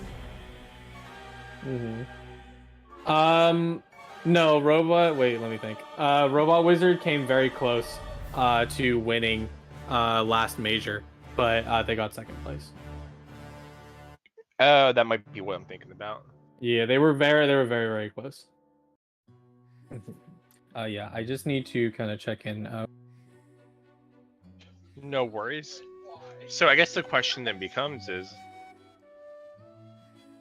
how will tonight's tournament affect the others? Will people see the decks and change them? Will people make the same choices for their deck choices? I don't know. Yeah, who knows really. Looks like yeah, both players are cool to interview, so we will be bringing Ting on first shortly. So just give them a moment to get in here. And keep spamming anything that you were spamming in the chat.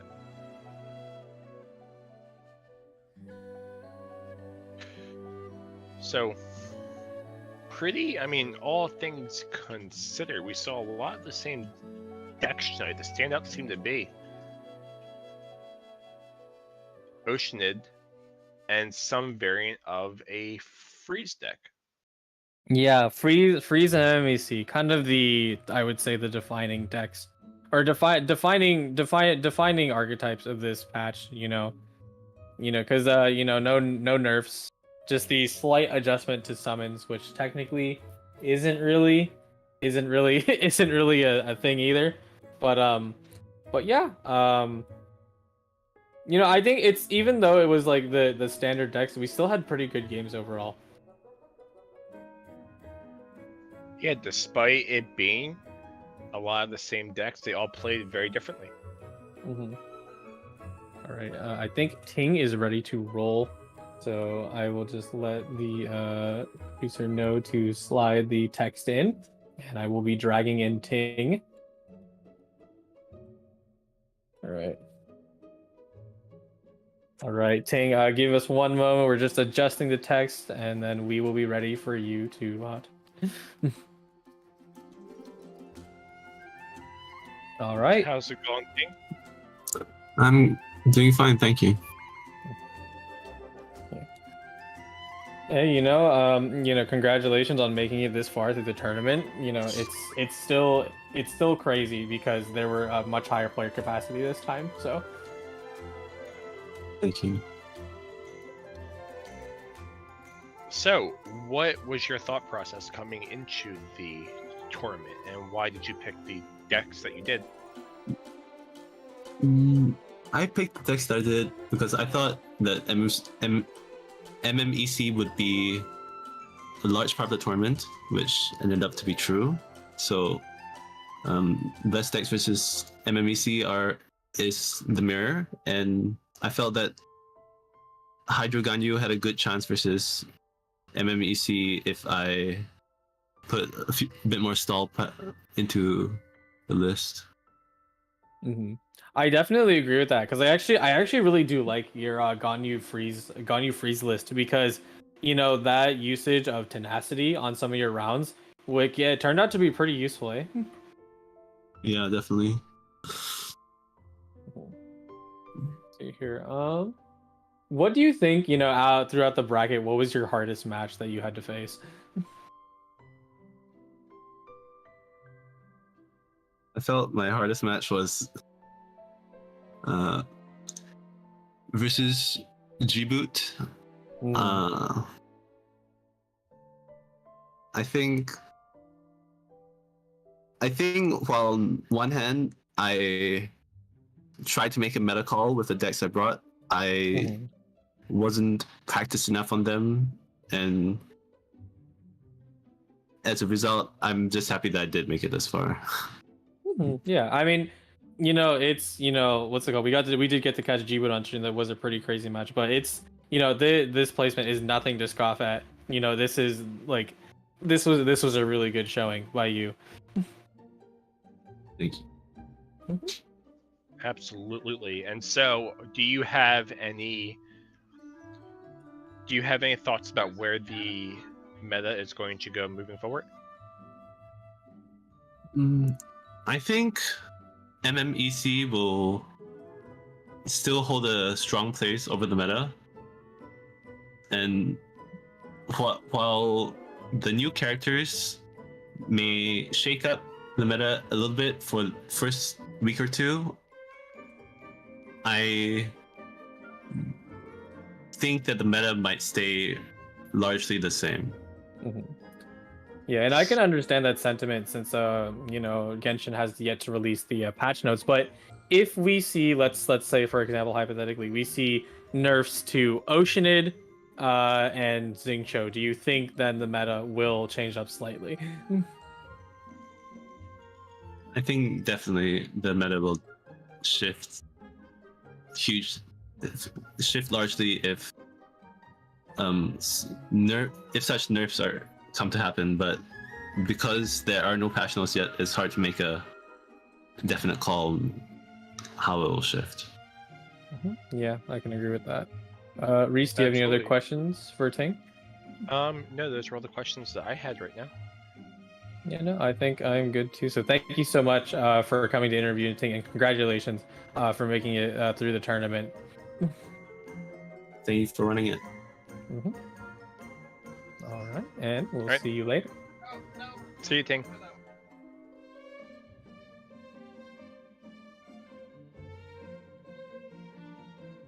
All right, so next we'll be bringing on. Yep, Robot Wizard will be on next.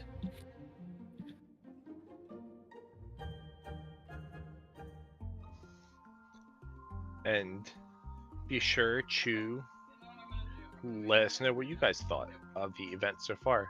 And for those who are watching that are not part of the Discord, make sure that you join and enter into the next tournaments that we have. Happy to have Indeed. We're also starting up a new type of tournament as well that we can discuss, or we can discuss it we can discuss it after if Robot Wizard is ready. Yeah, he's preparing himself. I think we just gotta swap the text and we're good to go. All right. Let's go ahead here. I'll drag him in. Hey, Robot Wizard, just give us a second. We're just gonna set things up for you, and then we will get rolling. All right. All right. Looks like we're good. Okay. All right. So, hey, congrats. Congrats on making it to first place this Ooh. time.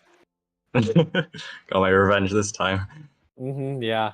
That is, I think, I believe that's actually true, right? So last time, it was you versus Ting in the finals, and this time it happened again, but this time you claimed victory. Yep.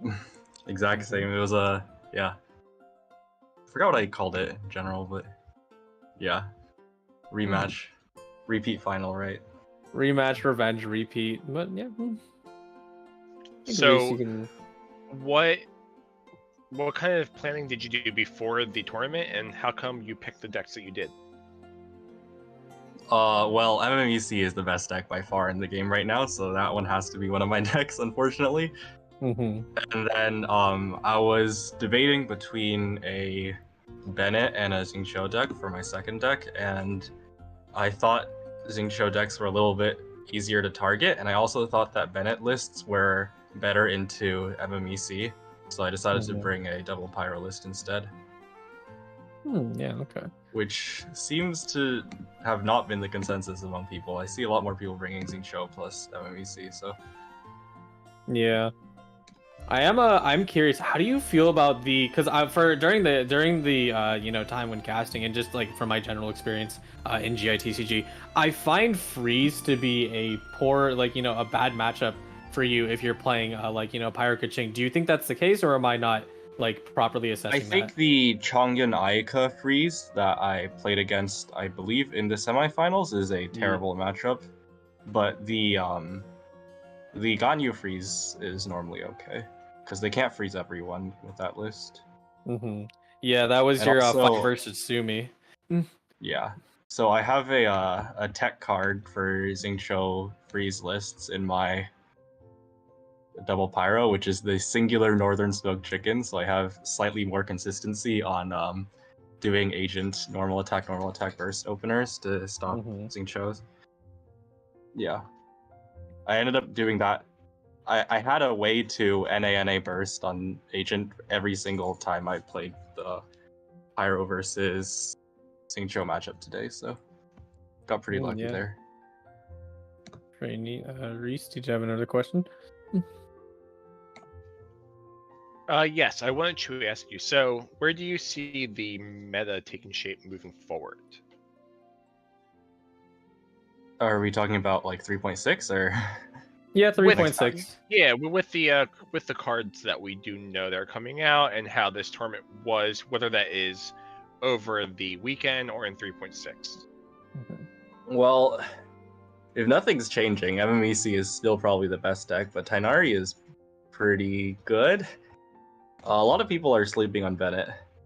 I know the other person who played Double Pyro today, Jibu, isn't running Bennett, and I know Duck also doesn't like running Bennett in her list, so I think it's... I don't know, everybody's sleeping on this guy. I would put him in SS tier in terms of characters right now, especially because he single-handedly makes the MMEC matchup pretty okay for any deck. I think their reasoning, sorry to cut you off, but I think their reasoning is, because they're playing Cleave Vaporize, so I think that's a significantly different deck than other double pyro lists, no? Yeah, I think Klee has really good synergy with Bennett, and people aren't realizing it, because the 2-cost skills means you're gonna... It's like in the same way that Yoi skill spam is good with Bennett. Having lower cost skills, I don't know. I think people should give it a try, I'd say. So the meta could, if the meta does shift to more Bennett lists, then MMEC might not be so dominant anymore. We'll see. Yeah. I think the reasoning for Duck and Jibu, who are like the tried and true Klee mains for both regions, they really just enjoy using the Asian assassinate. They feel very comfortable with that, so they don't really want to be using someone different like Bennett. The agent list definitely is probably better into most other, like any non-AoE deck. It's probably better. Yeah, I feel that Bennett is underused right now for sure, especially with the power that he has. So it'll be interesting to see how the new cards shake things up, or actually how the rest of the tournament shapes things up, because with majors coming up the rest of the weekend, maybe we'll see some new decks take centerfold. Yeah, I think that's it though. I agree with your sentiment that I am pretty excited for Tagnari, and then I'm also just cool with Ayato and Ito because they're cool characters, but I don't actually know how good they are. Yeah. I mean, our predictions for this patch were completely wrong, so. Yeah, but yeah, I think that is everything else. Unless Reese, you have one more question, I think I'm good. Nope, that's all I had. All right, thank you so much for coming on. Again, congratulations for taking first place. Hope you enjoy the prize. Whatever you end up spending it on. All right. And we'll see you later. Bye-bye. See ya. Yep, see ya. All right. And with that, that is it. Let's take a look at the player screen one last time before we kind of, do our outro and sign off.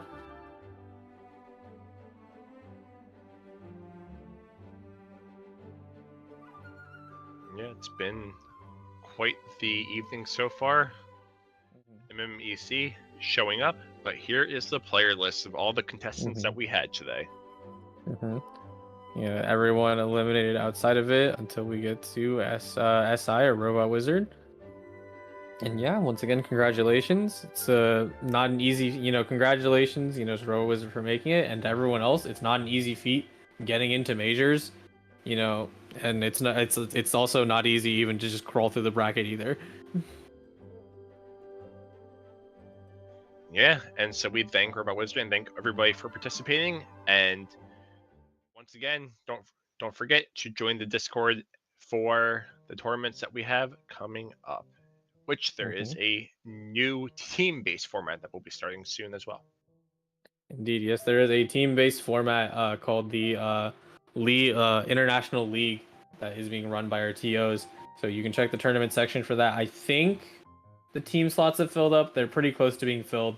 But just check it out, see if you like it. But otherwise, the kind of main announcements is that this weekend is majors for other regions. This was just North America today. We have Europe and Asia coming in the next few days. Specifically, Europe will be in approximately, let's see what time it is. Clock +2 +9, 2 + 9. It's in about 11 hours.